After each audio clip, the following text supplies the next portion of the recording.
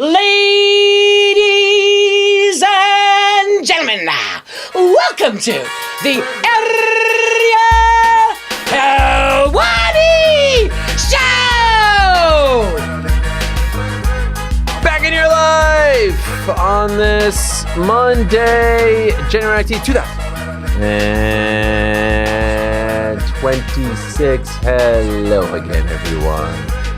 I sure hope you're doing well. It is great to be back on a frigid and snowy Monday in New York City. If you live in the United States, you are probably not working today in observance of Dr. Martin Luther King Jr. Day. Happy Dr. Martin Luther King Jr. Day to one and all. May we continue to strive to uphold his dream. May we continue to strive to uphold his values and ethics. May we continue to try to make this world a better place for not only ourselves, but the next generation, our kids and their children as well. May we continue to work together to live in peace and harmony. And so if you are in the United States of America and you are off today, hopefully you're having a lovely day off. Perhaps you're able to watch us live. Sometimes you're working, it's 1 o'clock in the afternoon or 10 a.m. when we're live in the United States. So hopefully you're sitting back and relaxing and enjoying a little combat sports talk. I also want to wish you a very happy UFC 324 fight week. Yes, it is finally here. Your long international nightmare is over. It will be 6 weeks between UFC events, which is the longest stretch in quite some time. And I'm not talking about the pandemic era because that was weird for everyone. So it's a very long stretch. And I want to remind, or I want to inform, I want to educate the younger audience out there, the newer fans, if you will, that this feeling that you're feeling, this longing, this foaming at the mouth feeling for UFC, this wanting the UFC to be back in your life, this used to be the norm. This used to be what it was like to be a UFC fan not that long ago, probably 15 or so years ago, pre-Fox era, Spike TV era. And I'm not going to sit here and advocate for less events. I get it. It's fun. Listen, as a guy who covers the sport, it gives us more to talk about when there are events. Even when there are Apex events or Metapex events, I should say. The more fights, the more there is to talk about because there's a controversy here, there's a big win there, there's a knockout here, there's an announcement there. There's stuff to talk about. But this feeling that you are no doubt feeling, which is, oh my God, I can't wait for Saturday night, I can't wait to watch some fights, is what it used to be like to be a fan.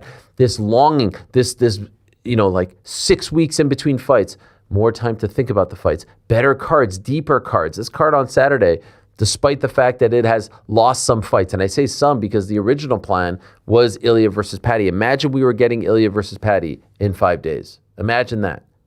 Imagine we were getting Kayla versus Amanda Nunes in 5 days. We are not getting either of those fights, but it's still a tremendous fight card. It's still very deep, top to bottom. This feeling is what it used to be like because it used to be 6 to 8 weeks in between fight cards. And so I always felt like that was very healthy. I always used to say, back in the day when I was trying to convert my friends into UFC fans, I would say, hey, come on, there's a UFC event tonight. I'll order the pay-per-view. And then over time it became, hey, come on over, so-and-so is fighting. Because it used to be UFC is on, and then it's like, well, who's fighting? I'll skip that one. I'll watch next week. It's a slippery slope. And as a result of having less cards, you have deeper cards. But that's not going to happen. It will never happen. If anything, there's a greater chance over time that we're getting more cards than less cards. And by the way, in the early Fox days, we were sometimes getting 2 cards a day. We were sometimes getting a card like in Asia and then a card in Brazil. That was a wild time. And thank God they scaled back on that a little bit. But here we are, 6 weeks off. I think it's been great. I think it has renewed enthusiasm. I think people are very excited, especially because it's the new era. I thought it was very smart to not go head-to-head with the NFL these last 2 weeks because there were games on Saturday night. Why go head-to-head with the NFL? There's plenty of dates to come. And if you look at the first couple of months, there's an off week on February 14th, but it's week after week after week after week, and it's pretty good cards so far, pretty good main events. We're already deep into March, and soon we'll find out about Miami in early April. So it has been good. I think it has been good. And I think there's a lot of enthusiasm and excitement surrounding the new era, and we shall get into that and more. But I would be remiss off the top, and I promise, I will not talk about the NFL probably until September. All right, I promise. But I would be remiss, since I've talked a lot about my Buffalo Bills and the Tchotchkes aren't going anywhere, if I don't at least say that, I am heartbroken. This one will stick with me for a very long time. I can't believe that they lost. I can't believe that they lost for multiple reasons. I can't believe how many times they shot themselves in the foot on Saturday. I was livid afterwards. It's a very hard one to process because I believe, and I'm not trying to throw shade, I'm not trying to take any shots. I have no animus towards Broncos fans. I said this before. I said it after. I like the Broncos fans in my life, but we were the better team in my opinion. We didn't play like the better team, but I think we were the better team. And despite the 5 turnovers, I thought we were going to win, and I thought we could have won and should have won. But you turn over the ball 5 times, bad things are going to happen. And I'm not even going to get into the referees. I'm not going to get into the fact that Brandon Cooks actually caught that ball and it shouldn't have been an interception. I'm not going to get into the fact that he was actually held multiple times in the end zone and that should have been a pass interference. I'm going to get into the fact that there were 2 pass interferences called in overtime and plus 50 yards of penalties gifted to the Broncos. I don't think either of them were pass interferences. We should have won that game, stopped them in overtime, come back. Felt like they were playing a little bit too conservatively. And quite honestly, like I said, it's the mistakes that will live with me. It's the mistakes that have caused me not to go to bed. It's the James Cook fumble. It's not kneeling at the end of the first half. I'll never understand that one for as long as I live. There are no timeouts. Why are you not kneeling? Nothing good is going to happen, even if you go 20 yards. The time is going to run out. Nothing is going to happen. You're out of field goal range. It's the fumble at the beginning of the second half. It's the interception going to Curtis Samuel. And then the last interception, I'm not going to blame on Josh. And I will never blame any of this on Josh because we're not even a playoff team without Josh Allen. But of course, you start nitpicking. It's missing Dawson Knox. It's missing Khalil Shakir. Uncharacteristic throws, uncharacteristic misses. I believe he was hurt. Who knows? I can't believe they're not going to the AFC Championship. I can't believe it's another missed opportunity. I can't believe that in the past 7 years, we have had arguably the best team and we cannot get over that hump.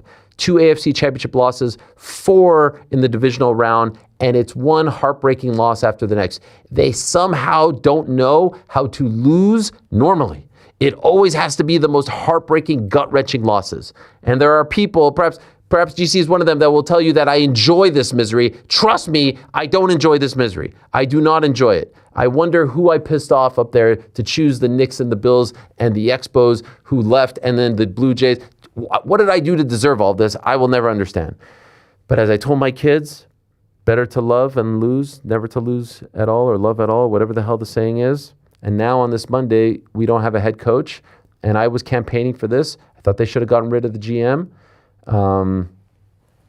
Can't believe Brandon Beane has been promoted. I think McDermott took them as far as they could possibly go, and they're going to have to find a great head coach. You cannot screw this up. You've got the best quarterback in the league. You've got the reigning defending MVP for at least a couple more weeks. You cannot screw this up. New stadium, new era, and mark my words, my friends. Mark my words. Because I am forever proud to be a Bills fan, and I will never, ever turn my back on them, despite how much pain they have caused me, especially in the last 6 years. Mark my words.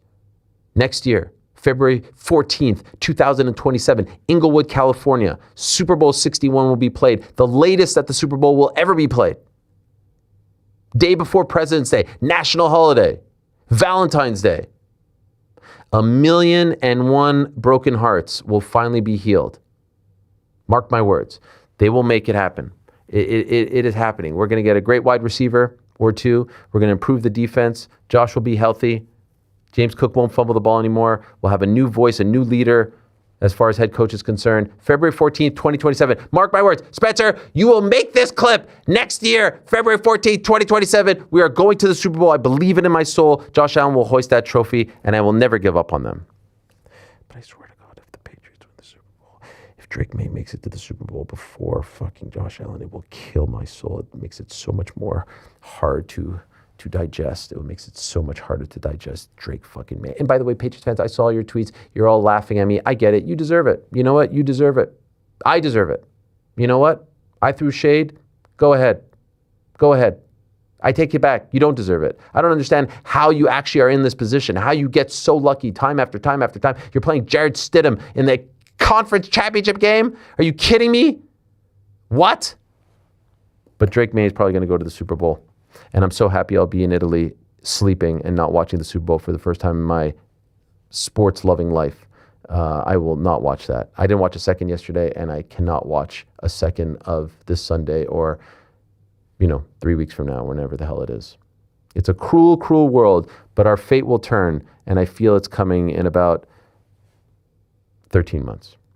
All right, is that good enough for you? Because I saw you guys in the chat. Oh, bring that same. I'm not complaining about the refs. We shot ourselves in the foot. The turnovers. I can't believe they didn't kneel the ball. We should have won. Congrats to Chuck. I texted him. Congrats to my friends who are Broncos fans.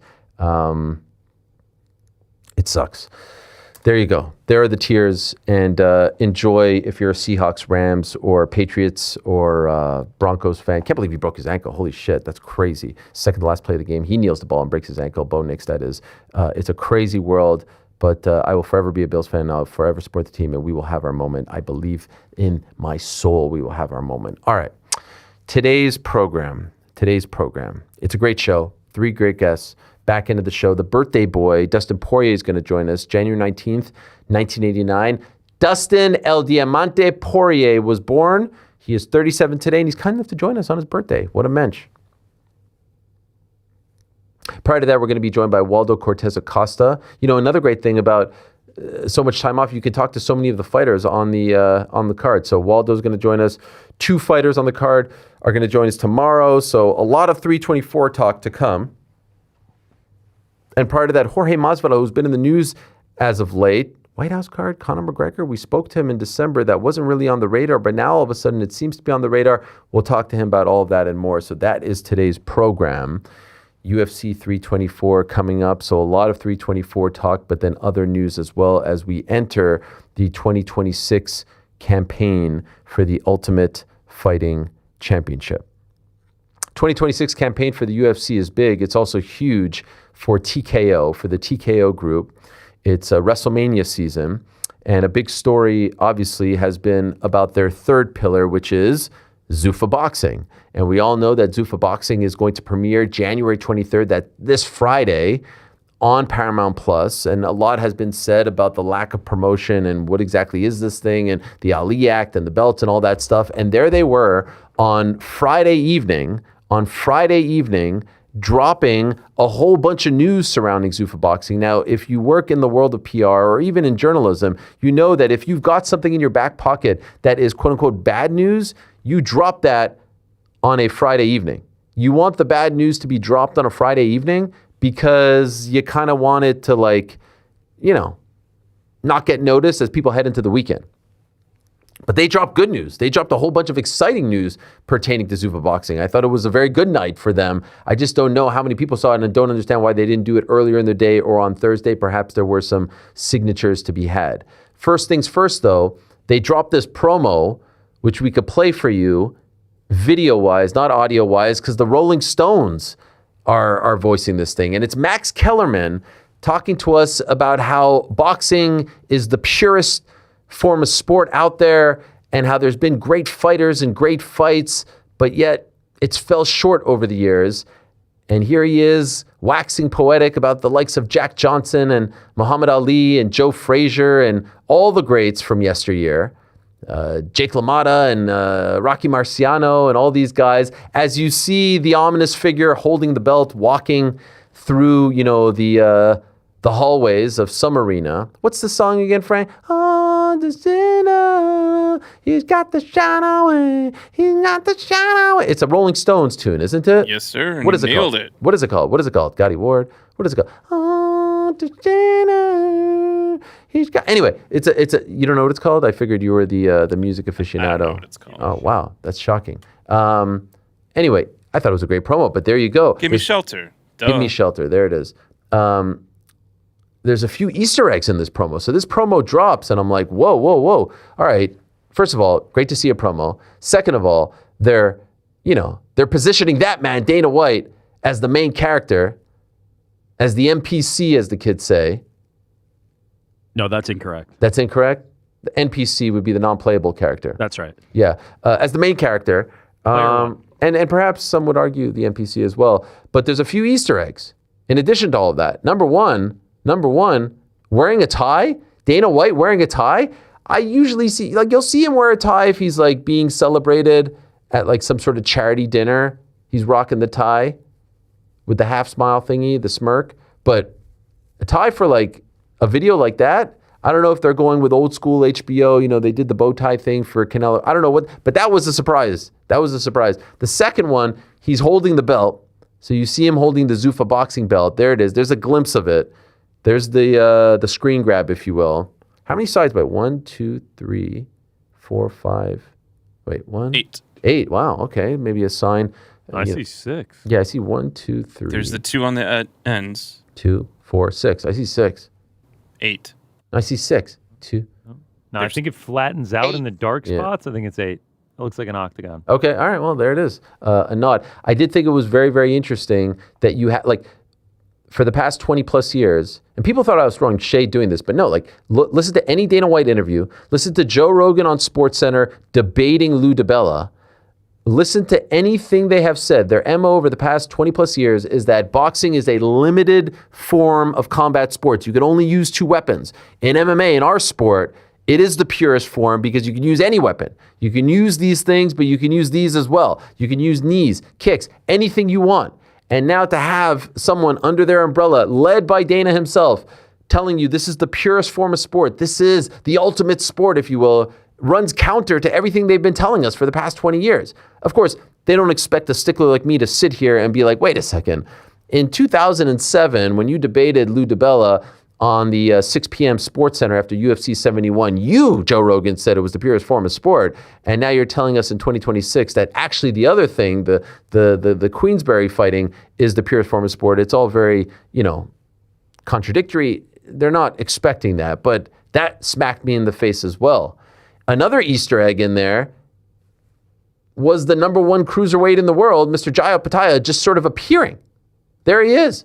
Jaya Pataya, the number 1 cruiserweight in most people's eyes, 29-0, 23 knockouts, who's a must-watch, like one of the most exciting fighters in the sport, has now signed with Zuffa Boxing. And this was surprising to me because we had heard Dana White say time and again that they are only looking for like those sort of diamonds in the rough, those unproven, up-and-coming prospects that they could build up and then pass off to Turkey. That's what he said. He compared it to the Contender Series. Jaya Pataya is not that guy. He's not the unified champ. That's Zurdo Ramirez. And Zurdo is scheduled to fight David Benavidez Cinco de Mayo weekend in Las Vegas. And so I saw some like hipster boxing people online being like, how could Jai be the number 1 cruiserweight in the world if Zurdo is the unified champ? Oh yeah? Like, have you watched both of them fight? Since when does the guy who has 2/3 or half of the belt, since when does that guy get the distinction of being the best over the guy who's actually the best? Because Jai is the best. If Jai fought Zurdo, in my opinion, he'd win. But what's weird about it is not only are they signing a guy who's, in most people's eyes, the number 1 cruiserweight in the world, his first words about the signing is that he wants to go for undisputed and unified, which again runs counter to everything that they have been saying over the past few months, which is we don't care about those belts because the only way that you could be undisputed or unified is if you're fighting for the WBC, the WBO, the IBF. If you're fighting for just the Zuffa belt, then that's it. Like, let's go for, his first words should have been, let's go for the Zuffa belt. Anyway, here's what he said. Here's what I'm talking about. Hey, what's up everyone, it's Jai Pataya. So I'm with Zuffa Boxing now, so pumped for the future. Exciting times, man. Let's get these big fights over the line. Unification, undisputed soon. Let's go. And so perhaps early on, they're actually going to, look, they're saying a lot of things right now. Ultimately, you have Dana White, Nick Khan, the UFC, the WWE, their production teams, Mark Shapiro, Ari Emanuel, like these guys are not going to fail. And so I could sit here and, dissect every single move, and a lot of them are contradictory right now. him talking about unified and undisputed, them signing Jaya Pataya. We're going to come out with a splash, and, this is your first card. Callum Walsh headlining, and a bunch of other people that aren't exactly household names. They did release the card. We could show it. We have the graphic. Like, a lot of these, it's at the Apex, for goodness sakes. This doesn't exactly, mesh with everything that has been said over the past 6 months. It's still all going to work out in the end because they've got the platform, they've got the money, they've got the backing, they've got the all-stars leading the charge. But, we have to be honest, a lot of it is very, very confusing and contradictory. I don't think anyone saw this coming. I saw some people saying this was a big win over Eddie Hearn. Jai's last fight wasn't a matchroom fight. Now, maybe Eddie wanted to have him back at some point, and maybe he said, thanks, but no thanks, and I'm going to go here. And maybe that's why his last fight wasn't a matchroom fight. He is linked to Tasman fighters over in Australia, and they even tweeted about it. So it remains to be seen, is this a co-promotion, which again would run counter to everything they've been saying as well, because they don't want to work with others. Who knows? There's a lot of questions surrounding all of this, and I think it's going to be a very, very fun story to follow. But it's a great signing. Not only is it a great signing because he's the best cruiserweight in the world, but MMA and UFC and fighting is so popular in Australia. Now you've got a guy that you can maybe use to put on big events over there. And why is it so popular in Australia? It's so popular in Australia because of the likes of Alex Volkanovski. And you see the synergy here with this video. You have Alex welcoming Jai to the TKO family. How good is that, as he would say? What's happening, Jai Pataya, mate? Congratulations with the TKO group. How good is that? Zuffa Boxing. I've always been a big fan of your work. Great boxer. Cannot wait to watch you do your thing. You have a good one, my man. Yo, what's up, Volk? Appreciate the message, man. I've been a fan of yours for a long time, doing big things for our country. Proud of you, bro. Cook up a storm soon on the cooking show, eh? Hey. See you soon, brother. Shout out to Cooking with Volk. By the way, in case you're wondering why you're just seeing me here, I like to break the fourth wall. I like to break the fourth wall and let you know that we had a little technical issue, but shout out to Andy. Shout out to Andy and Tyler, who is here as well, who really made things happen to get the show even on air. So it's a challenging day on a holiday, but we made it happen. But there are a few little wrinkles and bells and whistles that are a little bit different. And I'm not going to get into the technicalities because, quite frankly, I don't really understand them. But one of the things that I was informed of was the fact that, basically, we can't really get the camera input source, something or other, for Rick and Connor's. What do you mean? Camera. We can hear them just fine, but we can't necessarily see them. No, what do you mean by that? We're right here. Okay. Honestly, this is best case scenario. Here we are. I'm lounging, man. I got my feet kicked up. Are you even dressed right now? Do you have pants on? No, we also... Who's to check? We have these spotlights in our faces, and now I'm wondering why we even have these in our faces. Yeah, why? This is incredible. This is amazing. And so they are here. Rest assured, they are here. We're here. It's so good. It's such a... Why did you have your face painted? Yeah, I think it was Kids Day here, was it not? It was the Yahoo office party day. It's comforting knowing that you are here, but it's almost like you're so far, you're close yet far. It's like, you know what I mean? Well, we can run over there if we have to. It feels like a little lonely. No, we're right here, bro. The pic of you, Con, where is that from? Me? Yeah. This is somewhere on some snowy day. It was a Carlos Praches fight day. It's so good. So they are here. I promise you they are here. And this is the best that we can do. And quite frankly, it's a pretty damn good... I think it's an upgrade. Yeah. I think it's great. Also, you say it's lonely. The office is also completely empty because it's a federal holiday. So it really is kind of lonely. It actually reminds me of a normal day at Vox. You know? A December 2021 day for sure. Oh, hell yeah. Oh, my God. Those were some lonely days. But it's good that you guys are here. And Frank is there. Jordan's there. Andy's there. We're all here. Everyone's here, man. Yeah. No proof of that. We could have all left and gone home. You literally could be on via Zoom. Right? Who's to check? Who's to check? Who's to check? It really does work in so many different scenarios. It really does work. Anyway, so that's some Zuffa boxing news. I was watching the Bills game on Saturday. I don't know if you guys know this. And, I was trying to lock in. And there I am hearing Jim Nantz talk about the undefeated Paddy Pimblett. And I'm so locked in. I'm like, did Jim Nantz just call Paddy Pimblett undefeated? That's weird. And then I saw Ben Folks tweet about it, and I was like, oh, wait, he did. Could have sworn this UFC ad on CBS just described Paddy Pimblett as, quote, unquote, undefeated, but no, that can't be right. I must have eaten a bad chicken wing and started hallucinating it. No. We all heard it. And so I guess they're going with, if you're undefeated in the UFC, then you're undefeated. Who's to check, right? How do you guys feel about this, by the way? Is that fair? Like, can they get away with that? Because he's not undefeated. And is this something only we would care about, or maybe I would care about? Because when I heard it, I think it was at some point where like the tide was turning against the Bill, so I was especially triggered about. I'm like, no, facts matter, records matter. We have to get this factually correct, guys. He is not undefeated. Now, if you say undefeated in the UFC, then all right, fine, that is valid. But I did want to call a friend who knows Jim Nantz and tell him, well, listen, back in 2022, there was this guy named Jared Gordon who actually beat Paddy Pimblett. It was very controversial. Douglas Crosby flew from Connecticut to Las Vegas. He gave him a hometown discount, but it felt like too much work. So what do you guys think? Is that wrong? Is that unfair? Tapology, I mean, says what it says, brother. It says what? That he's undefeated? Yeah, No, but he's not undefeated. He's undefeated in the UFC. No, the history is whatever we make it. I think it's a marketing ploy. I know. He's undefeated in the UFC, but like he has 3 losses on his record. They don't usually do that though. Like I've never heard them call someone who's just undefeated in the UFC undefeated, unless I missed it. Yeah, I think it's a little bit cheap. Like if I was watching with one of my friends and he was just like, "Oh, this guy's undefeated," I would be like, "No, he isn't." Yeah. Are you guys feeling the buzz? Are you feeling it now? Seeing a couple promos, seeing it all over. It was crazy seeing promos on CBS. I know. And then Jim Nantz doing a read for it. Wild. Like that's the thing. At this point of the game, ABC, ESPN wouldn't have. I know they had a playoff game yesterday, I do believe it was. Yeah.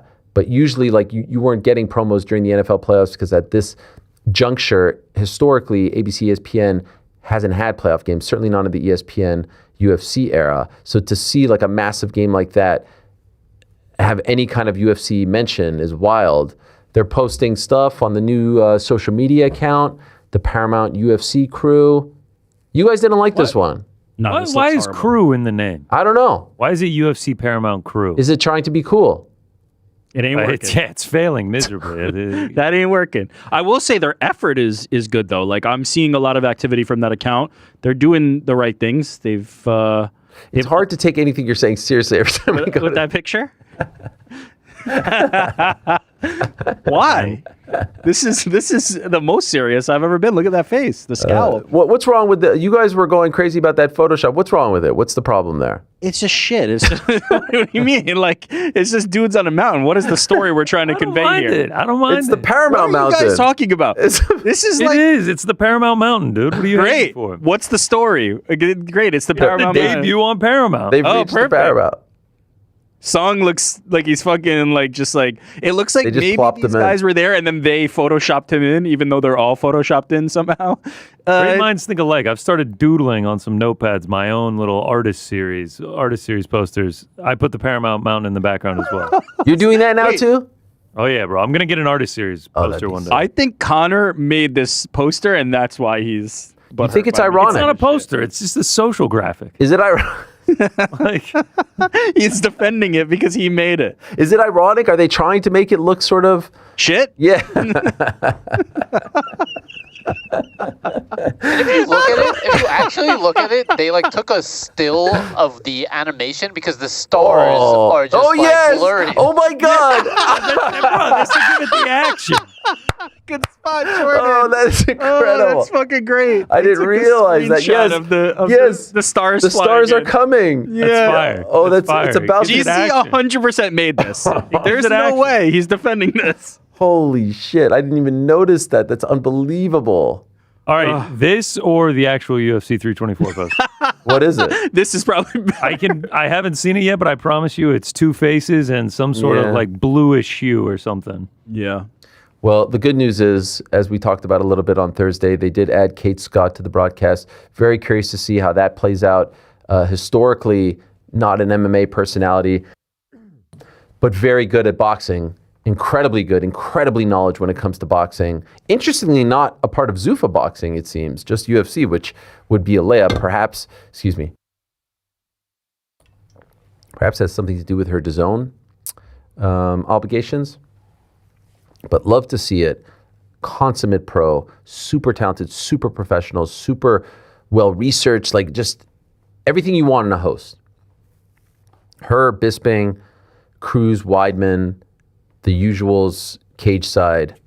Feels like they're going big, and I like the fact that Paramount is doing this. I like the fact that CBS is saying, look, we want one of our own. Fox did that with Menifee and Glazer. ESPN would do it from time to time as well. Michael Eaves. But usually they kind of kept it, right? Didn't they keep it like separate? No one really crossed over other than Eaves. Did anyone ever cross over in terms of like the big time hosts? Like you never had John Butchergross talking about the UFC or anything like that.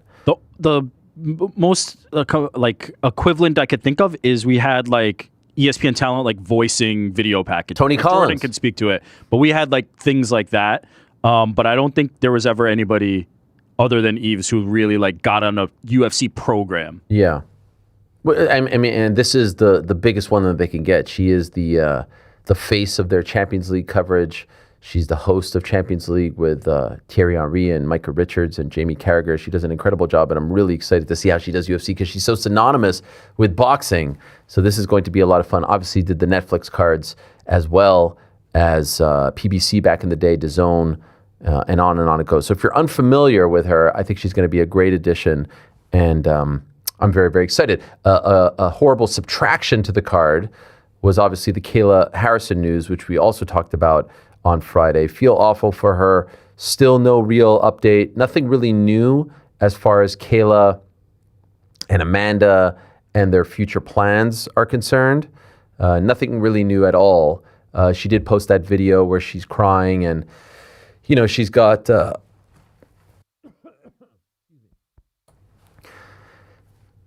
she's got the neck brace on. Sean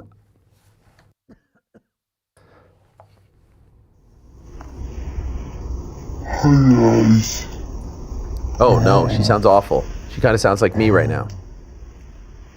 She's very sad. But here's Sean O'Malley very happy about being the co-main event. You see the news? Kayla Harrison's out. Co-main? Me? You! Seriously? I'm the co-main. UFC 324! I'm the co-main! So sick, dude! So sick! So he's pumped. It's a great card, by the way, despite the fact that Ilya's not on it and no Kayla versus Amanda. Gaethje, Pimblett, O'Malley, Song Yadong, Cortes-Acosta, Derrick Lewis, Natalia Silva, Rose Namajunas, Arnold Allen, John Silva. That's an amazing 5-pack of main card fights. And by the way, everything's going to be on Paramount Plus. So I would imagine you're just going to be able to sit on the stream and it'll go through the entire card. Umar Nurmagomedov versus Deiveson Figueiredo is flying under the radar. This is a main event of a fight night. This is sometimes a co-main event of a pay-per-view.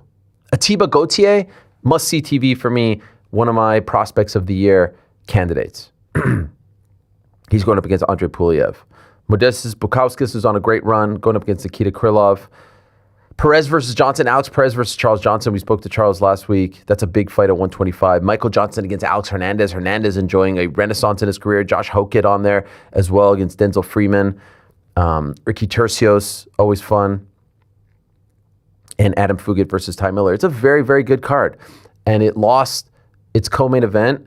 And the biggest star on the card isn't fighting, and that's the guy that they wanted to fight on the card, which is Ilia Topuria. So I think that we are getting a very solid offering for the Paramount debut.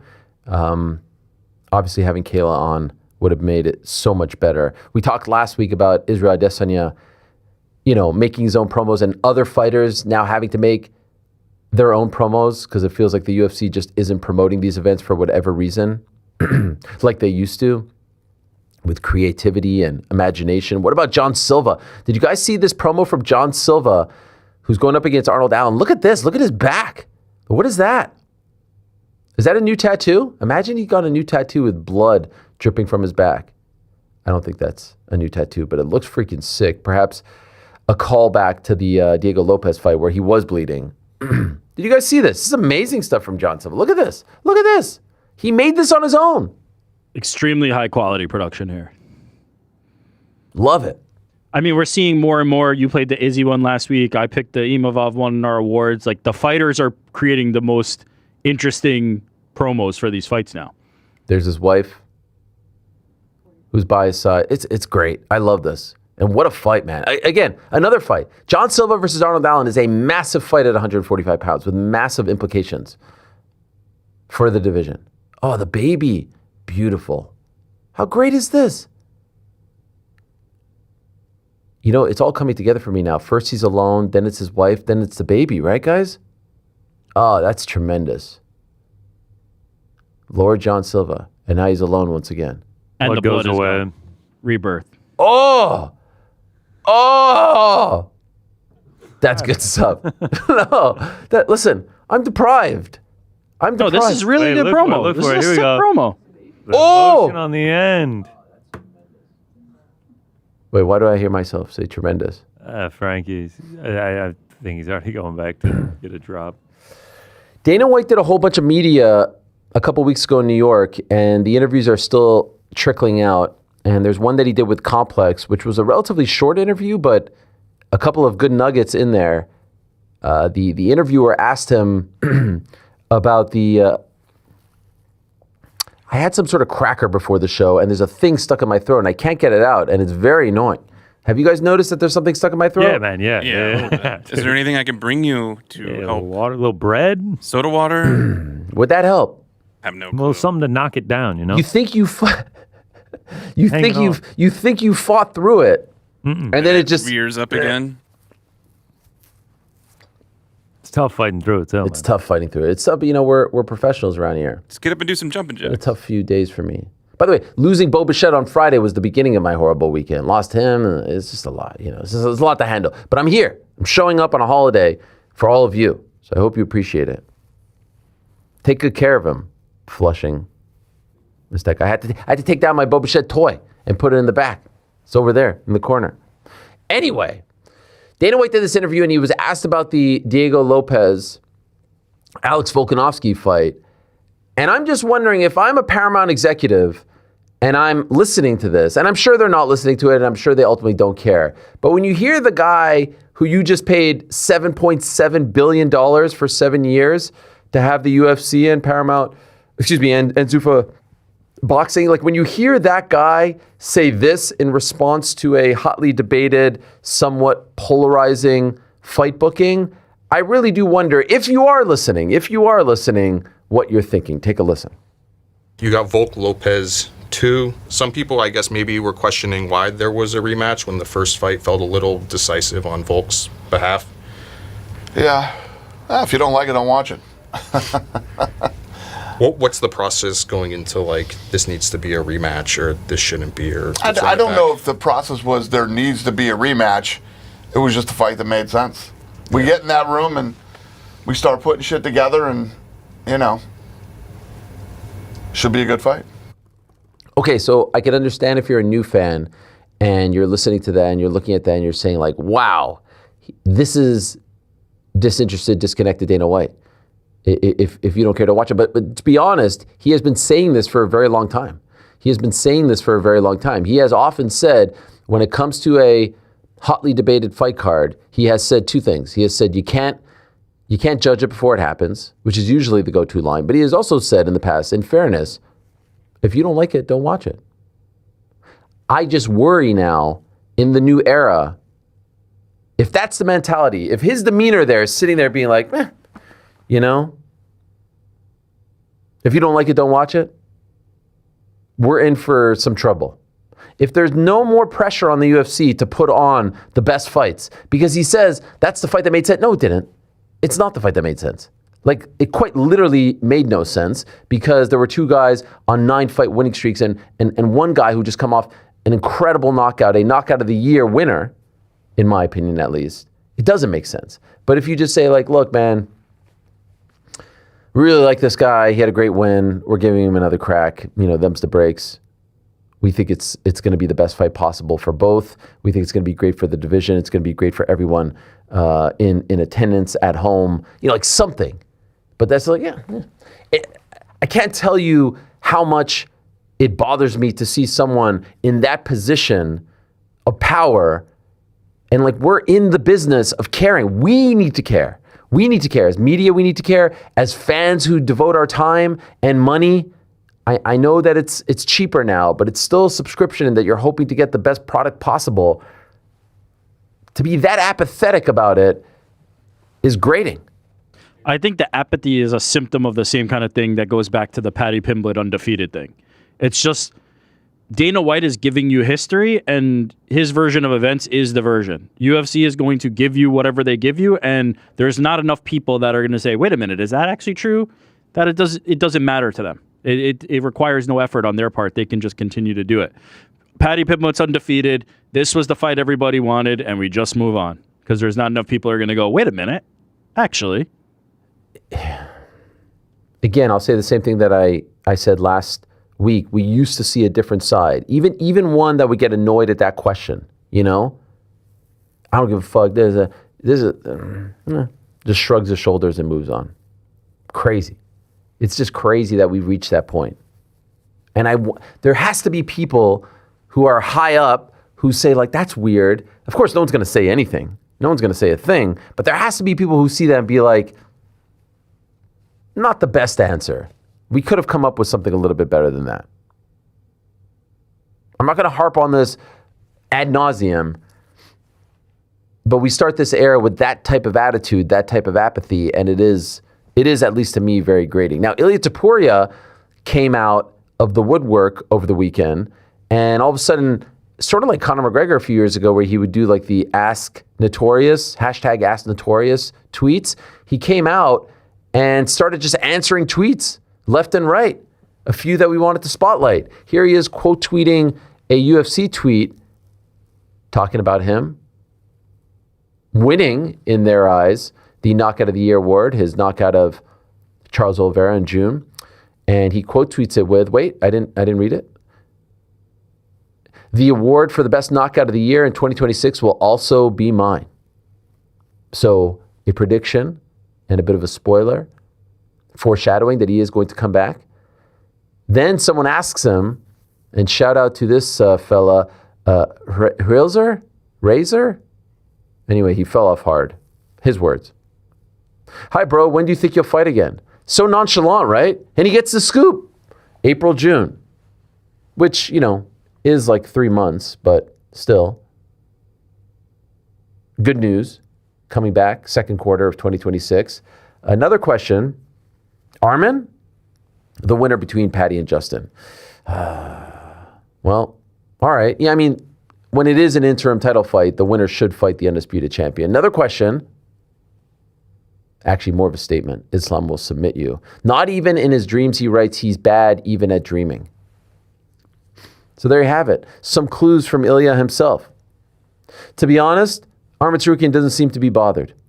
And by the way, there is no heat whatsoever between Paddy and Justin. Like, I feel zero heat. I love the card. Paddy's being positioned as the star. He's undefeated. Zero heat between them. Like, there's more heat between, all these other guys. Arman, Ilya, Paddy, Arman, Paddy, Ilya. I mean, like, it's the worst case scenario as far as matchup and heat.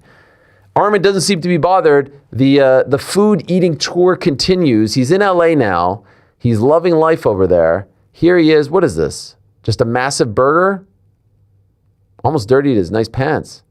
What do we got there? Is that an Irv's burger? Look at that. What is that? You guys know what that is? I don't know, but it looks great. Is it a chicken sandwich? It was definitely a burger. Looks like Easy Street burger. Yeah, it looks like Easy Street. Thanks for that. Easy Street. He's also eating in his car, looking like he's enjoying life over there. What's happening here? Why is the camera angle so bad? Filming him getting filmed, and it looks like they're at a red light or something.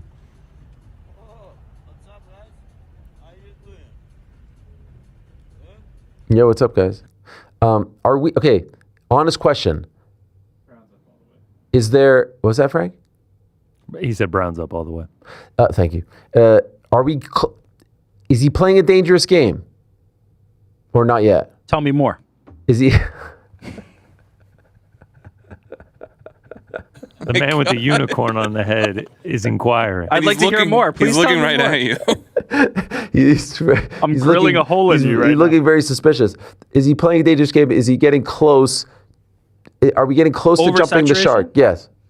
Or not yet? Not yet. No. This Okay. is the American tour. Okay, I know it is. It is by the way, I saw someone saying like whoever is Armin's manager deserves a raise for all the shit that he's doing. I don't even know if his management's doing it. I think it's just like coming to him. Or maybe it's his boy Armin that he brought in here. Armin and Armin are teaming up for some magic. Now he's cooking in some kitchen. Look at this video. I don't know what this is. First he slapped ground beef on the grill. How is he finding himself in all these situations? Then we add the peppers and onions. And then we slap the turkey bacon on the grill. And no, Andy And tells then me we gonna that slap this the man's name is garlic bread on the grill. Aki, and he's And then popular. we're going to add the hash brown. Yeah, it's collab. You don't know about the Aki way? You know this? Oh, come on, man. It's content creating. After my brother chop it up, now we're going to season it up. What's Once he the do? chop's ready, we hit it Seasoning it with up. cheese. Yeah. Chop cheese. Chopped. Once the cheese is melted, now we put in the garlic bread. We add the bacon. Hey, that's not And then we're going to halal. hit it with some spinach and tomatoes. Okay. And then we add the chips. And then we're going to hit it with the hash browns. Okay. Last and final, we hit it with the sauce. What kind of sauce? Secret? And now we're going to stack it up. Oh, that's a lot. Now we're That's going too to put much it on carbs. top of the paper. Why does he have to tell us every move? This is the Aki way. Okay. This is how this Is he an content LA goes. legend? And the result. No, isn't he New York? This is a New York thing. Oh, this is when he was in New York. OMG. Yo, I gotta admit that is See the pretty Yankees good. hat on? Yeah. Never, never, never. Oh, wow. Now we serve it to the champ. Here you go. Try it. and Well, let me People's know, my Champ, brother. on Crown Champ. There's something about the hair with the eating that just kind of. So here's a good one. Never a hair out of place. 1 out of 10. Serious, honest. Don't say whatever you think is right. 9. Wow. So it's collabs galore for Mr. Armin Tsarukyan. Even last night, here he is collabing with Lakers star Dalton Connect. Look at this. Hey, this guy's everywhere. By the way, I maintain that picture looks Photoshopped. There's something about Connect's skin color and arm. Like it seems like you know what it looks like? It looks like the Paramount poster. It looks No, like he it was doesn't. just placed in This there. is looks very legitimate. He's like 12 inches taller though. He's just too tall. Stadium lighting. What part specifically? I want you to hone in. Please don't go to the 3-shot. Please don't go to the. What part? Hold on, I have a question for you. What part of this? What part of this photo? Why does it look like Armin's holding a dart in his hand? No, I think it's glasses. Oh, Those are sunglasses. Yeah, he was wearing some. Oh, there it is. There it is. Tell me more. He was on some other video with this guy named Matan, who admittedly I'd never heard of, but apparently he's very popular. You guys know about him too. I guess I don't know about all the cool stuff. I don't know Bill about Clinton kid. I don't know what that means. There was an award show, and he gave like a little thing. He gave Bill Clinton an award? No. It was like a Hollywood show. I forget. It was. He won. He like went up and accepted some award at like a streaming or a video game thing, and he either thanked Bill Clinton or like brought up the Monica Lewinsky stuff. I He can't did remember. anti-comedy, like He's he just will a do it troll. on. He's just like a What is this through- anti-comedy you keep speaking of, Rick? It's like instead of trying to be funny, you're trying to be awkward in an effort to be funny. By not being comedic, you are being comedic. Yeah, it's oh. It's Yes, I'm glad you were Frank. able to figure it out. that actually that sounded like me, by the way. That is you, bro. You mean the stuff that Zach Galifianakis did like 17 years ago? Yeah, and Tim and Eric and all kinds of other. Ali G. No, Right, Ali G is actually trying to be very funny. The way that he got famous was in December of 2022, the Game of the Year award for Elden Ring. He snuck up on stage and accepted the award, and he said, "Real quick, I want to thank everybody and say that I think I want to nominate this award to my Reformed Orthodox Rabbi Bill Clinton. Thank you, everybody," and walked off. Okay. Well, here's Armin on his program, and I have to admit, never saw it, never saw his show, never saw any of his videos, but I did laugh. I thought it was pretty funny. Take a look. Okay, next one. You have some good questions or no? Armin's actually the funniest here. I don't understand them. You gotta write something simple. Yeah. Some simple questions. Okay, let's see. Who is the better wrestler, you or The Undertaker?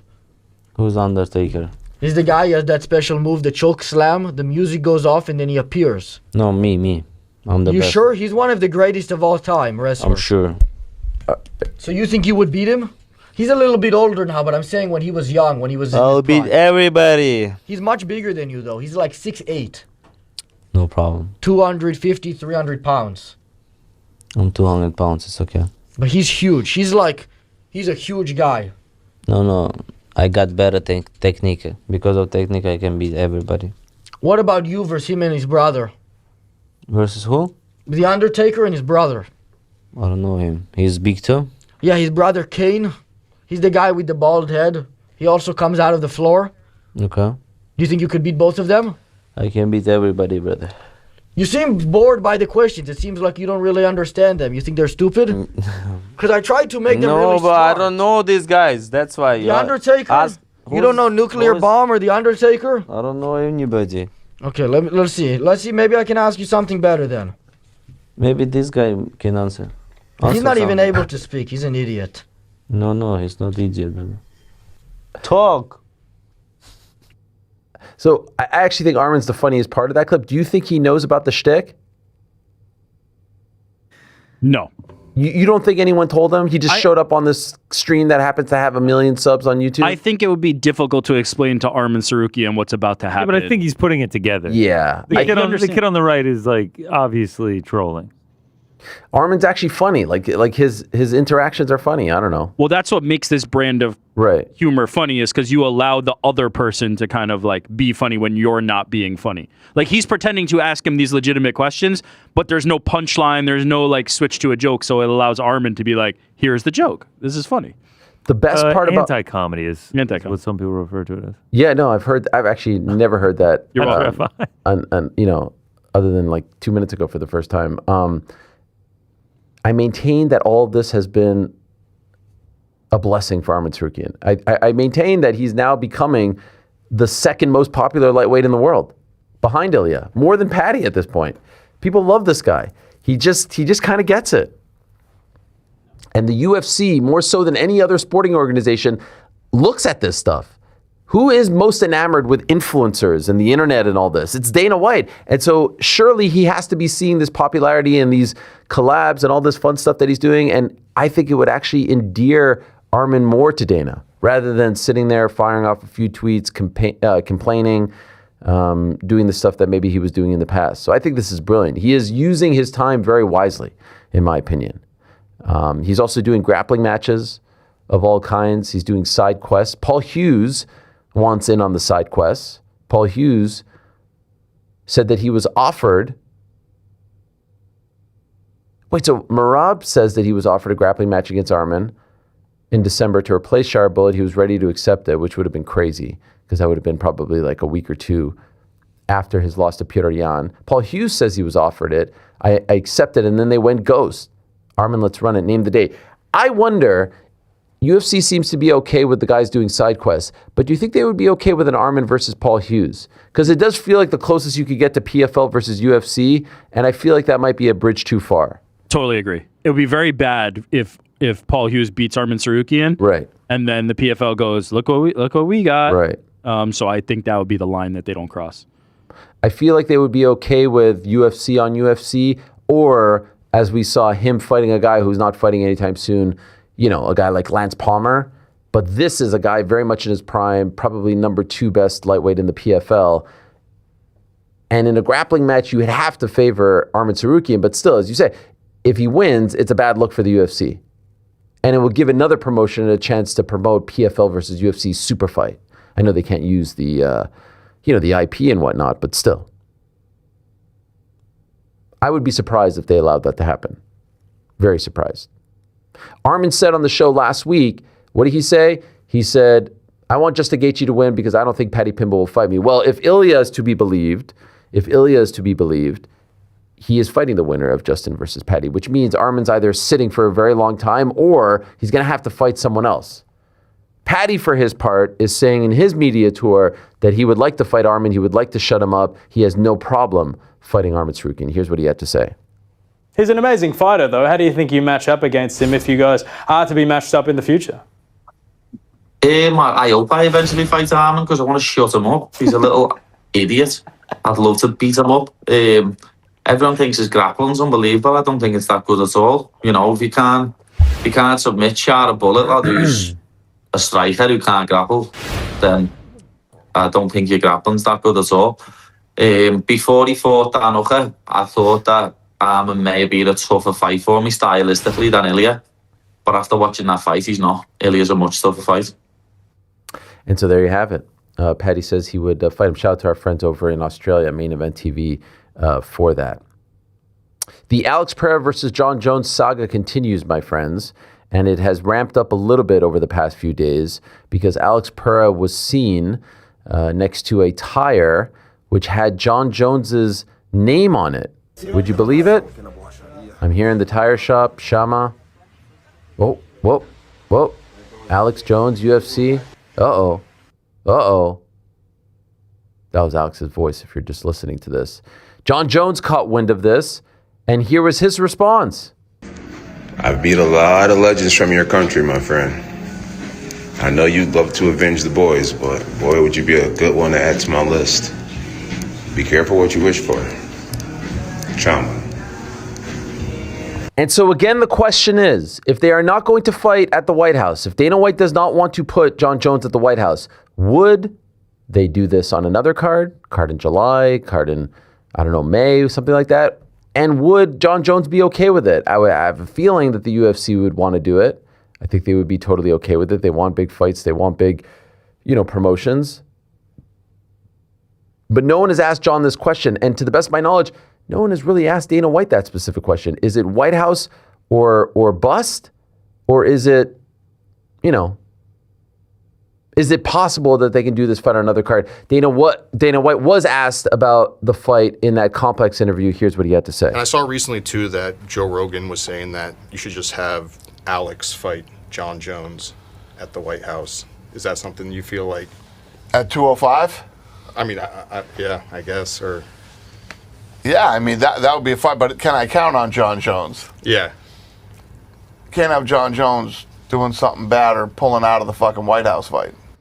So there you go. It's still surrounded and centered around the White House. But they want to fight each other. There's no doubt about it.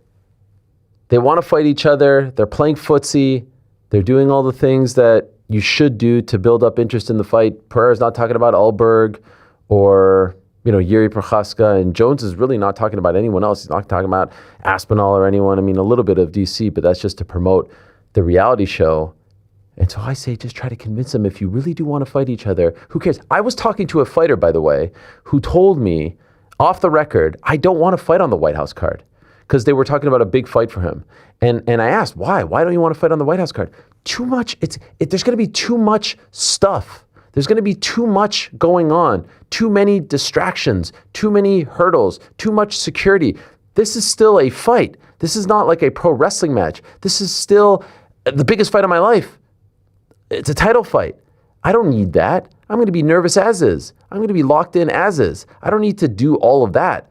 And so I don't think everyone is going to have that mentality, but I understand it. And it's the first time, to be honest, that someone has said that to me. And I know that these two want to fight on the White House card, but I don't think it's the worst thing in the world not to fight on the White House card either. It's going to be seen by a lot of people. Like, I get it. I 100% get it. But I can understand if you're someone fighting for the belt, challenging for the belt, being like, you know what? Not the worst thing. I'd rather fight in an arena and keep it as normal as possible.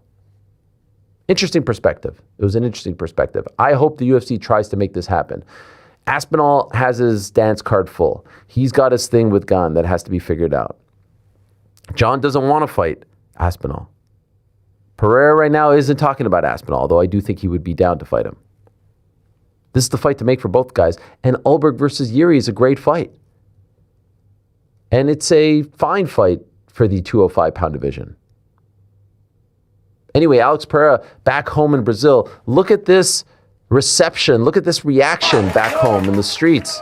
Look at this. I mean, they're lining the streets to show this guy love. Look how beautiful this is. I mean, imagine this type of homecoming. And then he starts handing out things to the people.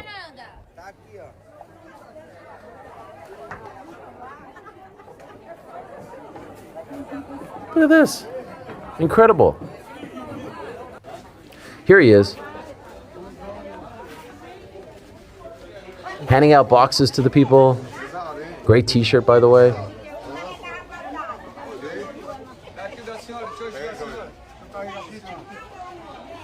Beautiful stuff here from Alex Pereira. Great for the community. Superhero. Role model.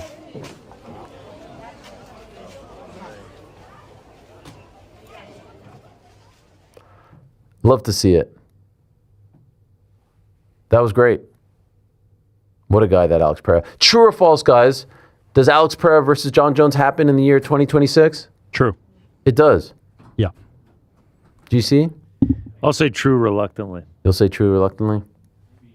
Like almost like you want it to happen, like you're being cautiously optimistic? Yeah, want it to happen. It would be incredible, but... It will feel like a letdown if not at this point. Like you have another opportunity to do this would be the third potential mega fight that John Jones is saying, I'll do it. Now, you know, I know there were issues with Francis, and I know there were issues with Aspinall, though they did come to the table with the money. Here would be the third one that people would go crazy over, right? Gaga over. Alex Pereira versus John Jones at what, heavyweight? It'd be fun if they did it like at a 225 catchweight or something like funky like that, although I doubt it would happen. You have 3 opportunities to do like a generational legacy type fight for John Jones. Oh, it'd be incredible. It would be amazing. I would love to see it. Absolutely love to see it. All right. Do we have our first guest yet? Okay.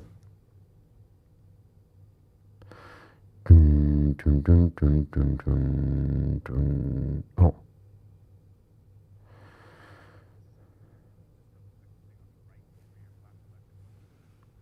Yeah, my laptop's working.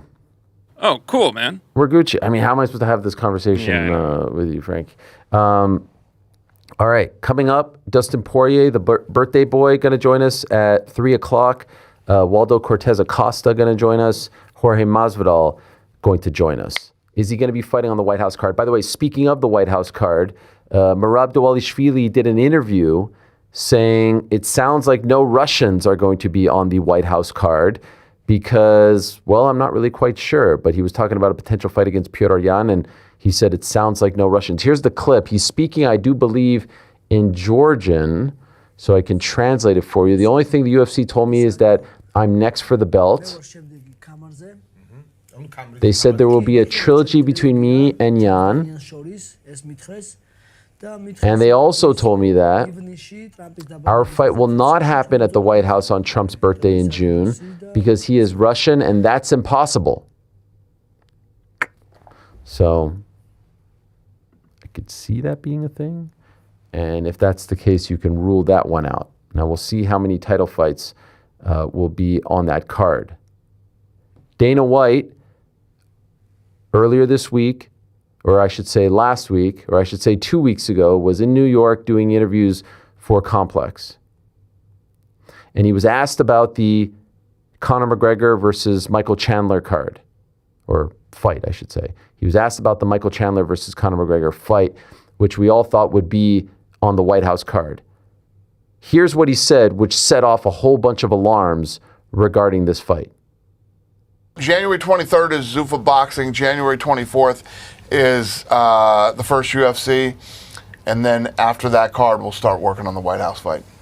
I know there's like all the talk of Michael Chandler and Conor. Do you see like that as like a realistic thing No, happening? I mean, that was a couple years ago. Yeah, so that's not nothing you'd entertain for the White House? No.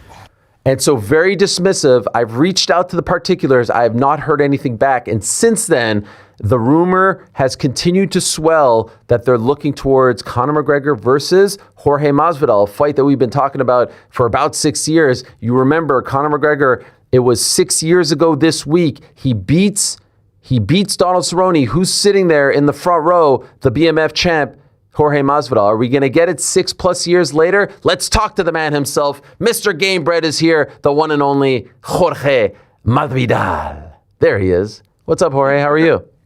Your intros are getting sick, but We've always been sick. They're getting better, I should say. Okay. Leveled up. I appreciate that. By the way, shout out to you. Shout out to Death Row MMA. When am I going to get the invite to Death Row MMA, your new podcast? Dude, you're a superstar now, man. I can't even get you to come on my show. I've been trying for years, and I'm gonna blast you in front of your audiences. For years, I've been trying to get Ariel to come to one of my bare knuckle shows, and he always tells me the same thing, which is great marketing for me, anyways. Oh, those things are too bloody, bro. I would never, man. That's too crazy for me. Dude, one day you're gonna have to put your big boy pants on and come to my show, Ariel. Come on, I'm trying, and I'm offering you a bag every time, and he still says no. That's what's really crazy, brother. I don't know what's going on, man. How much money he's getting on the other side, but. I'm going to bring you out to Dominican Republic, April 10th, heavyweight tournament. Okay. Tournament. So I was just going to ask you about that because I haven't heard much from Gamebred Bare Knuckle MMA. So what's going on? Well, we're grinding, recouping some of that work we did, that hard work, moving forward, getting investments, and now I'm good. We're going to run a little tournament April 10th. 16 heavyweights. We got about 5 heavyweights fighting. The names will be coming out soon. We'll be dropping them names soon, but we're coming with some heat for heavyweight and lightweight. We got about 4 of the bouts confirmed already in lightweight. Card will have a total of 12 fighters. Maybe I think total of like 8 ex-UFC fighters on the card. A couple PFL champions. Everything's going to be coming out soon, Ariel. I'm just teasing it here, but April 10th, we're back and loaded from Dominican Republic. Wow, the DR. I love the Dominican Republic. Brother. You say the word.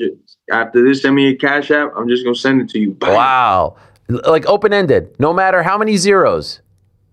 Nah, chill out, bro. my company, we're on the way up, man. Why are you trying to stop me before I get there, brother? No, I would never do that. Give me one name. Who's like the biggest name on there? If I give you one, I gotta give them all to you, brother. Just a hint. I promise you this tournament will have the heavyweight tournament will have a couple heavyweights that you've heard of. Okay. Well-known heavyweights, ex-champions, high-end competitors. We got about 16 of them on the card. 16 of them in the tournament. And is it a one-night tournament? No. It's fair enough. So it's gonna spread through 2026. The first of them will be April 10th, then Dominican Republic, then we'll be coming back to Miami May 1st for another series of the tournaments. We'll have another 4 heavyweights competing on that card, and that'll be in Miami, Florida. Okay, and this is Bare Knuckle MMA, right?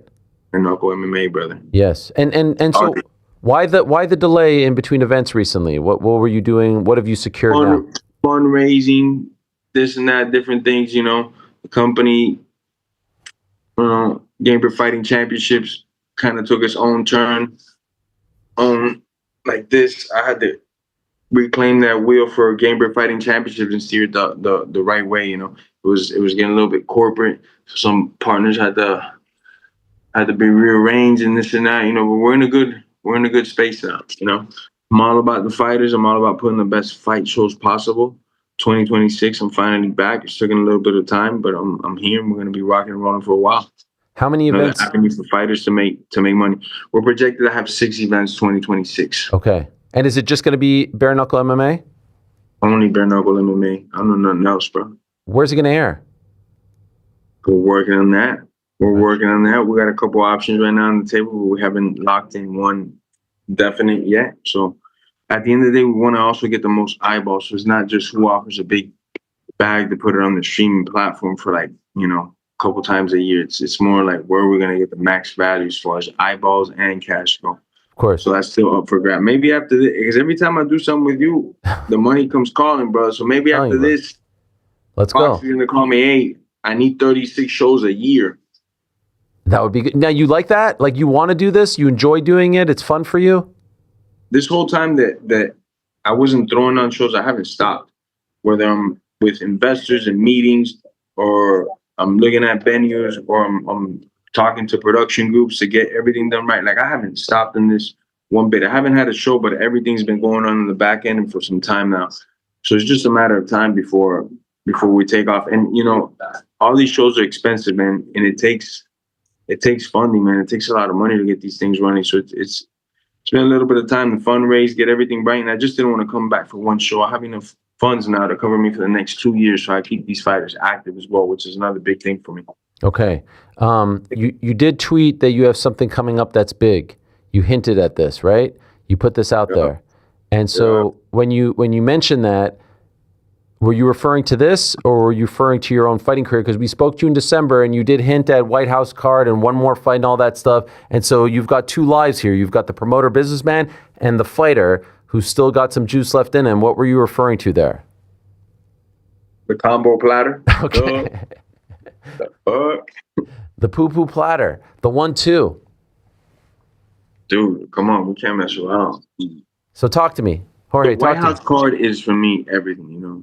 It's like I want to be in this card very bad, and there's more speculation going. We're talking to UFC, Ali's talking to Dana, Ali's talking to Hunter. I don't know what's gonna happen, brother.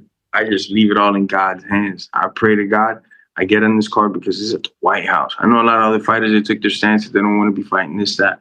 For me, it's like, man, I'm just some Latin dude from Miami that can fight really good. I'm in the White House showcasing my skills, showing the world that, you know, especially those Latin people, we ain't just what they make us out to be. You know, we're a lot better than what they give us. And now I get to perform my skill trade at this place, which is responsible for this great nation. It's crazy. It'd be an insane honor for myself personally in a lot of different ways, because I do feel without a doubt there's a lot of haters out there. They could all get sniped. This is the greatest country in the fucking world. And there's no better other way than to show myself as well as putting my fucking own skills on the line, going out and entertaining everybody on that White House, and just bringing more prestige to the White House, you know? So for me, it's an amazing honor in so many aspects. Say, my dad is pumped about that. You know, my family, my kids are just the potential of doing that. So whether it's, you know, the fucking Leprechaun or King Kong, it don't fucking matter who I fight in the White House. I just want to fight in the White House. That's it. From the backyard to the White House. And then to get me out of that shit is going to be another problem, because I already know all the secrets. I ain't even know where, bro. I'm staying there for like a week.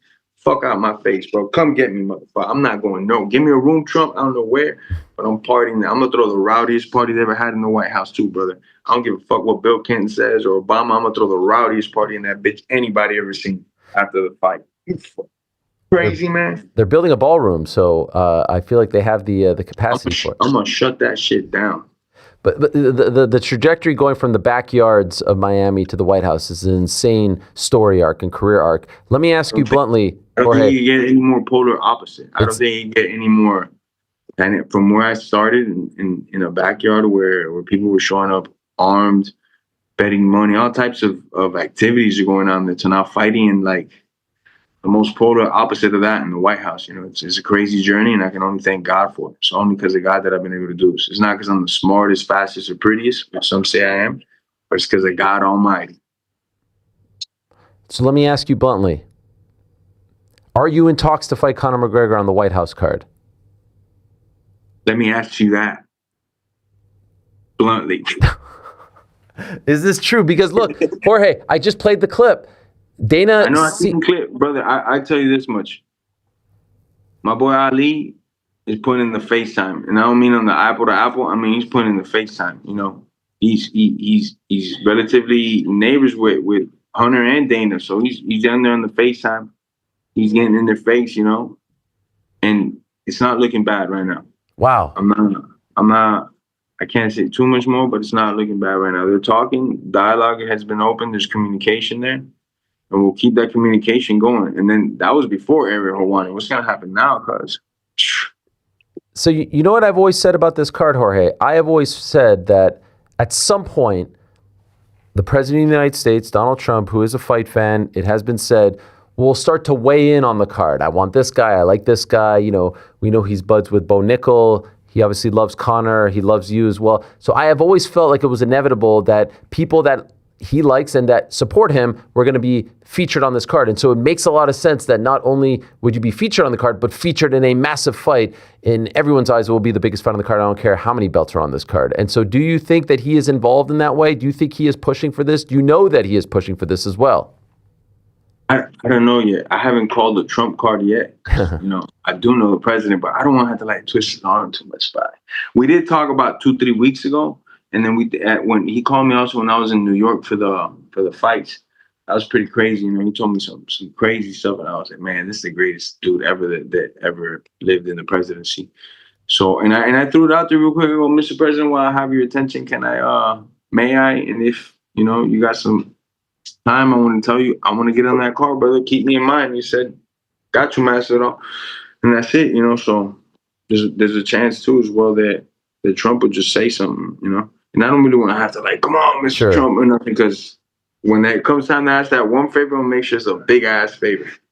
Don't worry, but not. It's wild that we're talking about this, Jorge, because as you remember, 6 years ago this week, Conor beat Cerrone. You're sitting in the front row with the belt. You remember that. I know the pandemic hit a few months later, and then Conor comes back a year later and fights Poirier. But from your perspective, why did that fight never happen? Why was it not you versus Conor in January of 2021 when he fought Poirier in Abu Dhabi? Why did that fight not happen? Because it did seem at that point like you guys were kind of moving in that direction. I think, you know, Dana White said it best, you know, back then. You know, not only was I burning some premium jet fuel, but I was too much man for Conor. Too big. What is he gonna do? Outstrike me? I think I would have been like a bad style from him. They probably wanted easier fights from him at that time. Someone where he could get his air beneath his sails, because it wasn't gonna be me. And I still think to this day, Conor knows it. He don't like that fight. She'll talk about everybody else but me, because he knows I'll snipe his ass quick. That little lucky left shit he does ain't gonna work with me, a premium striker, brother. I'm gonna see that shit a mile away and slap him in the face. You know, so I don't think for his brand it ever would have been good. I'm gonna beat the fucking dog shit out of him, straight up stand-up style. Are you surprised? None of that grappling. I'm just gonna get in your face, knee your ribs, elbow your fucking face. It's gonna be a fight, man. Are you surprised, Jorge, that he's moving on, Dana White is, from the Chandler fight? Because it's been like 2.5 years in the making. They were supposed to fight 2 summers ago. Like, are you surprised that he was that dismissive of it in that interview? I mean, Chandler's a big name in the sport. You know, he's a huge name and stuff. So I don't know. I don't know how close it was to begin with to being on the White House card. If that was all speculation from the start, or at one point the UFC did want that fight, I don't know all these things, you know. It's just, I know that they have a very in-depth team, that they have a guy that counts comments when somebody gets a picture. They have another guy that's looking at just the algorithm. They have an in-depth team of who's going to make the biggest noise possible. And I'm sure they run it through that team, and they're going to decide, you know. If you ask me, obviously it should be me. Fucking duh. Well, we've heard from John Jones, and John has said, you know, I only want to fight on the White House card if I come back against Alex Pereira, etc. Are you the same way with Conor? Like, is that the only one you want for that card? It's Conor, White House, or bust? No, I told you already. Fucking Irish con man or King Kong, bro. It don't fucking matter. Whoever's in between. They need me to go up the heavyweight. Fuck it. I'm going to heavy. You need me to get down to 145? I'll chop a limb off of fucking the White House, bro. Let's go. Don't matter who it is. But obviously, you know, that's the biggest one, right? Like, that would be at the top of the wish list if there was a wish list. I wouldn't mind it. I definitely wouldn't be against it. I'm kind of like, I know this fucking little leprechaun ain't gonna fight me. He knows he's not gonna fight me. He won't even mention my name because he knows I'll beat the dog bricks out of him. Okay, so then let me ask you, is there any part of you, because you want to be on this card so badly, and there has been this thing that has been said recently, like, oh, Conor's not going to fight, he's not going to show up, which I think is a little unfair to him. He's only pulled out of one UFC fight, and it was the last one, but historically he's been very reliable. Do you feel he's unreliable, and do you feel like, hey, I don't want to sign up for a fight against him because I want to be on this card, now I don't want to be left without an opponent come June 14th? I don't think that would happen on the White House card. I think it'd be, you know, Conor be signing ass up, and then he would, you know, pull out with a pinky toe injury, and then they would find me somebody else, and I would still find the White House card. Or if not, they got a problem. If you don't find me somebody to find the White House card, whoever the matchmaker is got a problem with me for life, brother, because it's the White House. So I don't see that as a problem, and I don't care if it's Conor that I'm getting ready for, and then he pulls out at some point, and then it's somebody else, cool. If it's Conor the whole way through, and that's who I end up fighting, that's cool too. As long as I'm in the White House card area. That's it. Okay. Do you watch American football, Jorge? Are you a football fan? I don't watch it much, but the University of Miami. Yes. I don't watch football too much. I'll explain, or a lot of sports. Let's say a city, right? And they bring in whoever plays in the city from from everywhere else but that actual city. So I don't really get behind it. When it comes to the U, we got like 8 dudes that are from here, from Miami, Florida, born and raised, grew up through the circuit, the Miami-Dade football circuit. So now we actually get to see our city's best players put their skills on the test against the best in the world. So I'll definitely be watching the U game, but I usually don't watch too much football unless my boy Deion Dawkins or David and Drew, because those are the only guys I watch really play like that, because they just happen to be like my brothers. So that's why I watch them, but I don't really watch football, to tell you the truth, or basketball, or baseball, or hockey, just combat, brother. I'm a combat nerd. The reason I asked that, every day. the reason, and by the way, shout out to the U. They're playing tonight in the national championship game. Good luck to them. Shout out to Deion Dawkins as well, my boy from the Buffalo That Bills. ain't your boy, he don't even know you. Bro, like he's that. my boy. He's like so my boy. It's nuts. It's nuts. But anyway, the reason I asked this was, it's a 100-yard field, right? It's a 100-yard field. So like, let's say you start at like the 10 and you have to go all the way here to score a touchdown, and then you're on the opposing team's 10. Like if this was if the White House card was a football field, and say like Jorge versus Connor was the end zone, and there's a guy with the ball, let's say it's Dana White, how far down the field are you? Like how close to scoring the touchdown? You know what I mean? Like I'm trying to use that analogy. You see what I'm saying? Like, are you at the 10-yard line here? Are you in the red zone? Are you at the 20? Are you about to enter the red zone? Are you on the goal line? Are you inches away? Like, how would you describe where you're at on the proverbial field? You see what I'm saying, right? Yeah. Football. Yeah. Yeah. I think we're at the free throw line. Listen to me. We there. I'm gonna say we're right. The ball's right in the middle. It's not negative. Okay. It's right there. It's like right in the middle. The game's it's starting with momentum. Okay. I didn't say that much. Okay. Recently, did it pick up recently? Yeah, very recent. Wow. This is something. And then everybody else picked up on it very recent. Yeah. 170. Low hanging fruit. Some of the 2 biggest pay-per-view draws not throwing down. What the fuck's going on? 170? 170, 205. I don't give a fuck. What about 155? Probably not. But if I had to, yeah. Yeah. Which would probably be something Connor's weird ass would probably come up with. Probably not. I'm older now. I don't want to have to get down to that weight. I don't even think I can do it. Realistically, 170 is the lowest I can do. Okay. By the way, if there's like 3 title fights on this card, but you're also on this card against Connor, should that fight, even though it's not a title fight, be the main event because of who's involved? Leave that up to the matchmakers and the fans. I obviously I'm a big, in that sense, like a traditionalist, like where if there's a title fight, obviously they're fighting at the highest level. They should always main event or something like that. I believe in my heart, but there's special circumstances and stuff, and I'm not the one putting this card together. Leave that for the people that will, But sometimes the biggest name goes to the top. Sometimes it's a title fight you put together. Sometimes the guy fighting for a championship is like the opening of the card. Right. Wherever they put me, as long as they put me in there, I get to beat fucking someone's ass. If it's a leprechaun, he get his ass whooped to whoever the fuck it is. I really want the leprechaun, but it really doesn't matter. Would this be your retirement fight, win or lose? Probably not at this point, right? Because then after that, my phone's gonna be ringing. Everybody's gonna be calling. And I don't know, Ariel. I don't know what I might do. I might go radio silent, or I might start picking up the phone calls.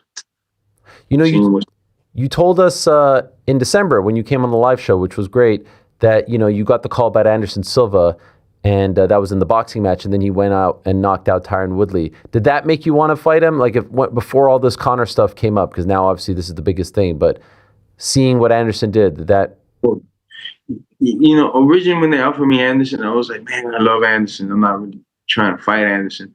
But as the money kept going up, I was like, I love Anderson, but I love the money more. So definitely would like to fight him. I mean, I feel he's one of the best middleweights that ever walked the planet. Best fighters, period. He's done so much spectacular things in MMA. In boxing, he doesn't have that sharpness, I think, where maybe in boxing I could make it a good fight.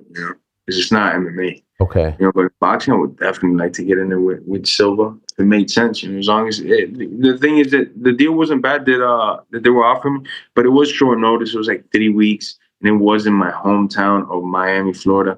So if you come to Miami, Florida, and you wanted me to be part of that card, that comes with a fee, brother. You know. Yeah. Expensive one too. Man, we had such a good time with Kayla there that night, and now she's out. She's out. I feel so bad for her. What do you think of that? I talked to her as she was in the hospital bed with like a massive neck brace on. And Yeah.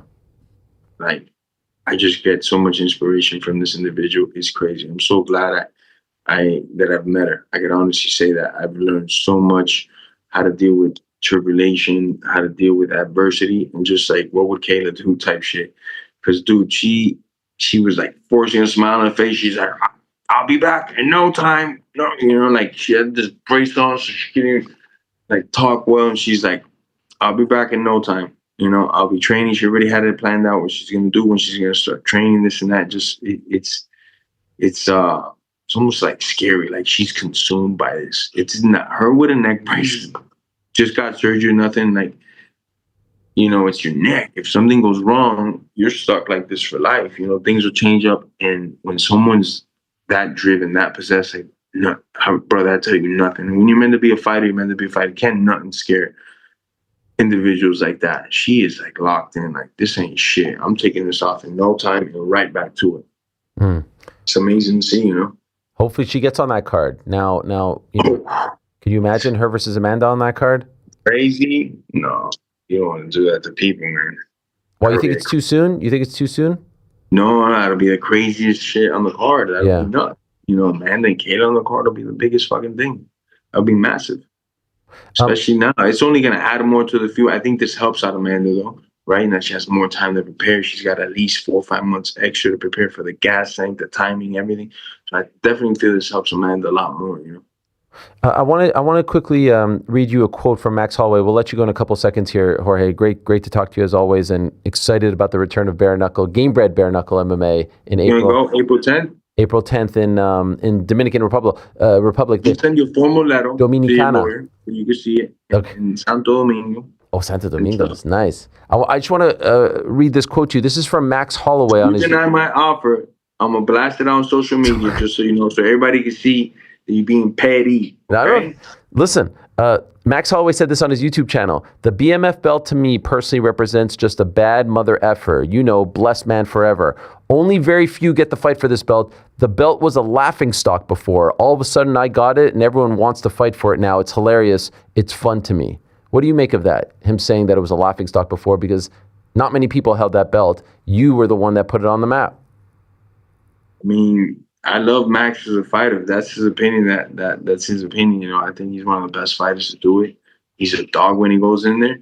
But whether it had been me or Nate fighting Max, it wasn't gonna be like his best night either. I think, you know.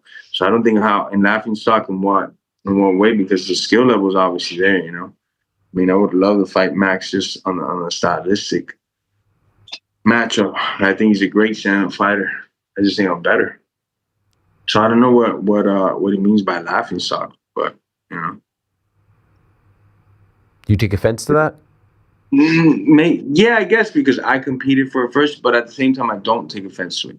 He's held both belts, so he could say that because he had one belt and he's like, oh, I don't need that other belt, you know. Whatever. Yeah. But now he fought for the belt and loves the belt, and that's the one that he be parading the most around town. So it's funny. Okay. By the way, did you go to Turkey recently? I heard, yeah. It doesn't look like you did. You got all your hair. What's the problem?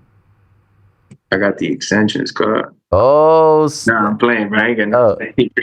Only extensions I got is on the fucking thing, boy. Well, you're crazy. Did you go to Russia recently with Jones and Romero and Hasbulla?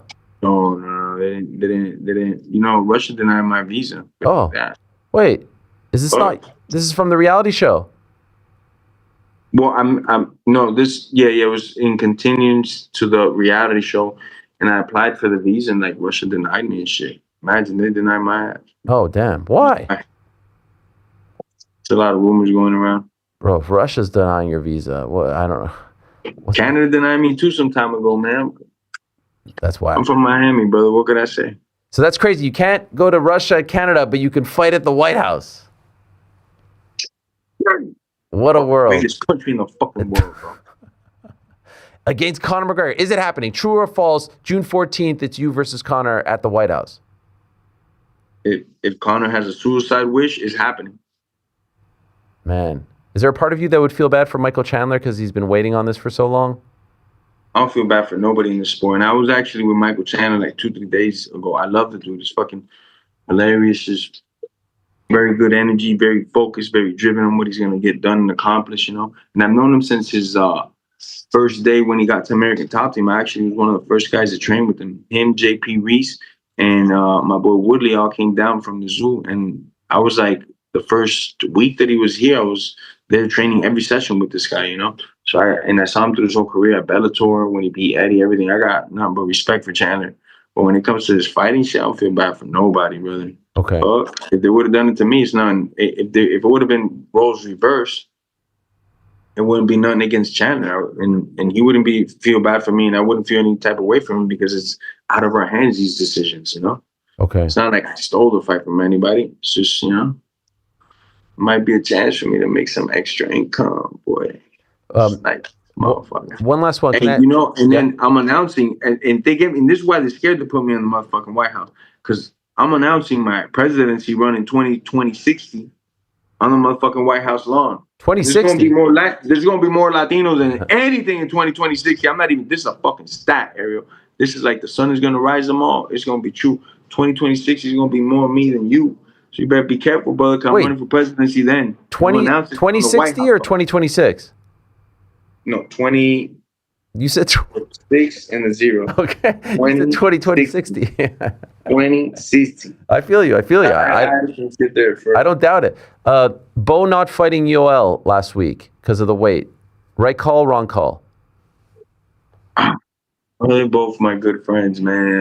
And from a fan, I've really enjoyed both of them, watching them just purely wrestle. I really, really enjoyed Joel's time wrestling, creative and explosive and crazy. And then Bo's like another creative dude that's very, very explosive, crazy pins from everywhere. I was really looking forward to that match.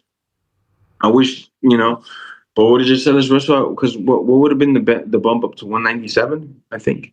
Yeah. And Bo's a national champion at 197. I want to say 2 times. So I don't know why it didn't happen. I also see Bo's point, like, man, I got down to weight and you didn't. That's bullshit. You know, you weaken me. You say that the way a million things could be running through Bo's mind. But me as a fan, obviously, I would have liked to have seen him wrestle no matter what. But I also, you know, got to take into consideration it's not fair to Bo. You know, if somebody misses weight and you made that weight and you got to cut some weight, it sucks. Hopefully it gets made in the future. I still want to see that match. Okay. Last one, okay? What's the message to Conor McGregor? He's watching right now. He'll see this, no doubt. What's the message?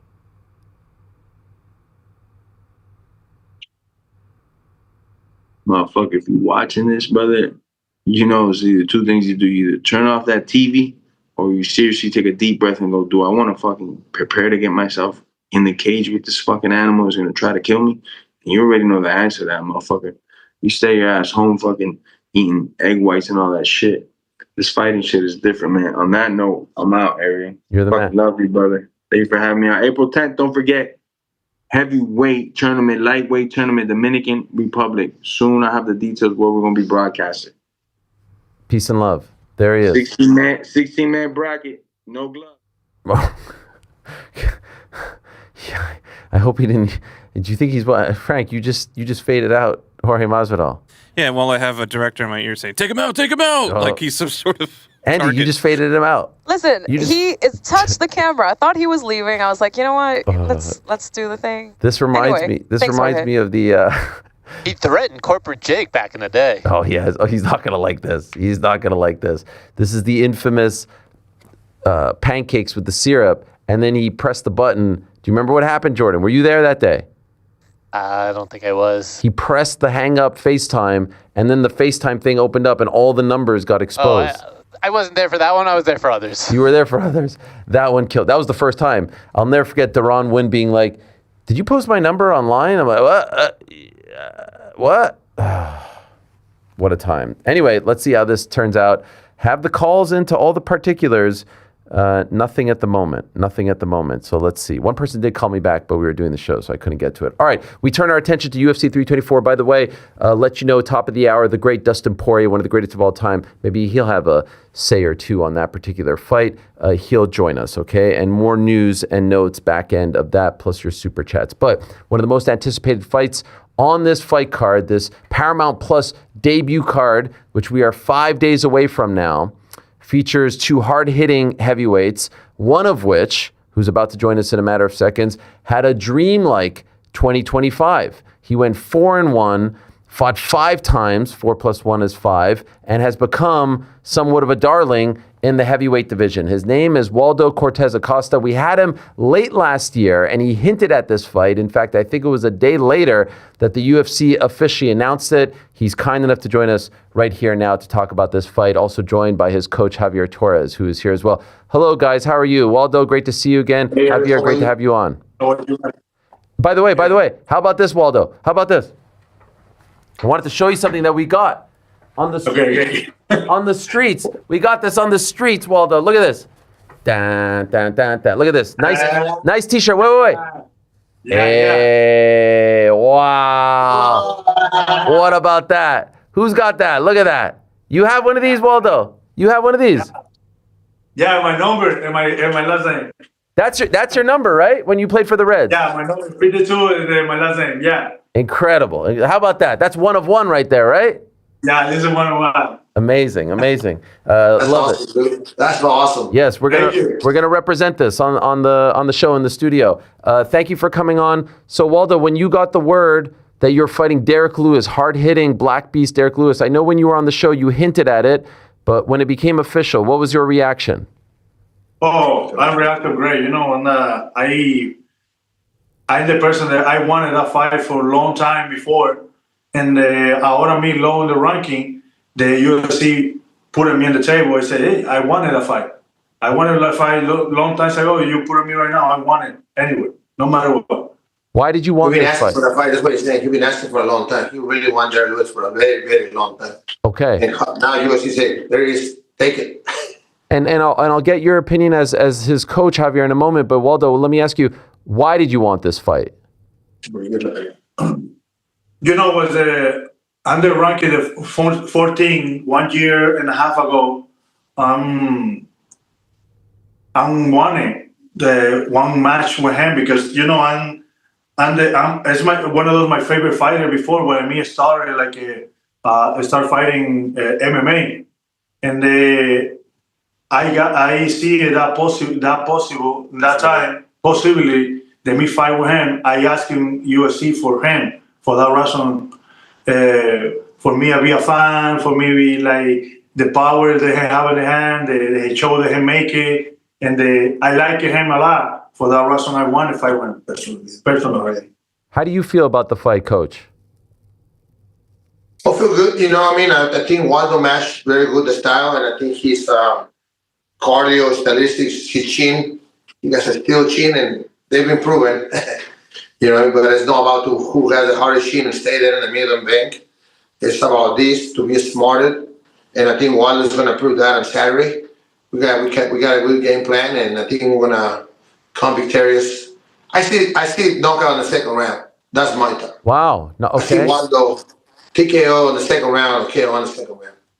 Do you agree with that, Waldo, or do you think it's different, Waldo? Do you agree with your coach, or do you think it happens earlier, later, different way? I think it'll be early. Because of why me getting fired in there, like me being hot in there, I don't want to stop punching. I want to punch it put a hand down on the floor. Sometimes when we see people kind of stand and trade with Derrick, it doesn't go well for them.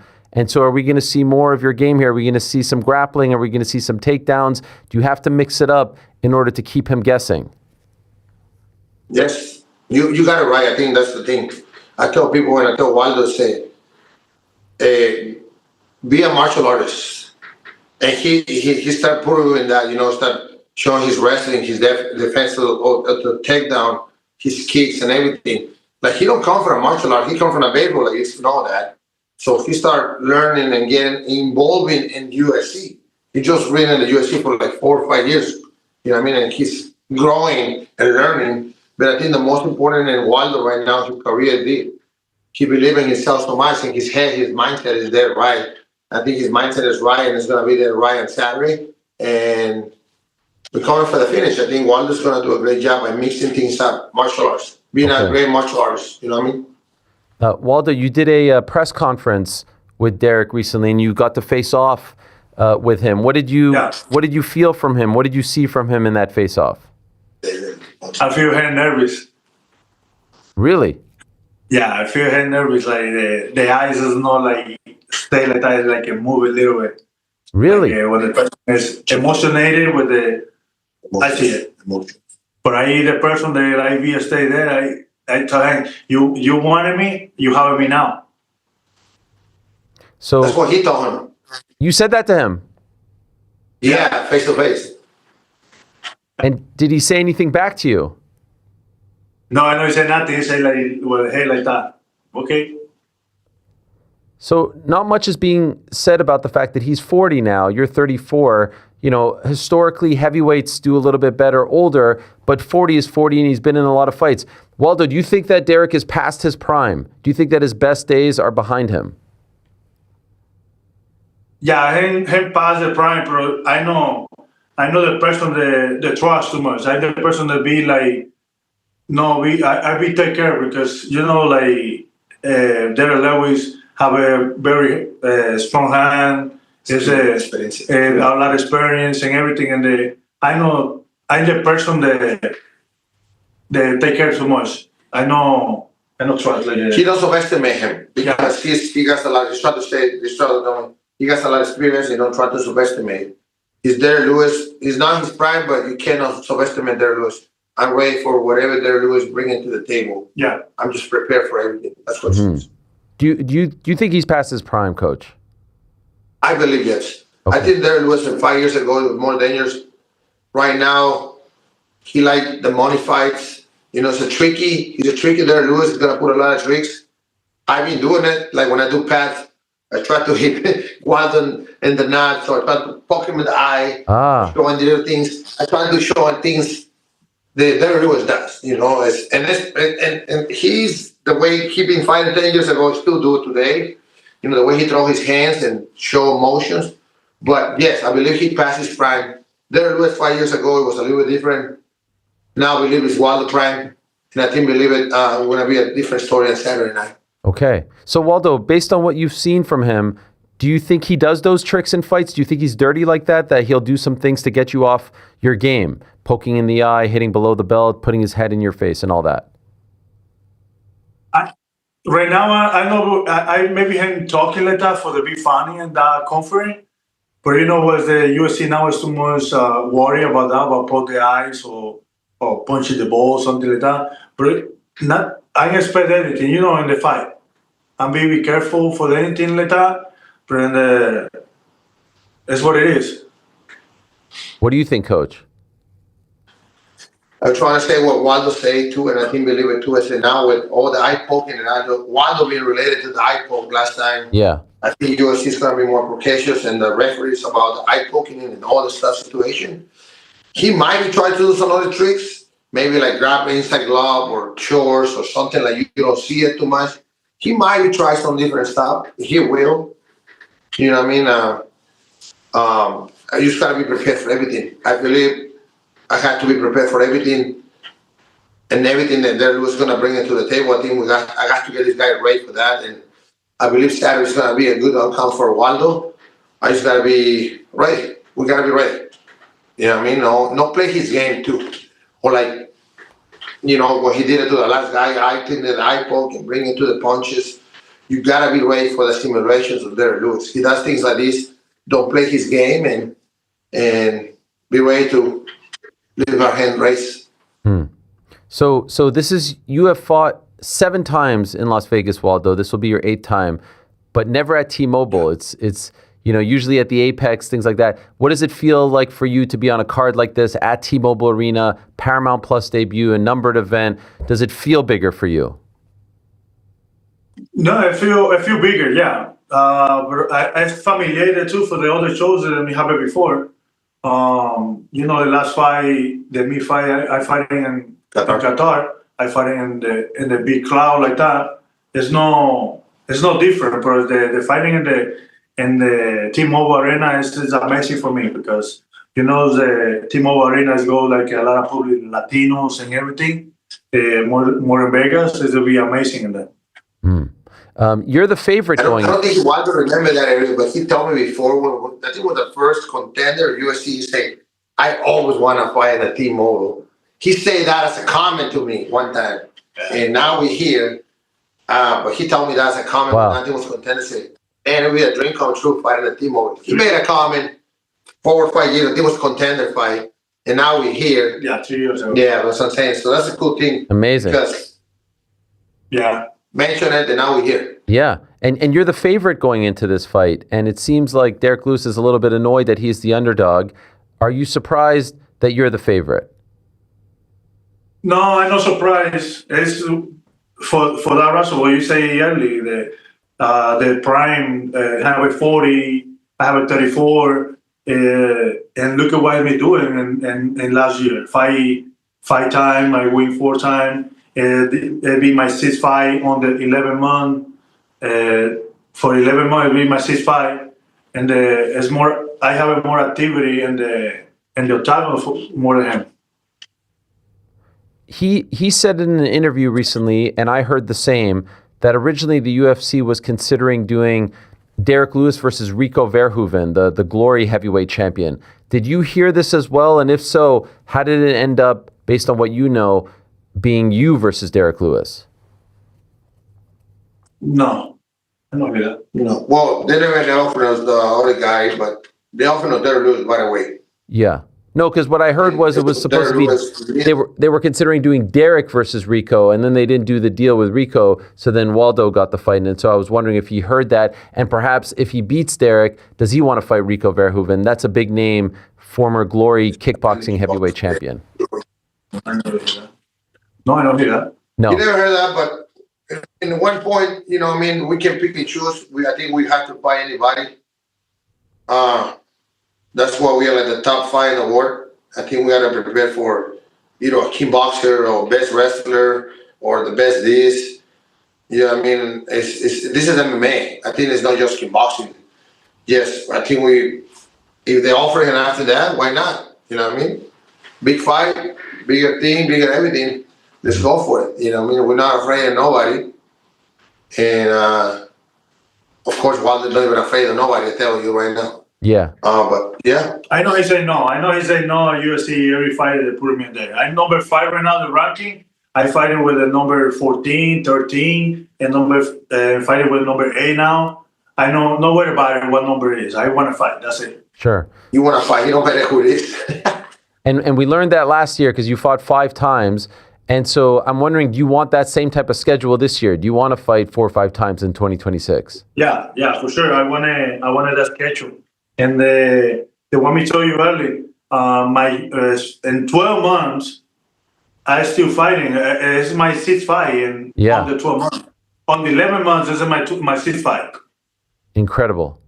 Especially as a big guy, as a heavyweight. Do you feel any sort of pressure to beat what you did last year? Last year was a great year for you, a breakout year for you, 4-1. Do you feel like, okay, now I'm getting a lot of attention, now I have to do something even greater? Do you feel that pressure? I feel, but I need to be normal because I don't need to be pressuring me. My pressure in me is like coming here, training every day. This is my pressure. For me, it's still training hard and everything. I don't care the other thing. You know, I'm be ready for anything. Whereas me fighting 4, 5, 6, 7 times, there's no worry because I do it last year. Amazing job, and this year, thank God I have a 6 fight in a row. That's good for me. I'm at it. Were you disappointed you didn't get the fight in December? Because I remember when we spoke in November, you said there were 2 fight cards left. You wanted to get on one of them, and they put you on this one, but it wasn't that December. Were you disappointed you couldn't get that 6th fight? Yeah, little bit.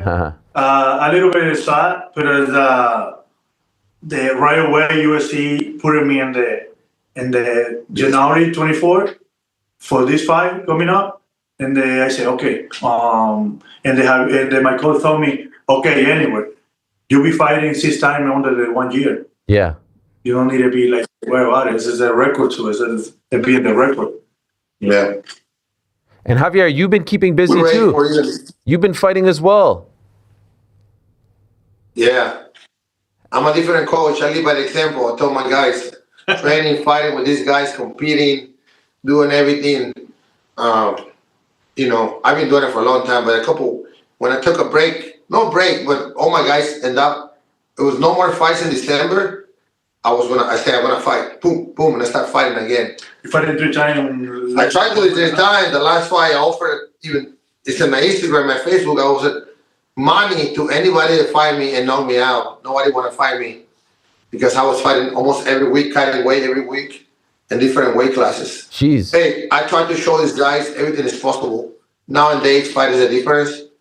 These guys have mentality. The grind is different. You know what I mean? So I try to show my guys, you don't need all these, you don't need these. You need 2 cojones, do both, and go and fight and win fight. That's all you need. Yeah. You don't need nothing else. And these guys, they prove it, you know, and I just want to be a good example for my guys. Want be one of the best coaches I can be, a best human being. I learned from the best, you know what I mean? Sean Tompkins was my coach. Sean Tompkins was one of the greatest Canadian coaches and I think one of the best coaches. Great person. And I try to be sure I do the same thing to show it to my guys. And people that have been around me, they know that. You know, I started fighting in 2008.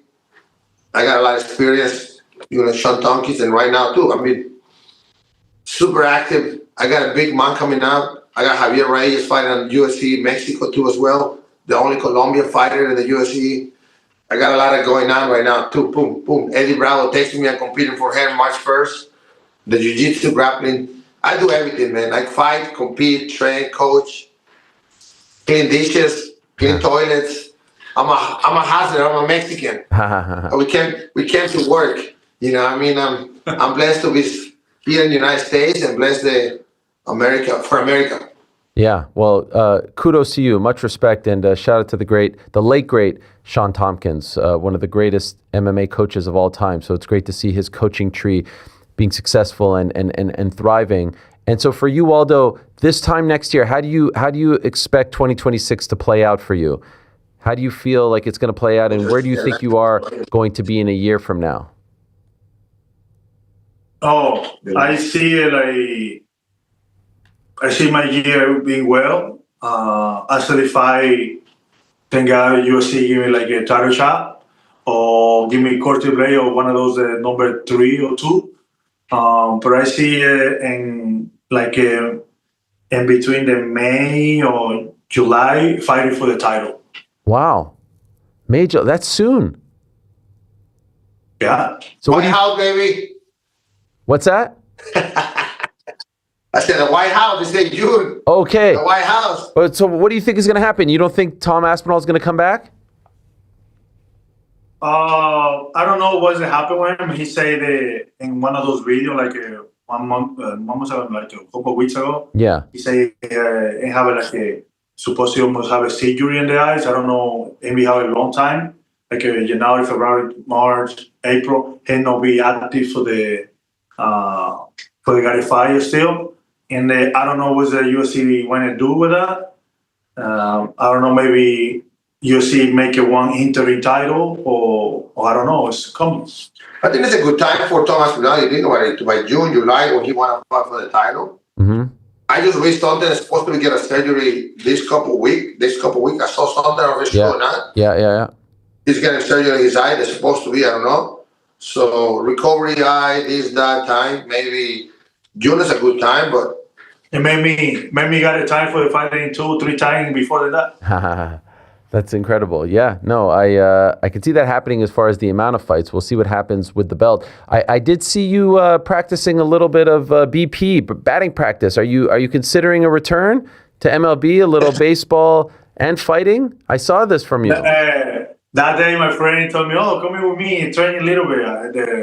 You remember your thing, what you do before." Yeah, I'm out of time, out of shape, and the back, baseball shape. For the pitching like that is I'm still there. Yeah, because you were a pitcher, not a batter, right? I'm doing both because before the maybe pitcher, I play outfielder. Oh wow. Yeah, and one of those coaches when me have like a tryout, commentated to the scout. Oh, he can pitch too, but the guy gave me like a 10 or 15 ball, like I throw like the ball, and then I throw like a 94, 95, and they say, "Oh, I love you. You're like a pitcher like that." Well, what was your pitch? What was your like signature pitch? My best pitch? Yeah. Oh, the fastball. Fastball. Yeah, I love it. I love it. Like Pedro Martinez. Yes. Yeah, Pedro Martinez, the curveball. Curveball. Right. That's right. I just meant like a great Dominican pitcher. Yes. Yeah, I know. Juan Marichal. My other guy, he also... Marichal, Bartolo Colon. Bartolo, yes, of course. The other guy, he just actually invited to go play and do that thing. Yeah. He was with the Chicago Cubs. Wow. For 6 years. Wow. He's a catcher. He's also 3-0 MMA. He's doing the dairy boxing on the 30 and then fighting for LFA on the 30 here. Okay. But Waldo, he's following Waldo Wusted. But he was a catcher with like 5-6 years, no 5 years. Yeah. Like 5 years with the Chicago Cubs. He's still big Venezuela, but he looks like a mini Waldo. He fights heavyweight 205. 3 fights under 54 seconds, 3 knockouts. Wow. He's doing the dairy boxing debut on the 30. He's a killer too. Following Waldo steps. Yeah. So you've got the pipeline of all the baseball players turned fighters. I like it. They hit really hard.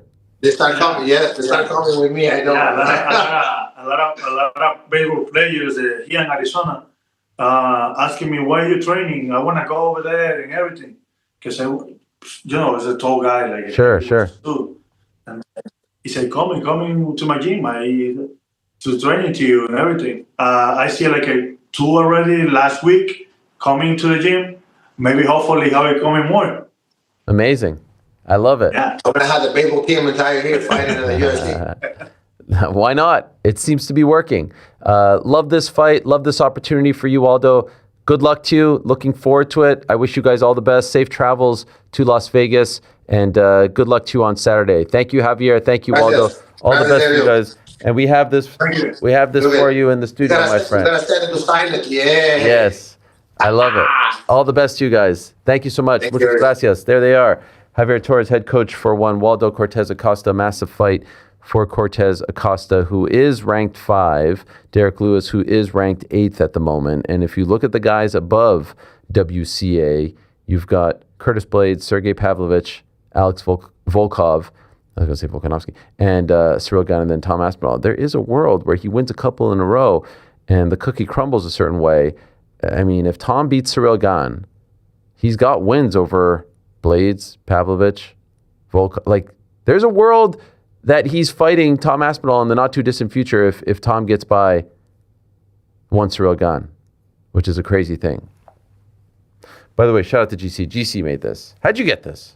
Did you make it or did you get it? I had a guy from the Dominican Republic ship it. That's not a Cincinnati Red shirt. That is a Dominican Summer League Red shirt. Wow. Which is who he played for. Is it really? Yeah, DSO. 2010. Yeah. Dominican Summer League Reds. Yes. 52. Big Cortez out there. By the way, I'm sure down there in the Dominican Summer League, they're ripping a few heaters, you know? Yeah, I think so. I think you can smoke while you play down there. In the old days, in the dugout, just rip them. The managers, who was it? Billy Martin. You just sit there smoking heaters in the dugout. That's when men were men. That's when baseball was baseball, right? Yeah, for sure, man. Yeah. By the way, former teammate of Waldo Cortes-Acosta is ex-Yankee player and current Padre Wandy Peralta. Did you know that? He was on that legendary 2010 Dominican Summer League Damn. team. Number 45, Wandy Peralta. Wait. Oh, yeah, he's 52. Is that true, by the way? I swear to God, I'm looking at the roster right now. Number 52, Waldo Cortes. What position? No Acosta yet. Wow. They were both pitchers. Did he get married and put the Acosta? I think that must have been what happened, yeah. Yeah. All right. Did Andy say we have our next guest? Okay. What about, is Rick there? No. Are we doing that? Okay. But it was supposed to be at the Demands Mana. Okay. All right. So that's Waldo Cortes-Acosta. Shout out to him. 34 going up against Derrick Lewis. Massive fight this Saturday on the UFC 324 fight card. It's on Paramount Plus. It's the debut. It's the new era. It's been 6 weeks without UFC events. Everyone's foaming at the mouth, and it allowed us to take a step back and look at other stories. It allowed us to take a step back and talk to some people who weren't exactly active. And I was like, you know what? We haven't talked to Dustin Poirier in quite some time. In fact, the last time we spoke to him was the Monday after his retirement fight. The last time we spoke to him was the Monday after that fight in New Orleans.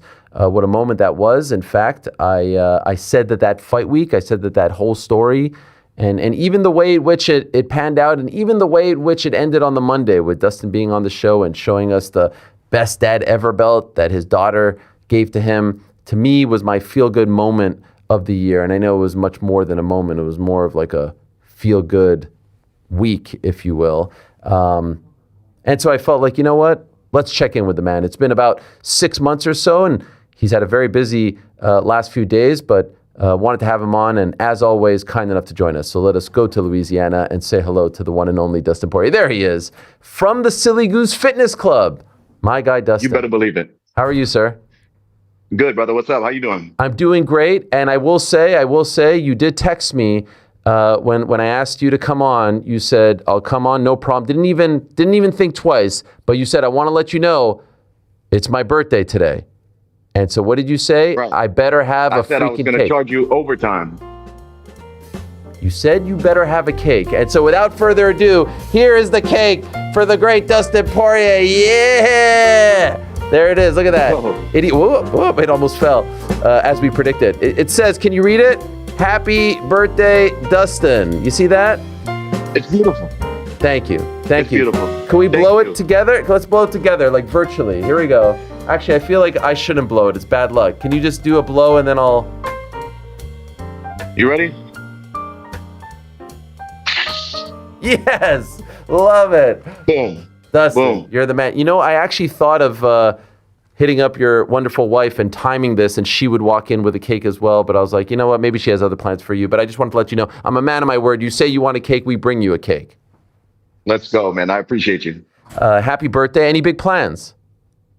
Dude, I've been just being a dad this morning, working on my car. I might go to Topgolf later. I don't know. Okay. I saw you being a dad this weekend. You were at the cheer competition. How was that? It was good. My daughter's team won nationals, first place, the Mardi Gras national championship in New Orleans. Is that a big deal? Yeah, they won last year in Pensacola nationals, but this was like the first big tournament of this cheer season. Okay. Well, and do you like being cheer dad? Do you enjoy that? Bro, it's a lot, man. It's a lot, dude. Like, and this stuff is all over. We got to go to Atlanta. We got to go to Houston. Last year we went to Pensacola, to Texas. Like, it's crazy, man. Wow. It's fun though. It's fun. I just love seeing how much she loves it. As long as she loves this stuff, it makes me happy. Okay. Yeah. So now it's about the family. It's about the kids, and of course, you recently welcomed a new member to the family.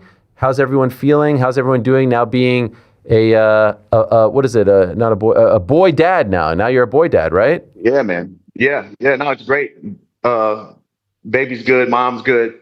He's about to be 2 months on Tuesday coming up. So it's flying by, man. It doesn't feel like 8 weeks already. Shout out to Kingston. Where does the name come from? I love it. Me and my wife were just, when we heard the name, and we were like, if we have a son, we're going to name him Kingston. And now I got a little King Kong in the house eating all the milk. I love it. What is it like rewinding the tape, so to speak? Like your daughter is what, like 8, 9 at this point? Yeah, she's 9, dude. She'll be 10 in August. It's I forgot how much work it is. Yeah. 9 years, you forget the sleepless nights. And I'm the guy, I pull the night shift. So me and my wife swap out like 3:30 a.m. Wow. So sleep's been crazy. Yeah. Wow. So what are you doing to pass the time?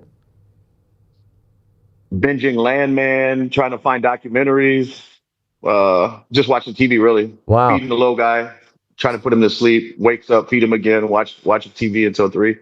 So that's the thing. Sometimes I've noticed you've been posting stuff like late at night. Is that when your mind starts up to 3:30? Yeah. So is that like why you're up and why your mind is maybe wandering, you're reflecting, you're thinking about the life and career that you've had? Yeah, it's late at night, nobody's up. It's just me and little man. He can't talk. So I'm just sitting there watching TV, feeding him, just have a lot of time to think in the quiet. So I'm up, like I said, sometimes it's 3:30 or 4 a.m., bro. Right. Yes, it is tough, but I'm glad that you are experiencing it once again and you get to be a father of a young boy. How would you describe, Dustin, the last time we spoke on this program was the Monday after. How would you describe the last 6 or so months, life after fighting, if you will, settling into this new life? Well, still processing, bro. It's different. But I'm still super busy, every day, every week, I'm freaking have something to do. But life's good. It's just weird. It feels weird being a civilian, man. Do you feel like you miss it more than you do? Do you feel like you miss it as much, less? How would you describe your relationship with the sport? No, I still miss it. I miss it every day, man. I do. I miss it. Do you ever think twice about the decision? I feel like some days I'm like, I can beat these guys, And then some days I'm like, I made the right decision. So it's back and forth. It's like a constant tug of war in my head that some days wake up thinking, I'm doing exactly what I'm supposed to do. This is where I'm supposed to be.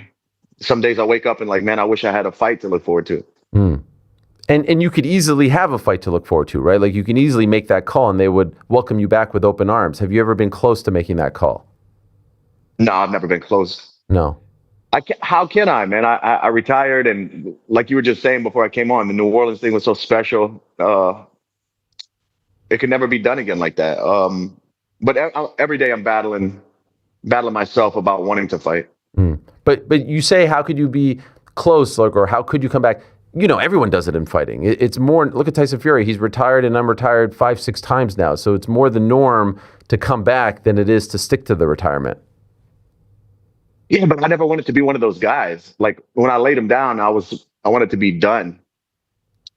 Yeah, you do see that a lot in fighting because everybody's battling the same thing I'm battling. Sure. They wake up every day and like, oh, I've been doing this my whole life. Something's missing. Just trying to find what fills that void, man. Do you talk to other retired fighters and ask them what it was like in those early days? Do you draw upon experiences of others? No, I haven't really talked to a whole lot of people. I might have told you last time I was on. I think a couple months ago, Eddie Alvarez reached out and told me if I ever want to talk. He's been through it. If I ever want to talk about anything, he's all ears. So it's nice to see people reaching out. But I haven't spoke to anybody really about it. Okay. Me and Mike Brown, like in conversation, talk about it. You posted something recently about like working on getting sober. You posted this on social media. You just kind of posted about like working on getting better, and then someone asked you what you were referring to, and then you wrote getting sober. You know what I'm talking about, right? Yeah. When I was in New York. Yeah. What were you referring to there? What could you tell us about that? Just I had retired and have so much time on my hands, and I'm always battling something in my mind. It's like I've always drank alcohol, growing up, but celebratory, like on vacation, get-togethers, things like that. But like I was retired, and I'm sitting at home, and I can have a drink every day now. I don't have to wake up and run miles. I don't have to wake up and go to the gym or be somewhere. Like it was just I wanted to pull back from drinking. Like I'm not going to be sober my whole life, and I had, for New Year's I drank champagne. It's like I just wanted to take a step back because that can get ugly quick. We've seen it before. I've seen it before. It's just whenever you hands are full every day trying to be the best at something, and then boom, it's gone. You're retired. You have a lot of time on your hands, and it could get, just trying to be smart. And have you been successful in doing that? Yeah, I did like 40 days up until New Year's. Wow. So it's like gaps. I'll go sober for a while, and then just so it doesn't get out of control, bro. Yeah. No, for sure. Because initially, when you read that, you're like, okay, how big? When you hear that word sober, you think, how big of a deal is this? How big of a hurdle is this? Dude, I'm still gonna drink Bud Lights and enjoy my life and drink some champagne on my birthday and stuff like that. But it's just had to take a step back because I found myself. I was like, I love whiskey. I love drinking bourbon. So if I don't have to wake up and be at the gym, or I don't have a date circled of a fight, it's like I could drink a couple glasses of whiskey every night. I just want to stay ahead of it and stay healthy mentally and physically. But it wasn't like a problem. But people kind of took it that way. Yeah. When somebody says, "Hey, I'm pulling back. I'm going to go on a little sober stint," it's not like I have a problem or anything. It's just like before it becomes a problem. Yeah. No. 100% understand, and glad we clarified that. Have you been able to watch? I know you're an MMA fan, a combat fan, really boxing as well, and everything in between. Did you take a break from watching the stuff as well, or nothing's changed? Dude, I'm addicted. Nothing's changed. I watch everything. Sometimes people retire and they're like, you know what? I just need a break from all of this. Nah, bro, I love it. Can't get enough. Man, it's amazing. I see the enthusiasm and I see the way you talk about like the internal struggle. I'm not advocating for you to come back, but I'm just going to say I wouldn't be surprised if you like really thought about it strongly at some point. I don't know, man. It's a balancing act. I'm trying to keep everything balanced in my mind, but I want to every day. So we'll see. We'll see. I don't know. I'm peptide pappy, man. I don't think I can pass the drug test. How's that going, by the way? I've seen some shots of you. You're looking swole, my friend. Good, man. I'm lifting probably 5-6 days a week. I built a gym at my house and just trying to be healthy, Yeah. How much you weigh? Last time I checked, I was 187. Okay. But that was probably like a week ago. And like which is a lot heavier than I used to walk around. Yeah, I was just gonna ask, like in between fights, how big would you get? Low 80s. Like if I go on vacation with my family every year, I would come back from vacation like 83 or so. That's pretty heavy for me. Yeah, but it doesn't look like there's much fat on that body, if I'm being honest. Easy, Ariel. I'm just saying, you're looking good. I'm giving you props. I'm just saying you're looking good. Damn, I'm putting in the work, man. Me and my boy Kyle, dude, we lift 5-6 days a week. Wow. At the Silly Goose. I was always scared at the Silly Goose Fitness Club. We're not taking applications. Look, I worked out my whole life, but I was always conscious of putting on weight, couldn't eat too many calories, couldn't lift too heavy, because making 55 was never easy. But now that I don't have to make weight, I can eat all the carbs and calories I want. I can lift heavy. So I'm just trying to see where my body balances out at. Okay. You had mentioned, when we spoke, I think it was that you were like, I hope I get to do more TV stuff and there's the new era and whatnot. And I saw the round table that you guys did and it was great and you looked very comfortable and like you belonged. Are you going to do more now in the Paramount Plus era? I'm hoping, man. I'm open to it. I'm working the Houston card, and I am working the Holloway versus Charles fight as a desk analyst. Okay. So those are only two big ones I have coming up, but I'm hoping to get more and more, get better at this. This is something I want to do. Okay, so you're in the mix though. They haven't said like thanks. I talked to Paramount. I tossed my name in the hat. I said, hey, anytime you guys need me, I want the reps. Let's do it. So we'll see. Can I ask, how do you feel about the new era? We're about to start it. That was part of the reason why I wanted to have you on. There's a lightweight fight at the top of the bill. Just the whole new era, no pay-per-view, earlier fight card, all the little changes, all the new bells and whistles. How do you feel about it? It's exciting. I want to see if the look is going to change, if the graphics and the things are going to be different. It might feel new and refreshed, but I'm just... on the business side of it, I don't know how they're going to restructure. Obviously I'm retired, so I'm out of the conversation of talking about numbers and money, but I just don't know how they're going to redo everybody's contract who gets these pay-per-view points if there's no pay-per-view. I just don't know what's going on with the whole pay structure. Yeah, just yesterday, Conor McGregor said, my contract is null and void because it was based off of pay-per-view, and now I don't get pay-per-view anymore, so we need to talk.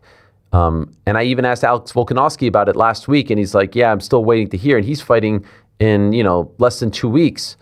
So that's kind of a big thing. Yeah, I was wondering if they're going to do if you're on a numbered card, which would have been a pay-per-view, is the co-main event and the main event going to get like a bonus, or does it go by viewers? I haven't heard anything, and I've been asking everybody. I don't know if they've figured it out just yet, which is a little bit surprising because I thought they would by now, but maybe unless they redid Justin's contract, there's no way he's going to fight Patty on what would be a pay-per-view and not get something extra. You know, did they redo the whole contract, or are they going to get a backdoor bonus? Like something has to make up for the missing pay-per-view. How do you feel about them going with Patty versus Justin and not Patty versus Armin?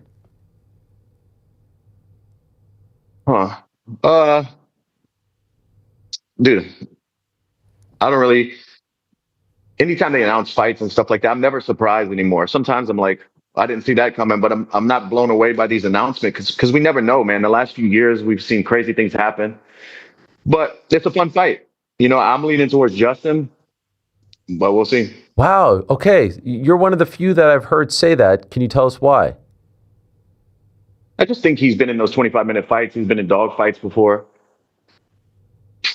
I think Patty's going to have a tough time stopping him on the feet, and I don't think Patty's going to be able to get him down. So he's going to have to fight with him. Unless Patty can stay super disciplined for 25 minutes, stay at distance, pick his shots. Justin's just a bigger puncher, and he'll put himself in harm's way to land one of those shots. And it's tough to stay away from it for 25 minutes. Are you in the camp of like, you're still waiting and seeing on Patty, or has he turned you into a believer? I mean, he's definitely a legit fighter. He's a good fighter. But I haven't seen him beat. If he beats Justin, I'm a believer then. It wasn't the Chandler fight. That didn't put you over. What number of loss was that for Chandler in a row? Yeah, it was a tough period for him, but I thought he just kind of looked stronger. I don't know, he looked more complete. I was very impressed with the performance. Yeah, I think Chandler might have showed up for a paycheck. I don't know. Okay. And so how do you see it playing out? Do you think that Gaethje can knock him out? Yeah, I think Justin stops him. Wow. Okay. I believe he's the dog going into the fight. He is. I saw that, yeah. Wow. And now you could do whatever you want as far as the betting is concerned, right? Dude, of course. Do you partake? Every now and then. I'm definitely going to partake in that one. Wow. You're going to go Justin via stoppage? Yeah. What is that? GC, do you know what that is? I'm asking our betting expert. He'll tell me. But that's got to be plus money, big time. Yeah, I mean, straight up, he's plus money. So if you profit, it's going to be a bigger odds. Do you think that the UFC wants Patty to win? Probably. Yeah. Probably, because Justin's talking about retirement and Patty's still young and they can continue to build him. There's a bunch of fights we haven't seen with Patty. So it's more marketable if Patty wins. Gaethje inside the distance, by the way, plus 400. Hey, that's good. Take it to the bank? Take it to the bank. Are you one of those like Anthony Pettis type bettors who's like dropping like 10,000, 20,000? Are you doing that type of thing? Nah, man. It's crazy. I got kids to feed. I'm not doing that. Yeah, that's crazy. What's the biggest bet you've ever done? Probably 5,000 a couple times. On who? I lost 5,000 when Fury fought Usyk. Which one? The first or second? First. Okay. Couple football games, I bet 5,000. Like 5K is my limit. And that's a lot. You know, I don't do that often. Yeah, that is a lot. You thought Fury was going to beat Usyk, huh? The first time? Yeah. Did you think he won? I think I put a couple thousand for the first Conor Ben fight too with Eubank. Yeah. I was with you that day. We were doing the draft picks. Man. Yeah, man. Yeah.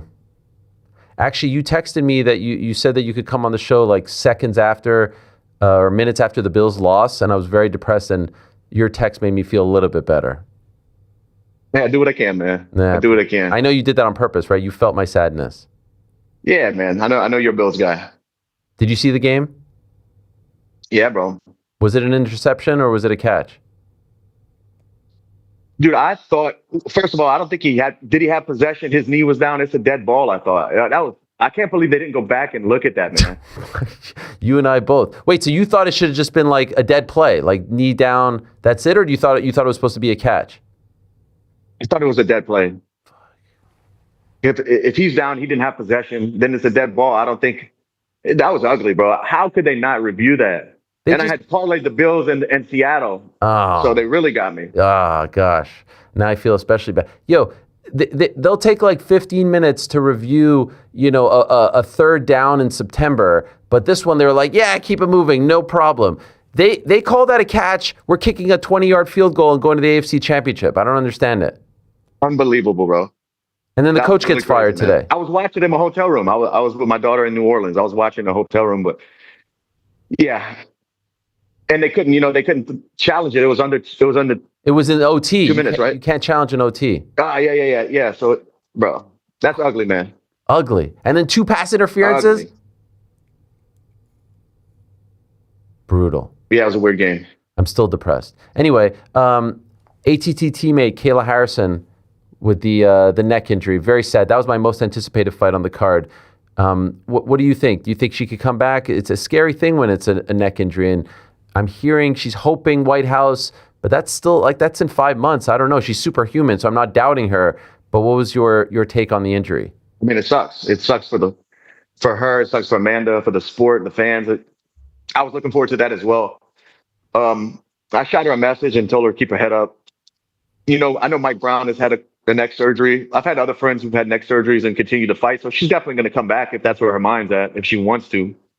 But it's no fun, A lot of my buddies do have, even when they come back and they're fully healed, I hear them talking about, complaining about their neck. And if they wrestle too hard, they hurt, it sucks. It sucks because in mixed martial arts, you use your neck for everything, for wrestling, jiu-jitsu, your grappling. It's probably going to be, for the rest of her career, she's going to have some kind of problem with it. Yeah.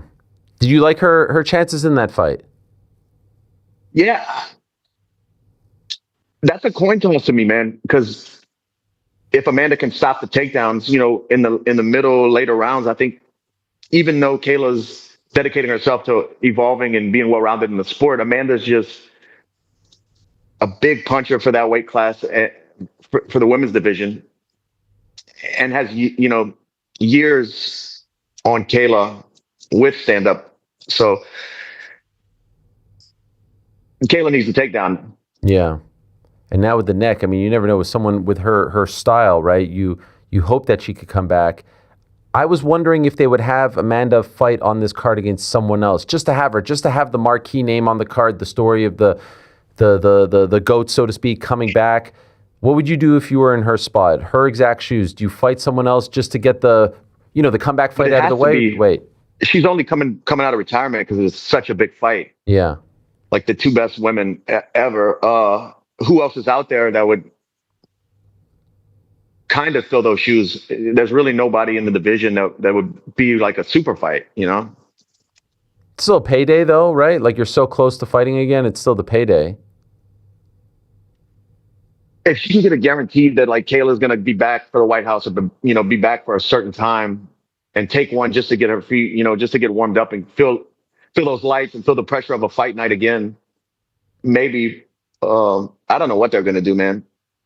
But did she want to come back? Was she always itching to come back and make a return, or was this just the one that pulled her out of retirement? Only Amanda can really answer that. Right. Speaking of the White House card, are you surprised that Dana White is saying he's moving on from the Chandler-Conor fight, and now it seems like there's a lot of momentum behind Conor versus Jorge Masvidal? It sucks for Chandler, man. If you've been waiting years chasing this fight, and that's the money, that's the big fight, we still can see it. I don't know what's going to happen. I was surprised when I saw Dana say that. I was like, damn, I thought that was a sure thing. Yes, me too.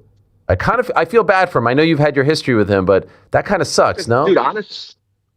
What's that? I said, I know you've had your history with him, but I feel bad for him, and I'm wondering how you feel. Like he's been waiting so patiently for this payday. Yeah, then they did the Ultimate Fighter and all that. Yeah. It sucks. It sucks for him, man, because so many months or years have been wasted waiting for this fight, and he's not a young man. Right. I mean, he's a young man, but in fighting, that's some big years.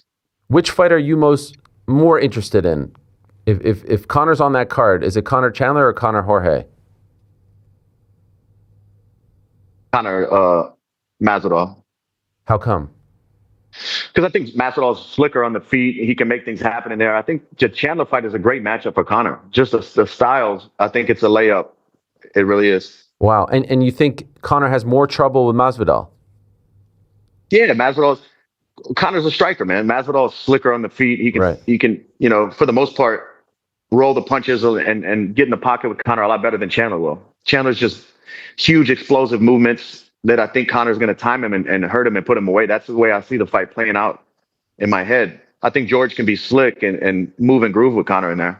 And so, and George is big and long, Yeah. So if you're the UFC, don't you want to have Conor fight Chandler? You probably want Conor to get the win, right?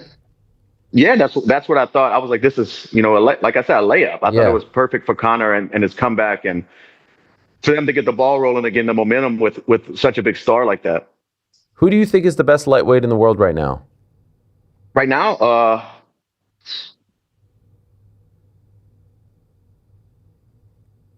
Islam, if he can come back down. The reason I asked that question is I think there are some people who would say Arman, excluding Islam, considering he's a welterweight now, champion. Some would say Arman, some would say Ilya, and I was wondering where you fell on that one. I would go Islam and then Ilya. Okay, so Islam, if you're considering him a lightweight, of course, he was the champion, and then Ilya, and then Arman. Yeah. Do you think Arman beats Ilya? I don't think so. Oh, really? Wow. Okay. You think Ilya wins? Yeah. You think Ilya beats Patty Justin? Yes. Okay. Wow. I just had Jorge on earlier in the day, and I read him a quote from Max where he said, like, the BMF belt until I came around was a laughingstock belt. No one really took it seriously, and I kind of legitimized it. That's his words. I'm paraphrasing. Jorge didn't love that quote, and I'm wondering if, you fought for it twice, if you agreed with the sentiment, or did you think that was a little too harsh? It's a little too harsh. I think it's legit, bro. It's like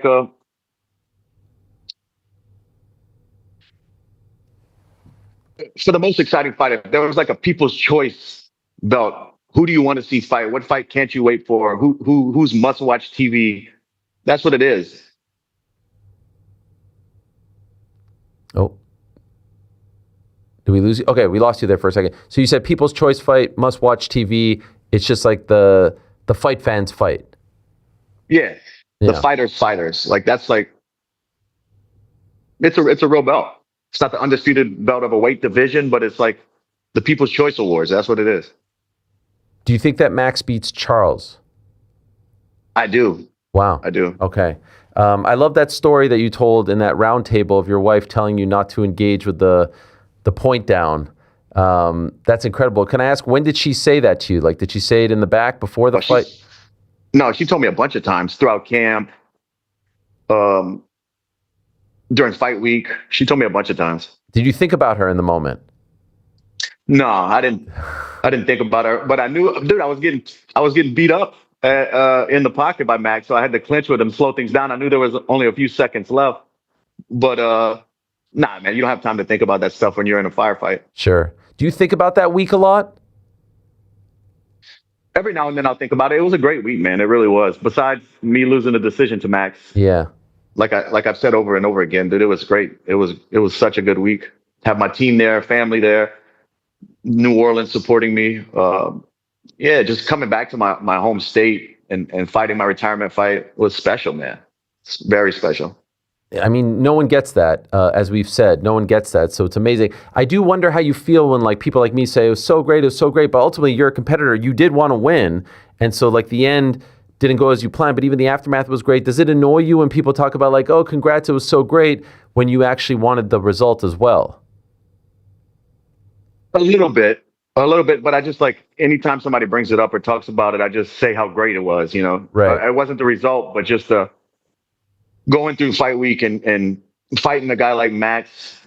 Max is a man, dude, and that's just the way it was supposed to go. That's my story, man. By the way, what about the boxing? Because shortly after you talked a little bit about the boxing on social media with Nate and whatnot. When you said retirement, just to be clear, does the boxing count, or is it just MMA that we were talking about? I would never like being retired pursue a boxing career. But if things aligned and there was an opportunity for one fight, like against a Nate to box or something, I would definitely do it if I could. You know, I still have 4 or 5 fights left on my UFC contract. I don't know what date that expires. It does expire eventually, but it's probably years and years and years. Okay. What about, we've seen RAF recently. There's the grappling events and whatnot. Maybe that's an opportunity to scratch an itch. Yeah, I actually got offered to go to Armenia and grapple with Armin. Oh. That the company he grapples for reached out to me maybe 2-3 weeks ago. It's just, man, I don't want to travel all the way to Armenia. Yeah. Did the idea really of don't. competing interest you?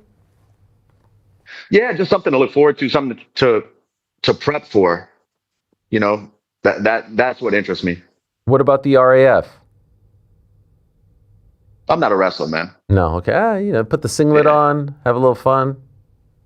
I'm good. I'm good. And Armin's an ATT guy. Would you have an issue with that? I mean, we've never really trained that much. And if I would have done it, I'm not going to go to American Top Team to prepare for a grappling match. Fly out there and do like a grappling camp. My buddies here, I have a bunch of black belts around me here. If it's just a grappling match, I can do that here in Louisiana. Okay. And just a couple other things I wanted to ask you about. I remember when we spoke, you said, now that I'm not, what means so much to you, the Good Fight Foundation, shout out to you for everything you've done with them and your wife as well and the whole team. You said, now that I'm not in the limelight, you did wonder, will I be able to generate as much? How is that going? Do you still feel like you're able to reach out? I think you still have that reach. I mean, I see you on all these commercials. It's amazing, the Bud Light stuff and all that, Samsung. So I'm just wondering, do you feel like you're still able to make the impact that you're hoping to in the community? As of right now, we're doing everything we wanted to. I mean, the Thanksgiving drive went great. Christmas went great.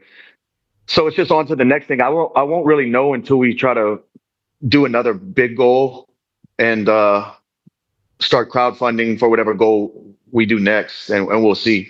Because a lot of these fight kits would pay for whatever goal we set up for that particular fight or that time of year, and then we might have some rollover funds after that's met that goes into the next goal. So it's just when that starts running out with no fight kits to auction off, I don't know how it's going to continue, but I think it'll continue, man.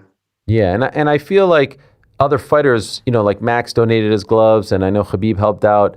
You can draw upon that, right? And there's fans of those guys that can put their stuff up, and people would flock to that. For sure, yeah. What I'd like to do, man, is continue it with other fighters. Like, if they want to raise money for something, maybe we can match it with a good fight and do something in their hometown, because they're on the streets and on the ground there. They know what's going on and where we can help. So I can do it for my community, but other fighters can do it for their community as well. And if anybody is interested in that, dude, reach out, shoot me a message. Hell yeah. How did the Roadhouse opportunity come about? A buddy of mine named Steve, who I met with Eve Edwards a long time ago when Steve just got out of college. He was a wrestler. He used to go down to Austin and help Eve wrestle. And then I hadn't seen him in years. I met him through Eve, and then he started doing these films as a stunt coordinator and fight choreographer. And he's worked on some big projects. And then I guess he was working on a Roadhouse, and he called me up and he said, "Hey, we have an opportunity if you want to come do it." And it made sense. Did you enjoy it? Yeah, man, I really did, bro. It was refreshing. I've never really been around an actor like Jake Gyllenhaal, like that big of a star, and like how down to earth he was refreshing to me. Are there any, without giving away too much, any like sort of ties to your history with Conor? Is that part of the involvement? No, nothing. Okay. No. They actually they wanted me to stay for like a couple weeks and have a bigger, maybe more scenes in the movie, but I could only give them 3 days, man. I've been so busy. Okay. So I'm in like a group scene and then a fight scene, so I don't have as many parts as I would have if I would have stayed for as long as they wanted me. So when you say you've been so busy, like what's the main life thing, other than being a dad, of course, and a husband, what's the main thing that's occupying your time? Sponsorships, appearances, business things. I always have something, man, which is good. Okay. And by the way, I did see Connor wishing you congratulations when you posted about your son. So would you say the beef has been squashed? All is good? Fuck no, man. Fuck Connor. Oh, okay. I thought that was a nice message. No. Okay, fair enough. But I liked a couple of the messages on, I saw someone, you told someone to divorce their wife because she was. She was. My wife says you're on overrated. Twitter or something. Yeah. Help her pack, bro. Help her pack up. And then someone else clapped at your hot sauce. Did I fire back? Yeah, you said, "Who the f is buying Dustin Poirier?" And you wrote your mother. Oh, that's just a good clap. That's just good, clean fun. That's just good, clean fun. I mean, I feel like this is like late night when you're sitting there, you can just kind of, you can throw bombs. Yeah, I could fire some shots back. I can return fire when it's late at night and I got nothing going on. I have time to tweet back. You ever pull up one of your old fights, like the Glory WEC days? I mean, I have before, but it's been a while. Okay. When's the doc coming out? Any word on that? This year, man. I don't know if it's gonna be mid. I don't have an exact date. Okay. But Michael Tucker and his wife Petra are working on everything. We wrapped filming for Thanksgiving. Okay. So that was a long process, and there's a bunch of stuff that's that's captured on there from hours and hours of footage that is unreleased from the first documentary. We're gonna tie it into this, so it's gonna be really cool to see this all put together. Love it. And last thing, I feel like you've got something with Silly Goose Fitness Club. Are we gonna like that? I'm about to start franchising this. Are you gonna do? I was gonna say, I feel like you could sell merch and stuff. I feel like people would love that. I made some Silly Goose shirts. I sell them at Parish Inc. The same place I sell my shirts, a local company. I got them to make me some designs. Okay. Silly Goose Fitness Club. Man, so you've got your hands in everything. This is great. This is wonderful. All right. Well, it's great to catch up with you, man. And I know it's your birthday, so I don't want to take up too much of your time. And I especially appreciate you doing this on your birthday. I hope everything is going well. Happy New Year to you and your family. I know it's a little late, but a lot has happened. And enjoy the fights this weekend. Can I get one other than Justin? And other than Justin, one DP lock other than Justin? Is there one that comes to mind? Dude, a prop. I'm telling you, bet Justin by KO. A prop. That's as tough as it gets. Sugar against Song? Man. Who's tough one? Song. Waldo Derrick?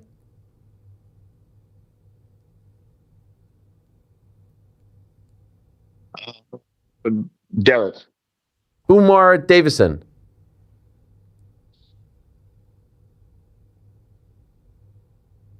I don't know. I have to look into that one. I'd have to. Okay, one last one. John Silva, Arnold Allen. Man, that's a tough one too. John Silva. Okay, all right. This is great. Much love, Dustin. Thank you so much again. Happy birthday. Hope it's a happy, healthy, and successful birthday. A lot of people pay me $100 on Cameo for these messages. You're getting it for free, so I feel like it's like a great thing for you. I'm gonna have to go back to this interview and record it so I can have it. Much love to you and the family. Thanks for doing this. I appreciate it very much, my man. Thank you, man. Thanks for having me. There he is, the great Dustin Poirier. What a guy. Well done to him, 37 years young, coming on the birthday. By the way, we just ended the interview at 3:37. Is that not crazy or what? No? People pay top dollar for those birthdays. Wait, what's 3:37 about? He just turned 37, and we ended the interview at 37. Poetic. I feel like that's something. What do you think about that one? ITD, Justin Gaethje? Yeah. What do you think? I forgot about this.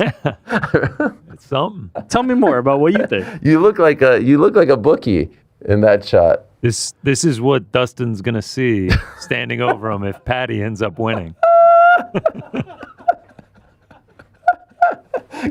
Where's the money, Dustin? I kind of feel like this is the new look of the show right here. Made me do this. Every day we just get another wacky picture. It's so great. Wow, is this great. Can't get enough. And if Pizzi were supposed to be here, and shout out to Pizzi, and of course Pizzi is not here.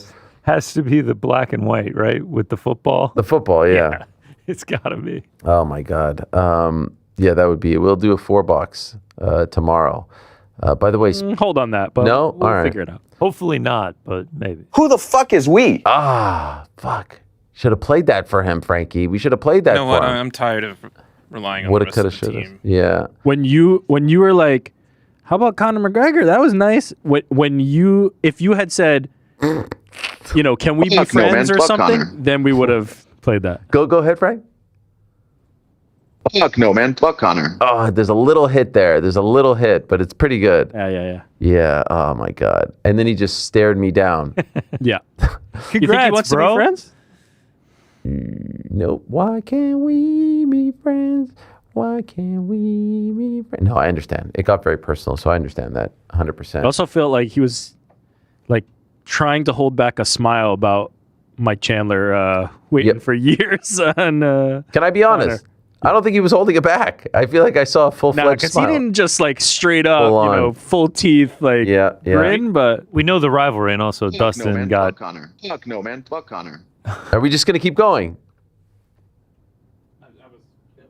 Did the bud get like? he did it didn't get realize it went over the air. Oh no! He just put that on air, but he looked down at the board, put his hand up to his mouth, and said, "Oh no." It's okay, Frank. It's okay. It's been a tough day for all of us here. Dustin's cake was good. Dustin's cake. Did you guys try it? Yeah, it was good. It was good. You know what I keep thinking about? What's that? GC has been fancying himself a baker these days, and so last week it was a tremendous cook, baker, chef. That's what we're going with.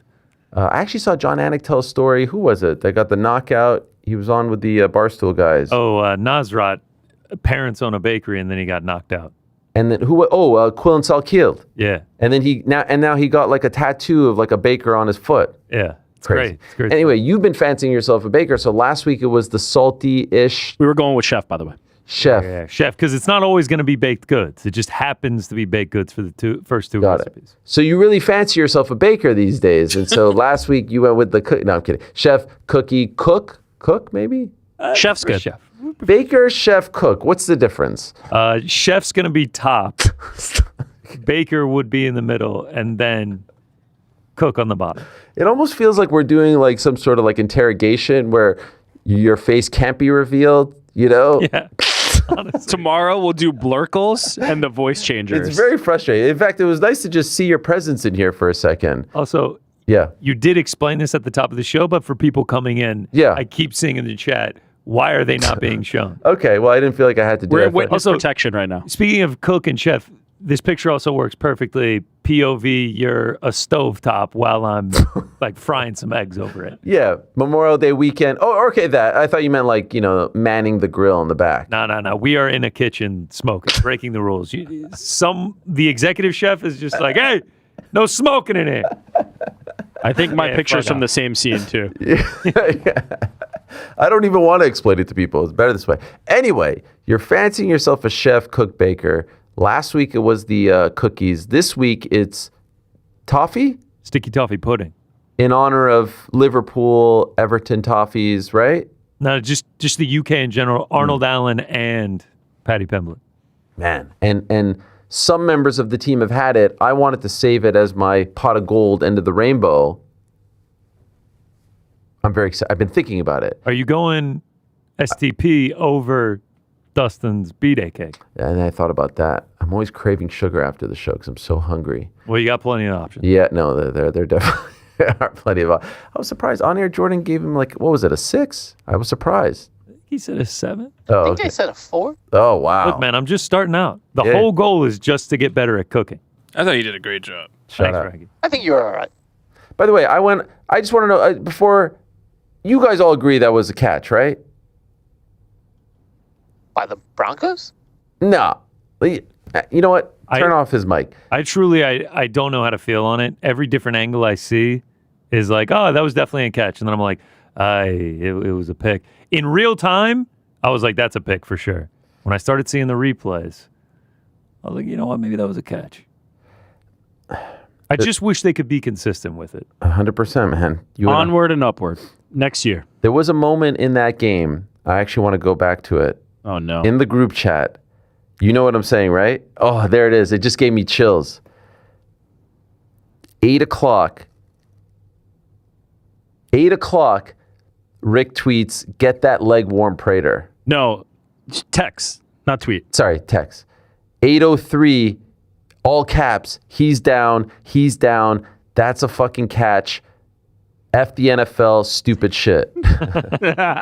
I think I have a stance that was a catch to me. I was legit like speechless in my crib. I was like, holy shit, I cannot When they believe pulled he that came up play, 3rd and like I think 17. Shakir with the what was it with the hook and ladder to freaking I was going nuts. Ray Davis. I can't believe they pulled that one out. And then I thought, that's it. It might be. Well, here's okay. The texts are great. Effing hell swarmed. Yes, here we go. Josh Alex Pereira, the old line, out of the way. And then Connor says, "Squeaky fucking bum time, boys. Holy hell." I mean, if it's squeaky bum time for you guys, you know what I was That's when they picked up the 2. They converted on 3rd down twice in a row. Like when they got the second one, I was like, holy shit, this is so stressful right now. God, I can't believe it. Don't relive this. I can't stop thinking about it, though. That's the thing. I just can't. Next year. We talked about it beforehand. It just simply comes down to 5 turnovers. You can't be -4 in the turnover differential and win the game. But you know what's crazy? Even with the 5, they were that close. They were that close. That's the thing.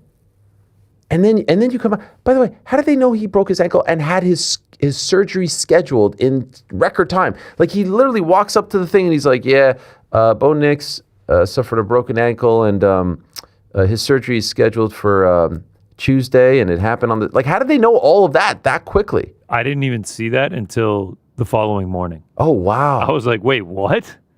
Yeah, didn't see that he broke the ankle. 20 minutes later, they have all this information. I'm like, what? I mean, they just have such incredible medical teams and access that they can just have it as ready to go. Do you guys agree with the firing? Can't stop thinking about that either. Yeah. You're not getting it done. You need someone that's going to get you over the hump. It's about time, right? Eh. No. Come on. You can't be a Harbaugh hater and be a McDermott lover. I can. Bean staying? I'm not a McDermott lover. They didn't surround Josh with the weapons that he needed. So then Bean has to go. Or Bean should have been the one to go. I'd be more amenable to that, yes. I think McDermott's a good coach. He's a good coach, but like if you look at the stats of how good they have been, he didn't do anything in that game that's going to get you I disagree. over the hump. Look at the end of that first half. He should not have called a play. Just take a knee and go to half. That was. Does Joe Brady call the plays? That's the difference. Joe Brady is the offensive coordinator. Who the hell knows? I mean, the one thing that was weird in the post game, he insinuated like, "Hey, we went for it. If nothing's there, just throw it out of bounds." And so I don't know if he was throwing shade a little bit towards Josh, and you kind of like overanalyze these things, but I wonder if like a QB scramble was the call there, especially running around like this. Can I ask you guys a question? Serious question. I'm going to say no, it wasn't, by the way. What is intentional grounding in the NFL? Because I feel like Bo Nix did it like 10 times and they don't call it once. Nah.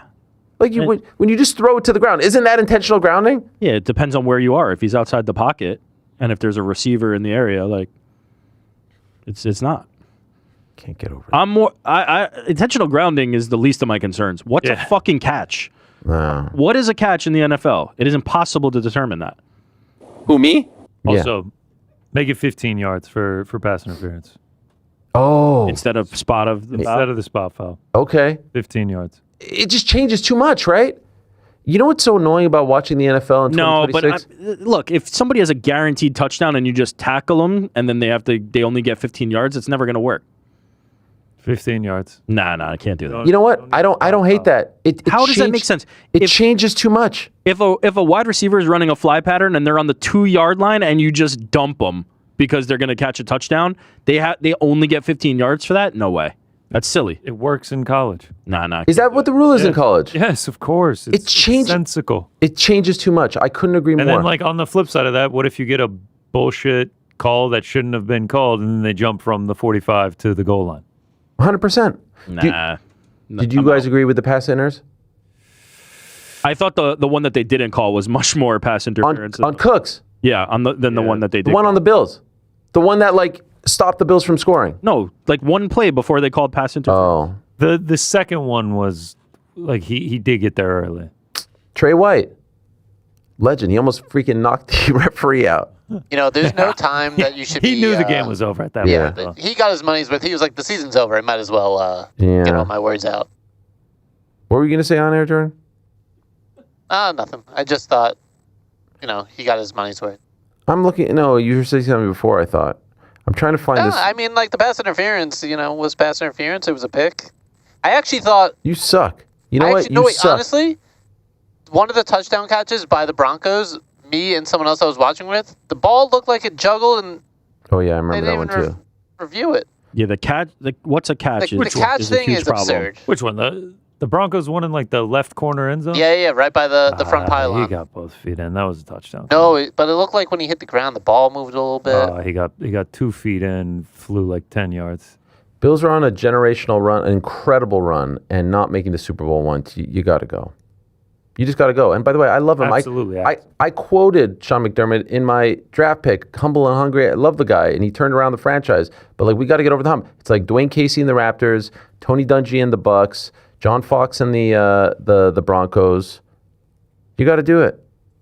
You got to do it. Tough call. Don't agree with the being one. It's tough, man. But you know what? I came to the conclusion. February 14, 2027. We're all going to be there. February 14, 2027, SoFi Stadium, 1,000,001 broken hearts, healed on Valentine's Day. That's the mantra, Buffalo. That's the mantra, Bills Mafia. This time next year, we'll be getting ready for it. And I'm not trying to be that hater. Credit where it's due. You guys got a few lucky bounces, but I swear to God, if the Patriots somehow pull this out, and they could very well pull this out, I will truly believe that the football gods don't exist. They don't exist. I don't know what exists, but it ain't football gods because it's just not right. It's cruel that Drake May is going to make the Super Bowl before Josh Allen. It is cruel that it pans out this way when we had to play the Chiefs and their Hall of Fame quarterback 4 times in the last 5 years. It's not right. It's not right. I'm sorry. By the way, any Pats fan will tell you deep down, this is insane and it's not fair. I know you're all having a great time and laughing and being a bunch of assholes like you usually are. But let's be honest. No one likes you. No one's happy with you. And please don't clip this off because I don't want them all dunking on me because it's annoying. But they've been pulling up that last one and it was really annoying. It was really annoying. This one's going to for sure not get clipped. No, it's not. It's not. But I hate you all. I don't know who I hate more. You or the Dodgers fans. Probably Did you you hear guys. from Chuck at all, by the way? Chuck and I spoke, yeah. And it was very nice and it was very cordial. Can I tell you what was the worst Did he thing? think it was a catch? I don't know. I didn't even ask. I wrote congrats and that was it. And I'll be honest, I wrote congrats right away because I wanted to be the big man. He double tapped, liked it. And I was like, I feel like I deserved a little bit more than that. It's heartbreaking. And then 4 hours later, I got a long Chuck-esque. Okay. Yeah. I would imagine he's celebrating. But for the 4, hey man. The first thing that Chuck should be doing after they win. No, I is reached thinking out of you first. and sending that message for sure. Can I tell you what, though? A minute after the game, my son's scrawny, twerp friend. Want to say a name or no? No, I ain't saying his name. Text me. What? Yes. First, he texts my son. Ha ha ha. By the way, kid's a Jets fan. And we always talk smack. Oh, get the Kid's a fuck Jets outta fan. here. 13-year-old twerp. Kid's a Jets fan. We always talk smack. I like the kid a lot. We talk smack. Text a ha to my son. My son sends him, he sends him a middle finger emoji. All right? And he says, don't text my dad. Kid writes back, too late. Ha ha ha ha ha. So I'm not involved in any of this. I didn't look at anything. I went outside for a walk. I look at my phone and this twerp kid sends me a meme of life cycle of a Bills fan. Yeah. And this is where you are, high expectations, da da da da da, and this is where you are, and play. Jesus Christ. And I was like, this fucking kid. I swear, I was gonna write him something, and then I came in and I was gonna tell my son if I ever see that kid in this house. But I was like, calm down. And luckily, I never said anything. And then the kid writes back. He goes, I'm just joking. Sorry about the loss. And I was like, no, too late. Now, so I asked my son, did you say something to him? And he's like, yeah, I told him he better not text you or he's never going to be allowed to come over. I was like, well, he did text me. And he's like, yeah, I think he feels bad now. I'm like, too late. You don't do that. You can't do that as a Jets fan. You can't. I agree with you. Where were you at in the life cycle of a Bills fan? Oh, it was fucking awful. By the you know what was the worst thing about it? Not so much the timing. The worst thing about it was how accurate it was. Yeah, you're getting dunked on by a kid. No matter what developed there, he's gonna come to your house and you're gonna be very mad. And I'm gonna have to dunk him in the toilet. Yes, you're gonna have to noogie him. And the Buffalo Bills cycle. It starts with off season of questions. It then goes to get blown out in an early season game. It then goes to put it all together and win AFC East. Didn't happen this year. Then it says get fans' hopes up. And then it says lose heartbreaking playoff game. And then the circle is you are here. Yeah. I was like, bro. I mean, it's a good meme. The worst part is I may never see it. That's the problem. That's Can I the just fear. say, very mature of you not to respond to the text, but I'm at least actually you aired impressed. it out on the World Wide Web. Yeah. I actually I called him a twerp 18 times. I actually, man, 30 years younger than you. I wish you did text him back because now you're going to be pent up. The first time you see him is the first time you've had to blow off the steam. No. Cooler heads will This kid's going to walk into the house and Helwani's going to choke slam him through the table. I had another Broncos fan in my life, right? I really am sorry. Love your Bills and Josh Allen. I hate to see my friends hurt. Unfortunately, they were their own worst enemy. Okay, so I'm like, all right, this is actually nice. And then he ends it with, this is not Chuck, by the way. Hopefully we can take this momentum to the chip! I'm like, what? I was like, fuck. I don't give a shit about your chip. Does no one just like stay quiet? Just leave me alone. I don't hope. By the way, this is at 8:16. That whole exchange we had was at 8:03 with the catch. This is within 10 minutes of the game being over. All right. You say you like your word, you may never see it. We have to remain hopeful. I saw a tweet that was like, my 78-year-old dad watched the field goal go through, and he took his Bills hat off, and he was like, I'm starting to think I may never see it, and walked out of the room. It kills me. You got more of a runway. You got more of a runway. We just got to stay hopeful. It actually makes me cry. It kills me to hear that. No, I know everyone says it, but no one deserves it more than those people. Maybe as much, but no one deserves it more than the people of Buffalo and Western New York and Bills fans. Like, they have suffered. If anything, they have suffered more because it's one thing to just be perennially bad, like the Browns or Lions historically, but they suffer. They don't know how to lose normally. Look at the last 6 years. It's one heartbreaker after the next and gut-wrenching. Like, it's not just like, oh, we didn't show up. It's not like Seahawks-Niners, right? Seahawks-Niners was never in question. It was always Seahawks. And it's not like Texans and Patriots yesterday. It's gut-wrenching. And then this one hurts the most because the field is so wide open. You're telling me we can't beat the Patriots at home? We just did it 4 weeks ago. You're telling me we can't beat the Rams or the Seahawks? Come on, Sam Darnold? You kidding me? Sam Darnold's going to make the Super Bowl before Josh Allen, 2018 quarterback? Okay, which is worse? These like gut-wrenching, heartbreaking losses in like divisional and AFC chip rounds, or like the 4 Super Bowls, but like 3 of them were blowouts? Yeah. So when I was a kid, that's when I fell in love with the team, and I cried after the last 3. The first one is how I fell in love with them. And maybe this is apropos. I fell in love with them via heartbreak, and so maybe I'm just deserving of the heartbreak. But when you're a kid, when you're 12, I told my son this, who's exactly my age, my middle son, Walter, exactly my age, when I watched them lose the 4th Super Bowl. And by the end of the 4th Super Bowl, the whole country had Bills malaise. You know how like everyone kind of feels bad for the Bills and like is like, man, I don't even like the Bills and I'm sad for you. Like even like Tyreek Hill is saying like, you guys got screwed. I feel for you, right? And he's a Bills nemesis. Ravens players are tweeting about it. By the end, the country hated the Bills because they felt like they were ruining the Super Bowl because the last 3 were blowouts. And so it was kind of like, man, like this is the definition of insanity. Same thing over and over again, and we are not changing anything to change the result. And so by the end, you're 12 years old and you're like, all right, like this probably needs to change and something needs to happen and it's just not working. And you also feel like they're just going to retool and get back in there like in 2 years, 3 years, because it was so inevitable every year. Now, it hurts me more. I really think that I react so differently now than I did as a kid because I feel like my end is near. Obviously, hopefully 30, 40 years, but like now you're actually starting to look at it like I may actually never see it. I've invested so much time and effort and energy into these two particular teams, and they just always find ways to break my heart.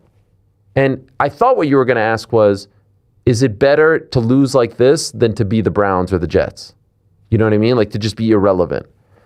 And ultimately, I think this is better because there's so many, like last week I was flying high, right? Like I don't get that. The Bills were the last team to not make the playoffs in the 21st century. The Bills made the playoffs in the 1999 season. Music City Miracle was in 2000. They didn't make the playoffs again until 2017. They were the last NFL team to not make the playoffs in the 21st century. Those years sucked. Those were awful years. And so ultimately, I'll always take this.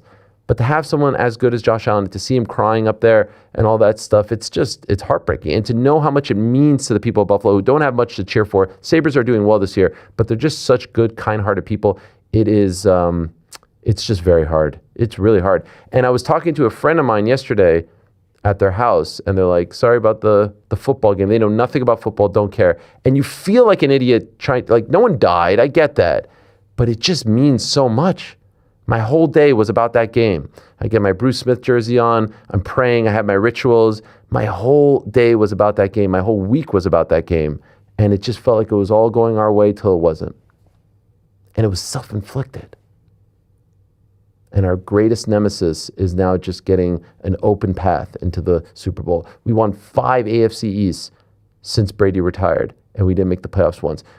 We were never the 1 seed. And ultimately, I think that's the greatest indictment on McDermott. Never the 1 seed, didn't get to the Super Bowl, AFC East champions 5 times, thoroughly outcoached in the big games. Had to make the change. All right, some more news and notes. We're talking about Conor McGregor. Let's talk about Conor McGregor. Yesterday, Conor McGregor was on a Roblox stream. What's going on over here? What's happening here? He's doing Roblox streams with his son. What is going on? Is it like do you guys think he's getting paid for this? Yeah, probably. My kids play Roblox. It's really just my daughter now. Game. It's Roblox and Minecraft. Yeah. And he's now on the stream with his son, Connor Jr. Yep. But he's dropping nuggets on there. He's dropping news on there. Sure is. He's talking about the state of his contract. I alluded to this with Dustin. And actually, we didn't really talk about it last week, but I was really surprised when I asked Alex Volkanovski last week, like, how are they going to offset the pay-per-view points? What are they doing? How's this going to work? At that point, we're 3 weeks away from his fight. At this point, we're less than 2 weeks away. And he said essentially, like, I'm still waiting to hear. Remember all that talk when they announced the news in August, the Paramount News, like, hey, we got this. I can't wait to find out. What are the bonuses going to be? Is the entry, we're not hearing much. And trust me, I'm asking people, and they're not hearing much either.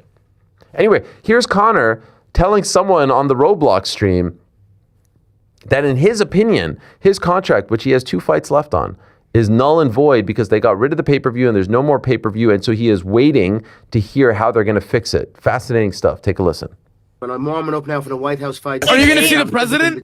I'm going to be at it, yeah, for sure. It's Like, going to what be is that? insane, the White House card is going to be. We're in negotiations with the Ultimate Fighting Championship in February, and I'm very interested to go. They've actually got a new deal with Paramount. It's worth $7.7 billion, so the company has 4x its profit. And my contract essentially is void right now because there's no more pay-per-view. Whereas my contract was based on pay-per-view sales. I'm the highest generating pay-per-view fighter of all time. I hope the pay-per-view system is done. I'm due a new contract, so we go into negotiations in February, and I'm very interested to see how it goes. And what am I doing for it? I'm focusing on what I can control. I'm in the gym. I'm living in the gym. Focusing on my health. Focusing on my rest. Listening to my coaches. Following the game plan. External noise is non-existent to me. I don't absorb it. You know, you might be aware of it, but you don't let it seep in. Yeah. My internal dialogue strong. Here, you know, I'm showing the kids, showing my team what it takes. You've got to live it. You've got to live and breathe it. Can I tell you what I hate most about this new era that we're living in? Here's Conor McGregor dropping actual intel, right? Like actual information. And he's actually like opening up. Like this is gold right here. And all you hear in the background is, "Are you going to meet the president?" Also, that's aura. That's aura. The click-clacking of the controller while someone's playing Roblox. That's aura. Yo, huge W, bro. Oh, God. It's crazy. Like, you're getting these guys on these streams and these like 24-hour things, and they're dropping all this stuff, and the people involved have no idea what to do with it. They have no idea what to do with it. This is gonna blow your mind, but I don't think that kid's like an interviewer. No, I know, but it's like, these guys want to share this stuff. They're like, okay, so what Connor is saying is actually very, very interesting. Is the contract null and void? Nah, UFC definitely. Who's to check? Yeah, we're gonna sort this out. We're gonna sort this out. Hope nobody ever asks and just move on. Is the contract null and void? I don't think it's null and void, but he does bring up a good point. Ultimately, they're going to figure it out. I suspect they'll figure it out. But it's the first time I've heard someone of his stature, obviously he's a non-champion, but he gets those points because he was the biggest pay-per-view generator of all time, say, nah, maybe it's not as easy as just adding things, right? It's not just an addendum to the contract. We have to figure out this whole thing. It's the first time that we see a potential obstacle with getting him on that card. Because what if he's like, no, this doesn't make sense? Then they say, thank you for your service, Conor McGregor. 100%, yeah. Move on to the next guy. 100%, yes. John Jones, that bat phone's ready. John Jones, Alex Pereira, you guys really want to fight, huh? Yeah. You're not asking about pay-per-view? All right. Done. But they did offer him $30 million. What's Conor going to get? His last fight was 5 years ago this July. Isn't that crazy? That is nuts. That is nuts. That doesn't feel like 5 years ago.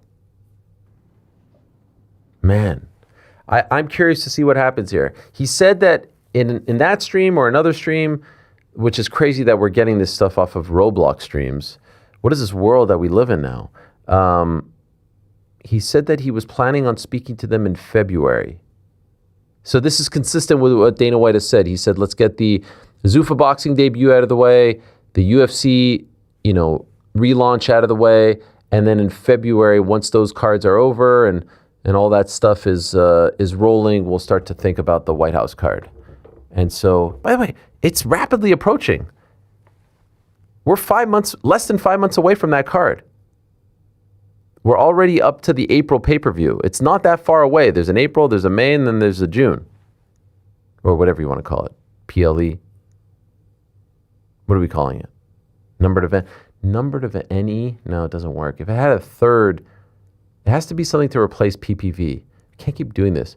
It's almost like anytime you talk to someone about Twitter, you're like, X. It's hard to, what is it these days? What is it called? It's like there's always that thing going on. Yeah, I mean, that's a good example. People still call it Twitter, so let's just still call it pay-per-view. Okay, I'm cool with that. Conor McGregor, though, in between Roblox sessions, he apparently ran into Sean Penn in Ireland. Did you guys see this? Listen, am I tripping? Or is Sean Penn driving an Irish bus, folks? That's Sean Penn, yeah? Shawty! Nah. That's Sean Penn, folks. He's driving an Irish bus. Fair play to him. The working man's the real hero, Shani. I'm not even gonna actually will. Shawty! Go, quick, try it. Shawty! Yup, boy. It's not Hollywood, but it's Ireland. Yup. Yeah. For a second, I thought that music was playing in his car. Oh no. I thought it was in the clip. I think it's playing in the car, is it not? Nah, that's the edit. Oh, damn. All right, well. The working man's a real hero, Johnny. Yeah. How bizarre, if you're that bus driver, if you're Sean Penn. You're like, what? How bizarre must it be if you either A, don't know Conor McGregor, to just be like, yo, what is that guy freaking out about? Or even weirder, do know Conor McGregor and like, why is Conor McGregor freaking out while I'm driving this bus? Shout out to Sean Penn. Yeah, no, shout out. Yep, your boy. One of the all-time greats. Let's get some inspirational footage, shall we? Here is the great Alex Pantoja, who has seemingly recovered fully from his shoulder injury. I'm just kidding. It wasn't a shoulder injury. It was a elbow. But look at this guy. Why do I feel like the Alex Pantoja montage of him doing the comeback is going to hit real hard? Look at this. The guy's a freaking beast. That thing was completely displaced. It's looking kind of jacked too. I wonder what they're going to do. There was some talk of Tyra versus Josh Van. Do they do that and have him fight the winner? Do they go straight to Alex Pantoja? He looks great. Very happy to see that he avoided surgery and wishing him the best. Obviously wishing the best to Anthony Joshua. Great to see him do a little bit of training, move around, get out there, seemingly healthy. A little bare knuckle mitt hitting. Saw him in, I think he was in the UAE. I saw him with Usman Nurmagomedov. AJ looking great as always. Can't imagine what life has been like, but he's looking fit. He's looking healthy. There he is. The beloved Anthony Joshua. Also saw him with Eddie Hearn. Eddie saying, great to catch up with Anthony Joshua today. His resilience and strength is inspiring. The loss is heavy, and he will take his time to get back on track, but said he was truly grateful for all the support and the love shown for Lats and Sinna. Those are his two friends who tragically passed away at the end of last year. Some good news if you are a Canelo Alvarez fan. Here he is with his advisor, Richard Schaefer, Turki Al-Sheikh, Dr. Rakan of the Riyadh season crew. They're over in Saudi Arabia, and Canelo Alvarez and Turkey announcing that he will be back in September, Mexican Independence Day weekend, in a Mexico versus the world card taking place in Saudi Arabia. Take a listen. Champ, wait for us in September, 12th of September. Big fight. And this will be the first card for Canelo promotion. It will be name of Mexico against the world. All the fighters from the team of Canelo against the world. And the champion in the main event in world title, and it will be a surprise in Saudi Arabia, inshallah. Okay. Thank you. So there you have it. World title, interesting, big card. I saw some people opining that it's Chris Eubank Jr., but that would not be a world title fight. So let's see what they have up their sleeve. I thought it would have been a great PR move. You have Mexico versus the world, Canelo Promotions, as he said, first card. You do that in Mexico, you give back, just like they did Conor Benn versus Chris Eubank over in London twice. But it sounds like they're going to be doing it in Riyadh. What about this IVB? Have you guys heard about this IVB? They came out gangbusters saying that they're hoping to draw 140,000 people for a boxing event in San Francisco on July 11th.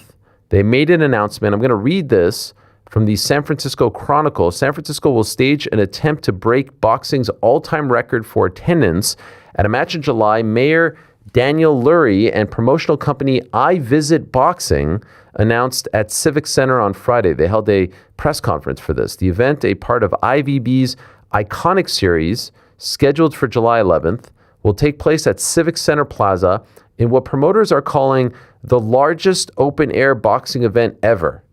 The fight will be free to the public in hopes of drawing around 140,000 spectators. It will also be streamed on YouTube. Now, I've been poking around at this, and I don't know if it's going to be free to the public, to be honest. I think it actually will.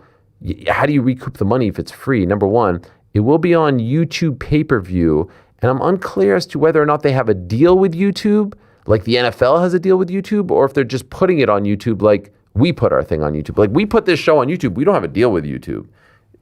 Everyone could put something on YouTube. People put prelims, they put main cards. Logan Paul fought KSI on YouTube. That wasn't a YouTube deal per se. It's just you're picking that platform and, you're charging a pay. I don't know. The fight card has yet to be announced, but a source told the Chronicle that the promoters are targeting a headliner between heavyweights Alexander Usyk and Deontay Wilder. IVB will be trying to break the record set in 1941 when Tony Zale fought Billy Pryor in front of 135,000 and 132 spectators in Milwaukee, a number IVB CEO Ed Pereira cited several times on Friday. Usyk Wilder will be the first heavyweight boxing match in San Francisco since Rocky Marciano knocked out Don Cockle at Kezar Stadium in 1955. This is fascinating stuff. They're coming out and announcing we're going to draw 140,000 people. We're going to do it in San Francisco. Usually it's the fight that's the draw. So people aren't just going to turn up 140,000 of them to just see any boxing match. So you have to give people a reason to go there and watch this. I'm skeptical, to be honest, because I don't think boxing is that popular here in America, and I don't know, even if it's Usyk versus Wilder, do you guys think that Usyk versus Wilder can draw 140,000 people in San Francisco? They have no connection to San Francisco. If it truly was free, maybe there's an outside chance, but still probably not. There's no local draw there. Like, if this was happening in Alabama, then I think a lot of people would watch Deontay Wilder fight Usyk. If it was happening in Poland or Ukraine, I think a lot of people would watch Usyk. To be honest, if they happen in London, Usyk's very popular there as well. In San Francisco, they have no ties. And if you are giving it away for free, which I doubt, how are you going to recoup that money? What's this YouTube deal about? I saw a lot of people do interviews with Ed Pereira, the founder of this IVB, and I felt like they were kind of not asking the right questions, to be honest. And so I'll tell you this, tomorrow on the show, Ed Pereira is going to join us to talk about this more because I'm fascinated by the story. Every outlet covered it. Everyone's talking about it. Here's the BBC, they got major outlets to talk about this and report on it. But IVB coming out of nowhere, they say, according to the BBC, their plan is to stage 24 boxing cards across the next 12 months, beginning in March, and will announce its first show in early February. Let's see. So he'll be on the show tomorrow to talk about this. That's Ed Pereira, the founder of IVB, which I'll be honest, was not familiar with before all of this, because I don't think they've hosted anything yet. And I'm curious about these grandiose plans to draw 140,000 people in San Francisco, of all places. Not exactly a hotbed these days for boxing. There was that Devin Haney fight against Regis Prograis there a couple of years ago, but not a lot of big fights happening there these days. What about KSW over the weekend? We did have LFA on Friday on Vice. They had their debut. Looked good. Anyone tune in? Okay. We had LFA on Friday. We had KSW on Saturday. We had Octagon on Saturday as well. So if you were a fan of like a little bit of this, a little bit of that, you had plenty to get excited about. Over on the KSW card, there was a fight involving Ariel Rojek and Shimon Bahor. You know what? My guy gave me, I screwed that up. So my guy gave me a voice note. I'm just going to play the voice note. How about that? Ariel Rojek. Wait. And his opponent is Josek. Shimon Bayer. Shimon Bayer. Pretty close, sort of. Anyway, this fight happened at the Radom, or in Radom, Poland, excuse me. Bayer, 1-0 in PFL, 1-1 in Ryzen. Almost 40 professional MMA fights. Ariel Rojek, former Glory fighter, beat Badr Hari by head kick knockout, switched to MMA. All his MMA fights have been under the KSW banner. Trains with the likes of Alistair Overeem. His lone loss was against the great Phil DeFries. Aric's supporters, this is important, are also fans, aka ultras, hooligans, hoolies, of the Legia Warsaw football team, one of the most successful teams in Poland. And so Ariel comes out to a song called Sen of Warsaw, an old famous song about Warsaw used by the Legia Warsaw fans before transitioning to his patented bazooka techno song. And it's an amazing scene. Take a look, take a listen to this, because this is one. Could we remember this in 11 to 12 months? Because this will be no doubt a contender for walkout of the year.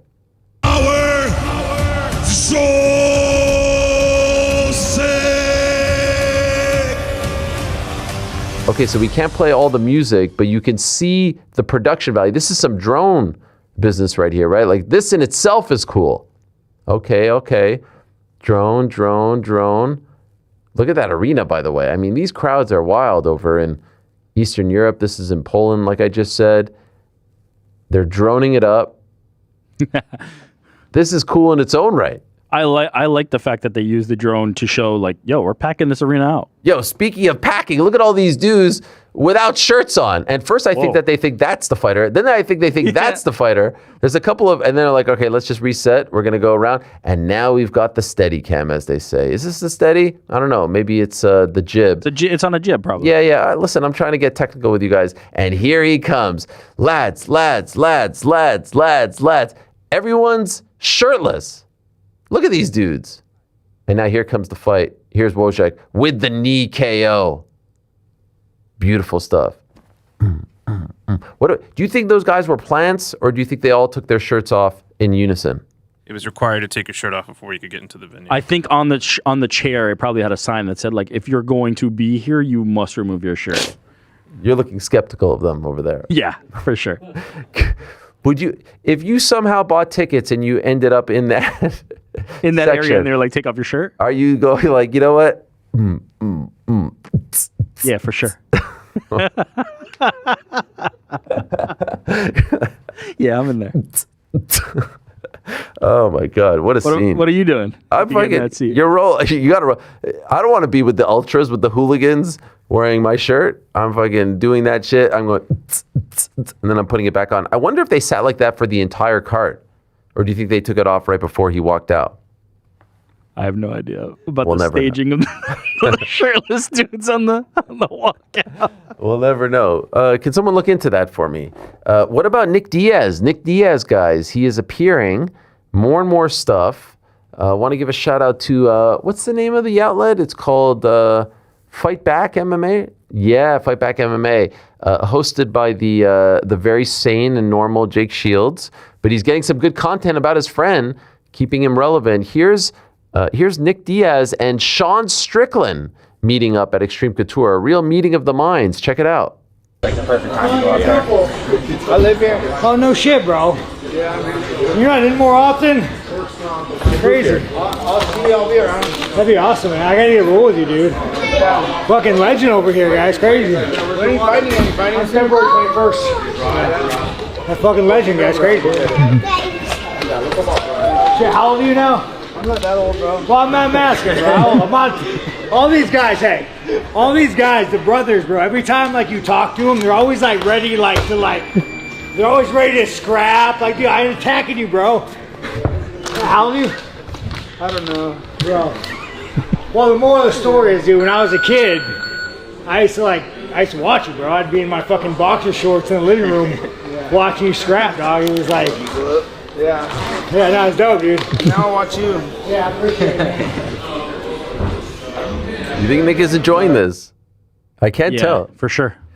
It's so weird. The third degree from Sean Strickland. It's so weird that like at first it starts with like this love, and then he's like, "Yo, man, chill out."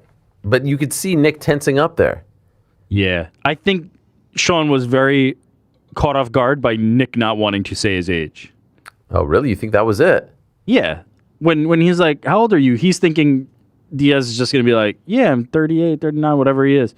And then when he doesn't, he's like, all right, let's explore this. And that's when Nick completely shuts down. What a guy.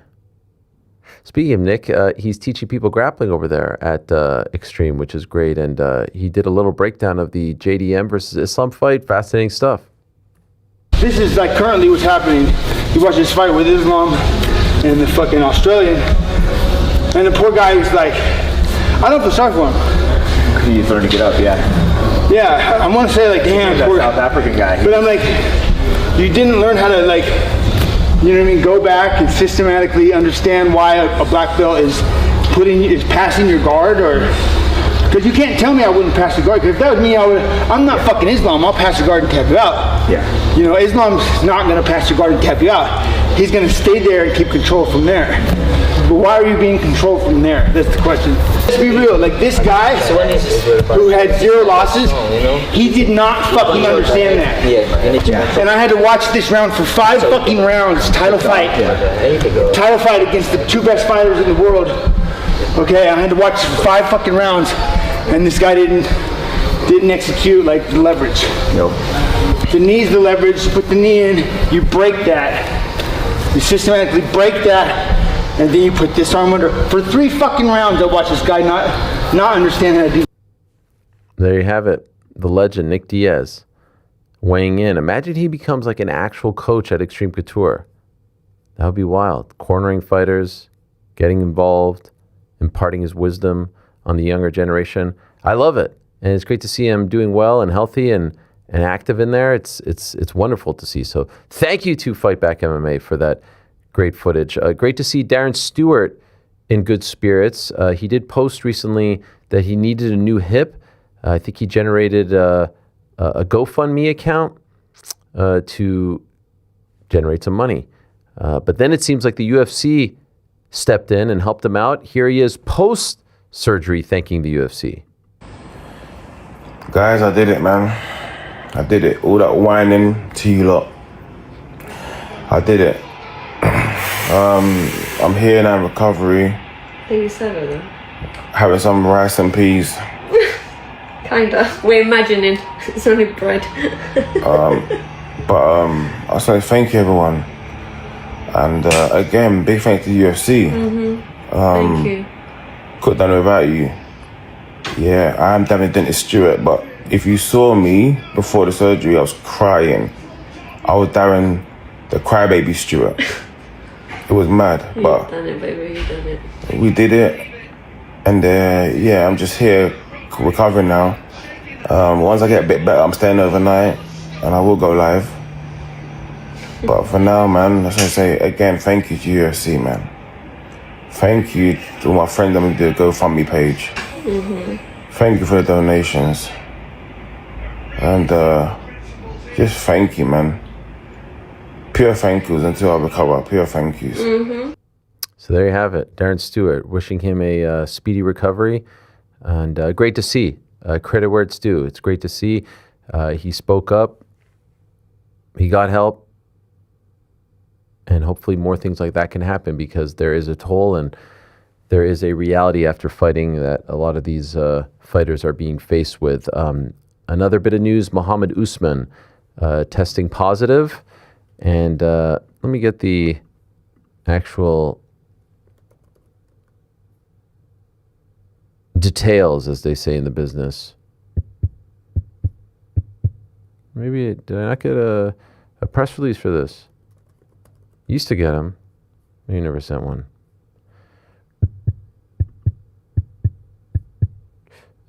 He was issued a doping suspension by the Drug Free Sport International. They've yet to catch like a really big name, which is interesting. Oh, here's the statement on the UFC's website. Combat Sports Anti-Doping announced today that Muhammad Usman of Coral Springs, Florida, has accepted a 2-year and 6-month period of ineligibility for violations of the UFC anti-doping policy. He tested positive for the presence of testosterone and prohibited at all times substance in the class of anabolic agents at a competition sample collected on September 8th, 2025. He was removed from his scheduled bout in Rio in October due to the positive test. Usman ultimately admitted to CSAD of the use of testosterone leading up to the Rio event, as well as the previous use of testosterone and the prohibited at all times peptide BPC 157 earlier in 2025. While Usman ultimately took responsibility for the above details, he did not do so in a timely fashion and not until CSAD confronted him with the evidence that they had independently collected during a detailed investigation. Anyway, he went on social media and he reacted to this. I wanted to address my suspension. During my recovery, I made a mistake while trying to heal, and I take full responsibility for it. This time has allowed me to get my health back, focus on my family, and gain a deeper appreciation for life. I have breath in my lungs, life, and I'm truly blessed.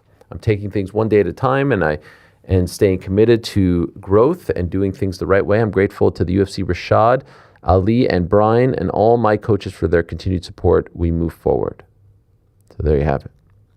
Muhammad Usman out for about 2 years. Some fight news, my friends, before we wrap this bad boy up. The UFC announcing that on March 14th, the blazing hot Kevin Vallejos, did I get that right? Vallejos? Vallejos. How do I get this? Vallejos. Thank you, Frank. will be going up against Josh Emmett. So he doesn't get the Cub-Swanson fight, but this feels like a very nice sort of litmus test fight for young Kevin. And oh, by the way, Josh has been in this position before, right? Like it feels like he's often put in this position. We all remember the Ilia Topuria fight not that long ago. He's been in this position before. I don't want to call him a gatekeeper. I don't like that term. I call it litmus test. It's a litmus test fight. It's going down at the Apex. And I think this is an appropriate fight for Kevin. I like it. I like it a lot. He even tweeted about it, kind of laughing at people's reactions. We want 42-year-old legend Cub Swanson. Fans and journalists. UFC. Here is 41-year-old legend Josh Emmett. Me, happy. Yeah, he's kind of right, although one's a lot more active than the others, right? A slew of March 28th fights have been announced. That's for the Seattle-Washington card, headlined by Israel Adesanya versus Bijo Pfeiffer. They're all very fun. In the heavyweight division, we have Marcin Tybura going up against Walter Walker, number 10 versus number 14. Thought they were going to get rid of the rankings or fix them. Doesn't seem like that's happening. Thought maybe new era that might happen. Anyway, that's a fun one for Walter, who's on that heel hook run. We have Casey O'Neill returning. King Casey is back. Long overdue. One of our favorites, the legend, going up against Gabriela Fernandez. Love this fight for her. Mansour Abdul Malik back as well against Yusri Belgaroui. Mansour Abdul Malik, one of the names that I thought would be a prospect of the year, a breakout fighter of the year contender, and the pride of Seattle, the pride of Washington, the one and only Michael Chiesa. In a potential retirement fight back home, who knows, against Carlston Harris. So I like that. I like that very much. A nice 4-pack of fights added to that March 28th card at the Climate Pledge Arena, home of the Seattle Kraken. Also, I did see that Gable Steveson has his next fight. Gable Steveson is returning to action on the 19th of February for Mexico Fight League. I saw them report that the rising stud, and in perhaps his last fight before going to the UFC. It's always fun when you get these early fights. Like DC did a whole bunch of them all over the world. I remember that one that he did over in Australia. He talked about falling asleep in the locker room. Gable fighting on Mexico Fight League 3. He's taking on Budo Cento heavyweight champion Hugo Lezama on the 19th of February. And them's all the news, my friend. My friends, we went through a litany of news, and I hope you feel caught up. I like doing that on Mondays.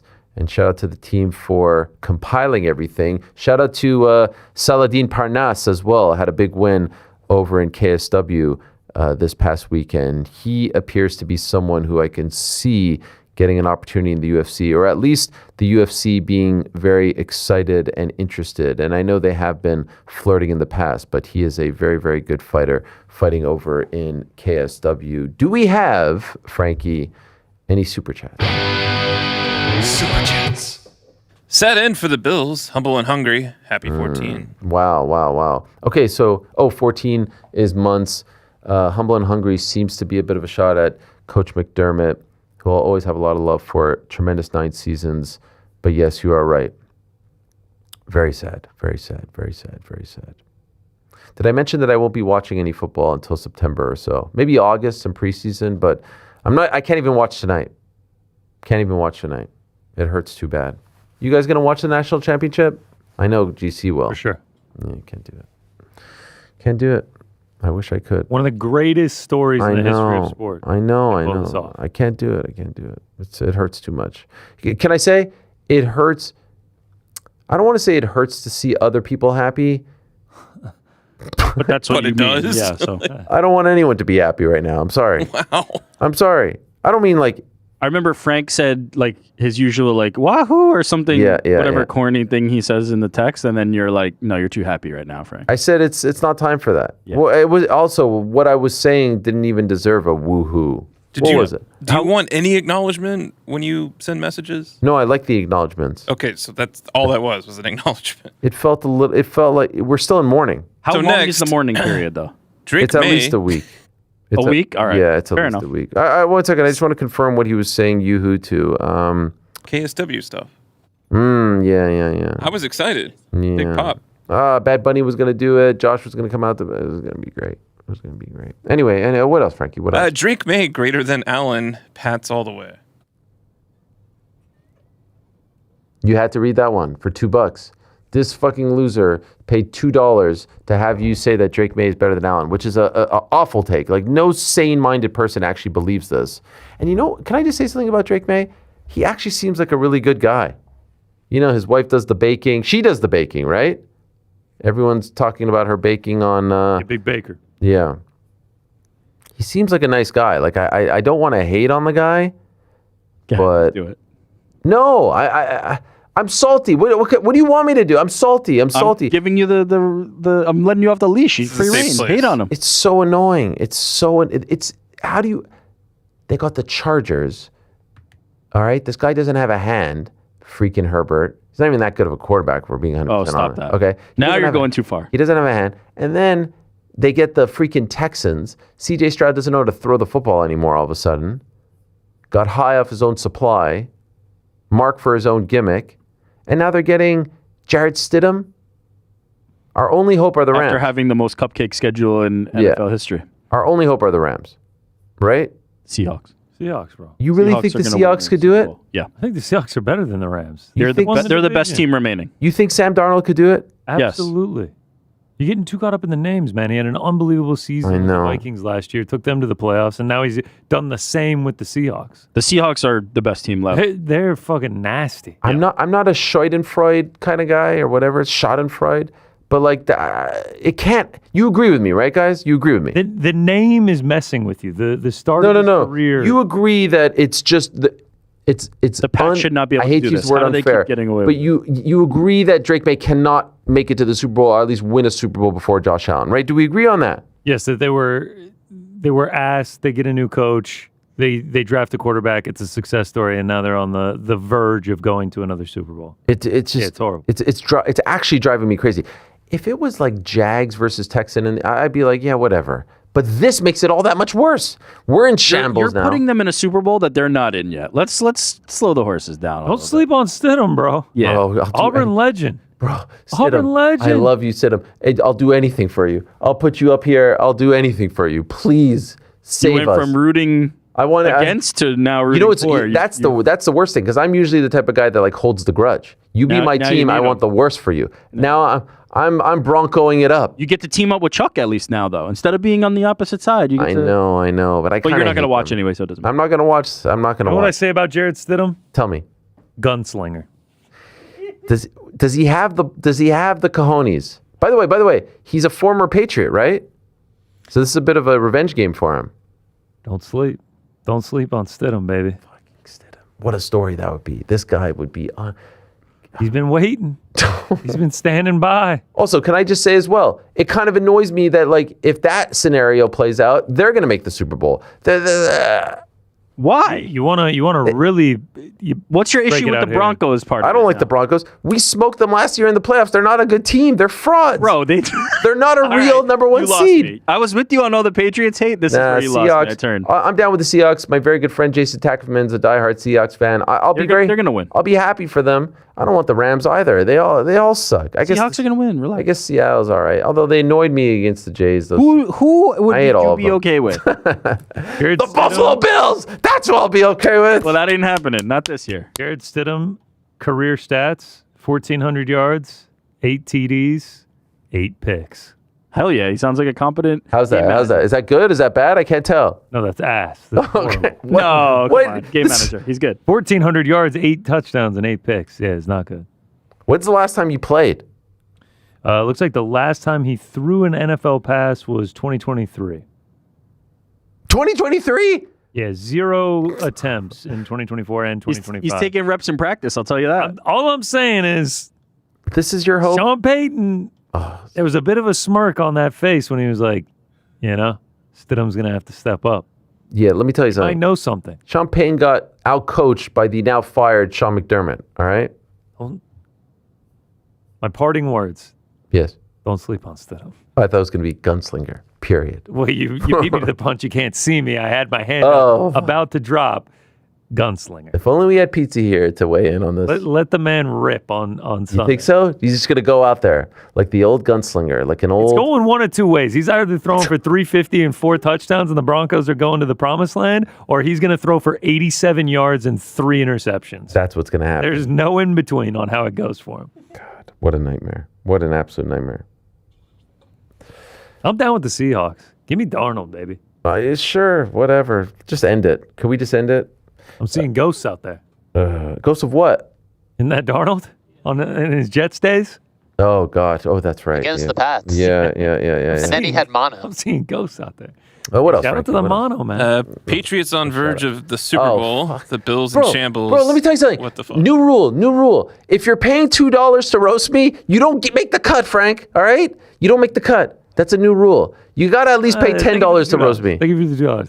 No, you can't. No, what is next? Washington counts. What is next? 99 cents? They're going to tell me that my team sucks, that we'll never win? And we'll thank them kindly for the 99 cents. Swedish krones. No.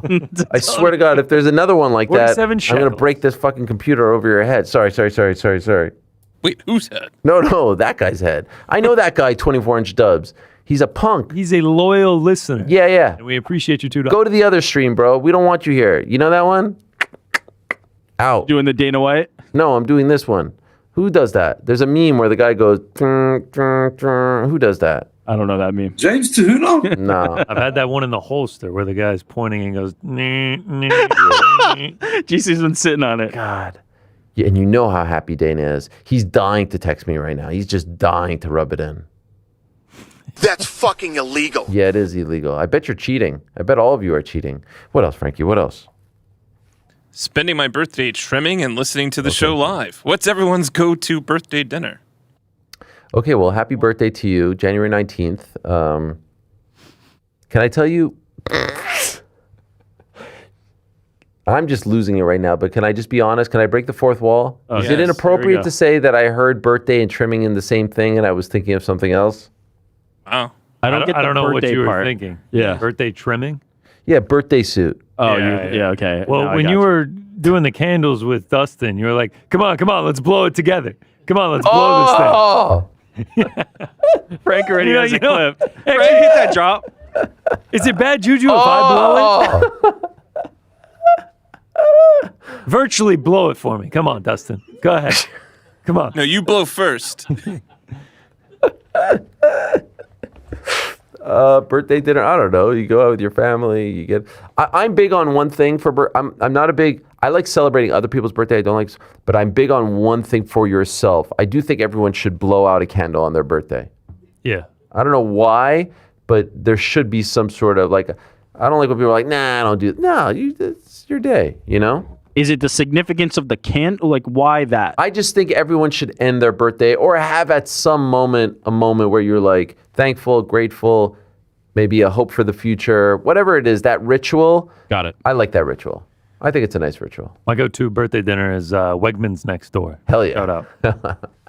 What else, Frankie? What else? Sad to see Jai leave. I hope I could still watch his fights on DAZN. God willing, he will become undisputed and move up to heavyweight. Why did you put the emphasis on he? Why did you skip the last name? Yeah. Because it skipped screens. Come on, guys. I'm trying to do as best I can. Well, shout out to Sammy. I have bad news for Sammy. I don't think you'll be seeing him on DAZN now that he struck this deal. You'll probably be seeing him on Paramount Plus, which is great. It's a bigger platform, that's for sure. But I don't know. Where does Sammy live? He lives somewhere overseas. He's in Sweden. Yeah. So I don't know if they have it there. Shout out Sammy. Anyway, he is tremendous. Not a prospect. And I'm curious how he's going to become undisputed or unified fighting for the Zuffa belt. But let's see. It's a very, very interesting time. What else, Frankie? What else? Ariel, any update on having Long Neck in studio? Who's Long Neck again? That's what he goes by, Long Neck. Who's that? He's like a social media guy. Oh, did we talk about this already? Long Neck. I don't know. I don't think so. Daddy Long Neck? I don't know. You know who this is? Yeah. Oh. He's just a super scrawny kid with a really long neck. Okay, so when you write the super chat as like any update? That sounds like it's something that's been in the works. I think they asked in another super chat previously. Got it. No update at the moment.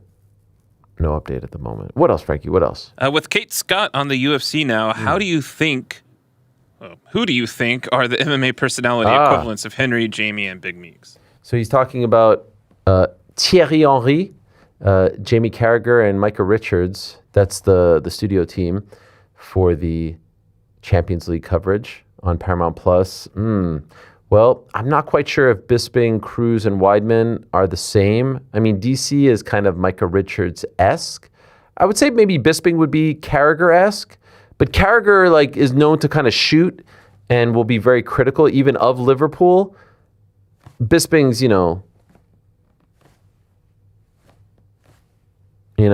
a bit of a BLB these days. He's like the opposite of a shooter. It just reminded me of that clip after beating the Jags where Josh said, "Shooters shoot." I was like, yes. Anyway, Dominic Cruz is good, though. He's a little Thierry Henry-esque. I've never seen that trio together on a fight night. So who knows? There's a whole bunch of guys. I'm just curious to see how she does, how she, you got to distribute. You got to be the point guard. It's a very, very, very tough job, especially when it's not your forte, but I have no doubt she is a true, true pro, and I'm curious to see how she does. What else, Frankie? What else? Armin is the king of side quests. My dad doesn't watch UFC, but knows who he is because he hangs out with a YouTuber who gambles on slots. Okay, can I tell you this? Guys? I swear, my kids know nothing about the UFC. Like, they may know who Alex Pereira and Conor McGregor and Paulo Costa is because they were here that day. Okay? My son Walter, who's 11, says, I've been seeing a lot of Armin Sarukian lately. I was like, wow, it got to you. And I said, who did you see him with? He said he saw him with Aiden Ross, and he said he saw him with, Neon. He did like a whole thing with Neon? I was like, wow. So this is really working. For that age demo, yeah, 100%. Wild. Yo, there's an artist on Instagram named Deem Archive. It has nothing to do with anything fighting. Has 1.8 million followers, and yesterday he posted one of his illustrations, and it's Armin Sarukian in it. Out of nowhere, I have no idea why he's in it, and it got 240,000 likes. He's become like a cult-like figure in the sport. How do you deny that guy a title shot? I'm not saying for Saturday, but how does he not fight for the we get in the war room. These are the fights that people Yeah. want. If you don't like it, go fuck yourself. Amen. That's how. It's well said. What else, Frankie? What else? Did you see that Brendan Schaub agreed with your take about Usman knowing exactly what he was doing with Joshua on that call? You should have Big Brown on soon. I think you two would get along great these days. What's all the chatter back there? They forget. Oh, I did not see that. I have no animosity towards Brendan. We had our thing. I'm not holding on to grudges. I think that's silly. Do you guys think we should have Brendan Schaub on? I'm not trying to make this into he could say no, but I haven't really thought of that, to be honest. But I have seen his stuff lately pop up, and I do think he's doing a good job. And I feel like he's very consistent, and he's well researched and on point these days. So I don't know if the audience is interested. I'm happy to reach out. I'm not holding any grudge. I like to have people on the program that can offer things that are, well researched, that are, in the know. And I think that he is that. And I think that he has kind of steadied the ship, so to speak. So not against it. Should I put it in the chat? I think we know the answer to this. Put on Reddit. Chat. What do you say?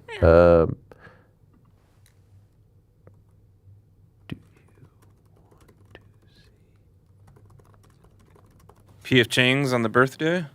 Yeah. Frank, it's very 2021 of you, all right? We've Still all hits. moved on.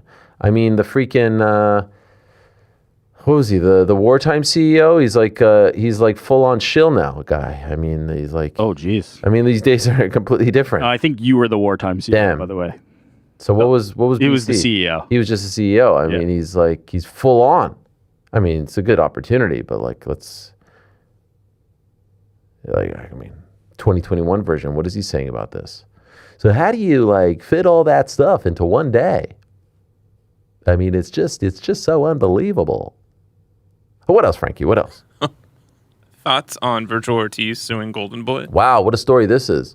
This is an incredible story. I mean, Oscar's really dropping the ball on this one. And I had heard that DAZN is like, if you don't get this fight done, if you don't get it over the line, and I'm talking about the Boots Ortiz fight, we're moving on from you. And if that's the case, holy crap, that's a lot of pressure to make a fight. And I kind of feel like they need to figure this out. So Golden Boy doesn't have a TV deal. Top Rank doesn't have a TV deal. What the hell has happened to American boxing? I mean, the only ones right now that have a TV deal are Zuffa Boxing, of course. We'll see how many of it will be on linear. MVP's out there. Is MVP the number 2 American promotion in the sport? I mean, Top Rank hasn't had a show since mid-July. How is that possible? It really is crazy. It's wild. It's madness. Did you guys happen to see the TNA AMC debut? I did not. Anyone locked in? I noticed I asked the group and no one responded. I didn't even remember you asking. That's how not locked in on TNA. It was not good. It wasn't good. It was actually like universally crapped on. What was not good about it?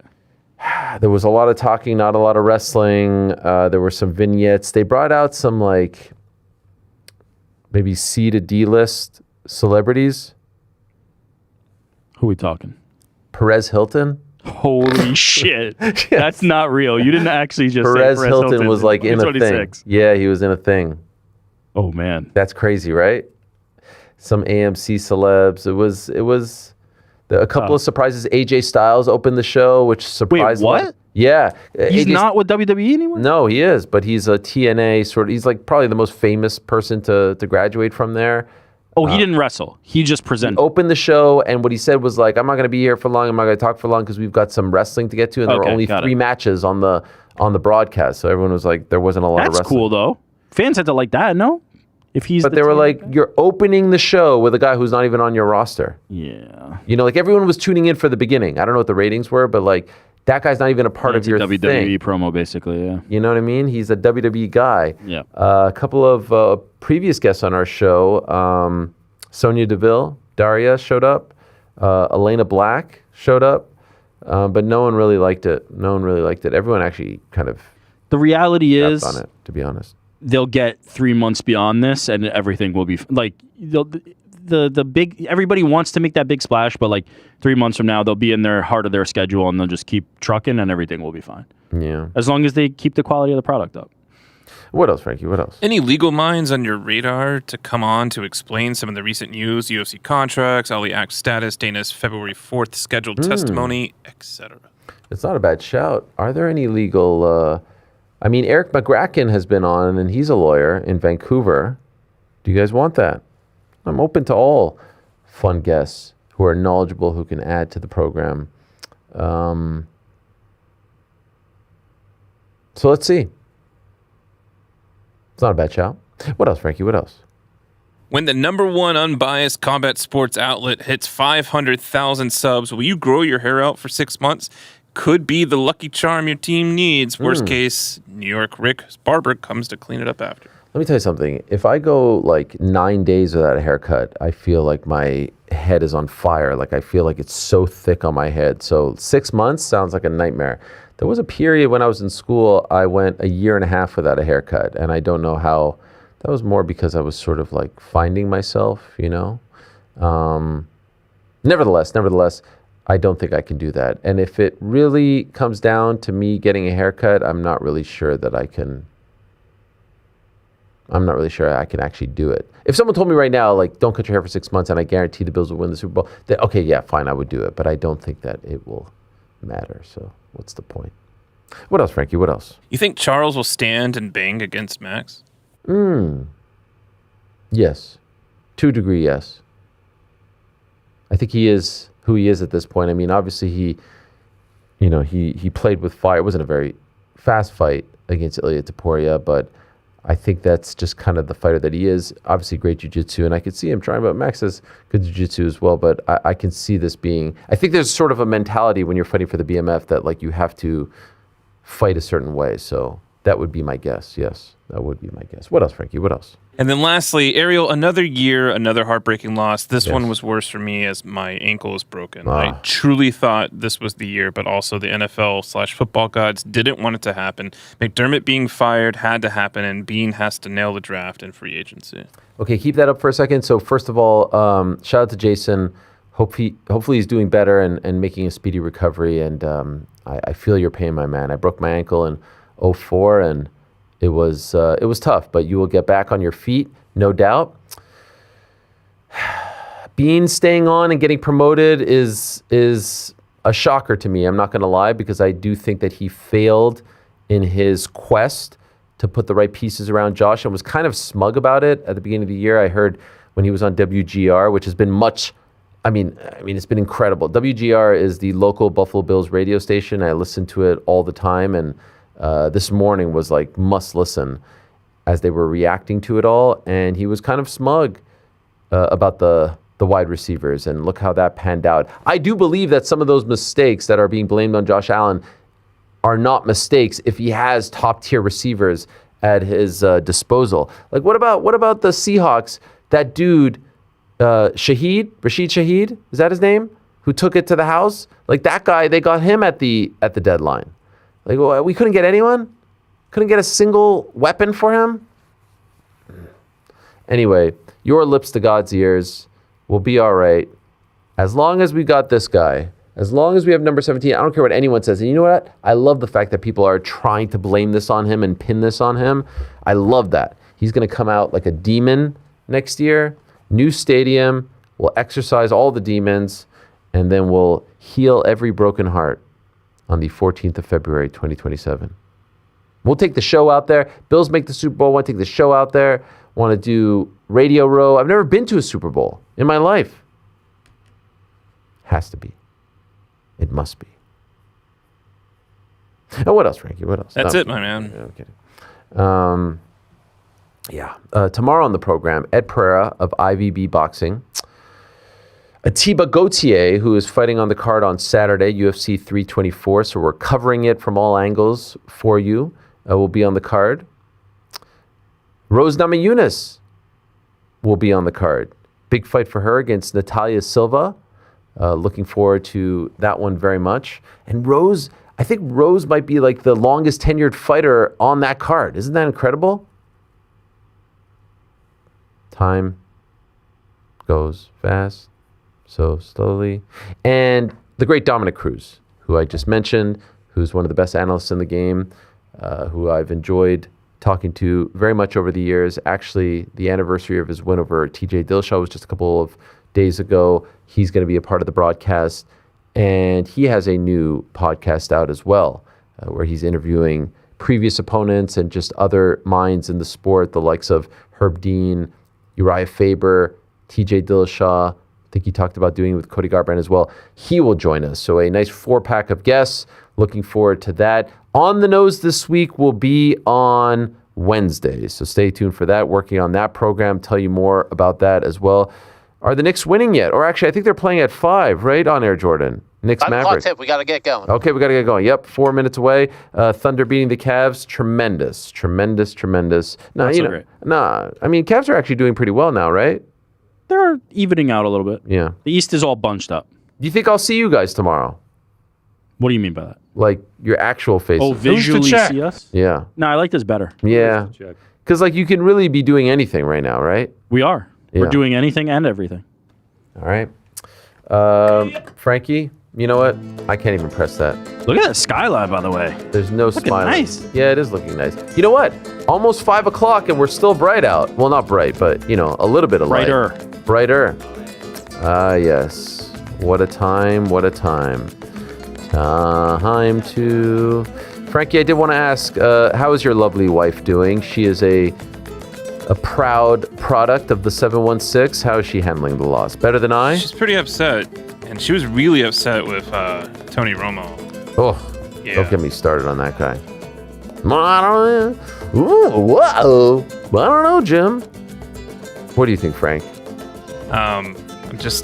Everyone's mourning. You know, at home, there's mourning. I come here, there's mourning. It's just a lot of mourning, right? Yeah.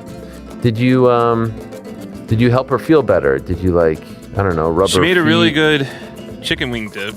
That was before. Yeah. Yeah. There's really no consoling her at this point. Just like there's no consoling you. I just have to wait it out next season. Yeah. It's good. Frank, did you make her feel better? Yeah, she made dip.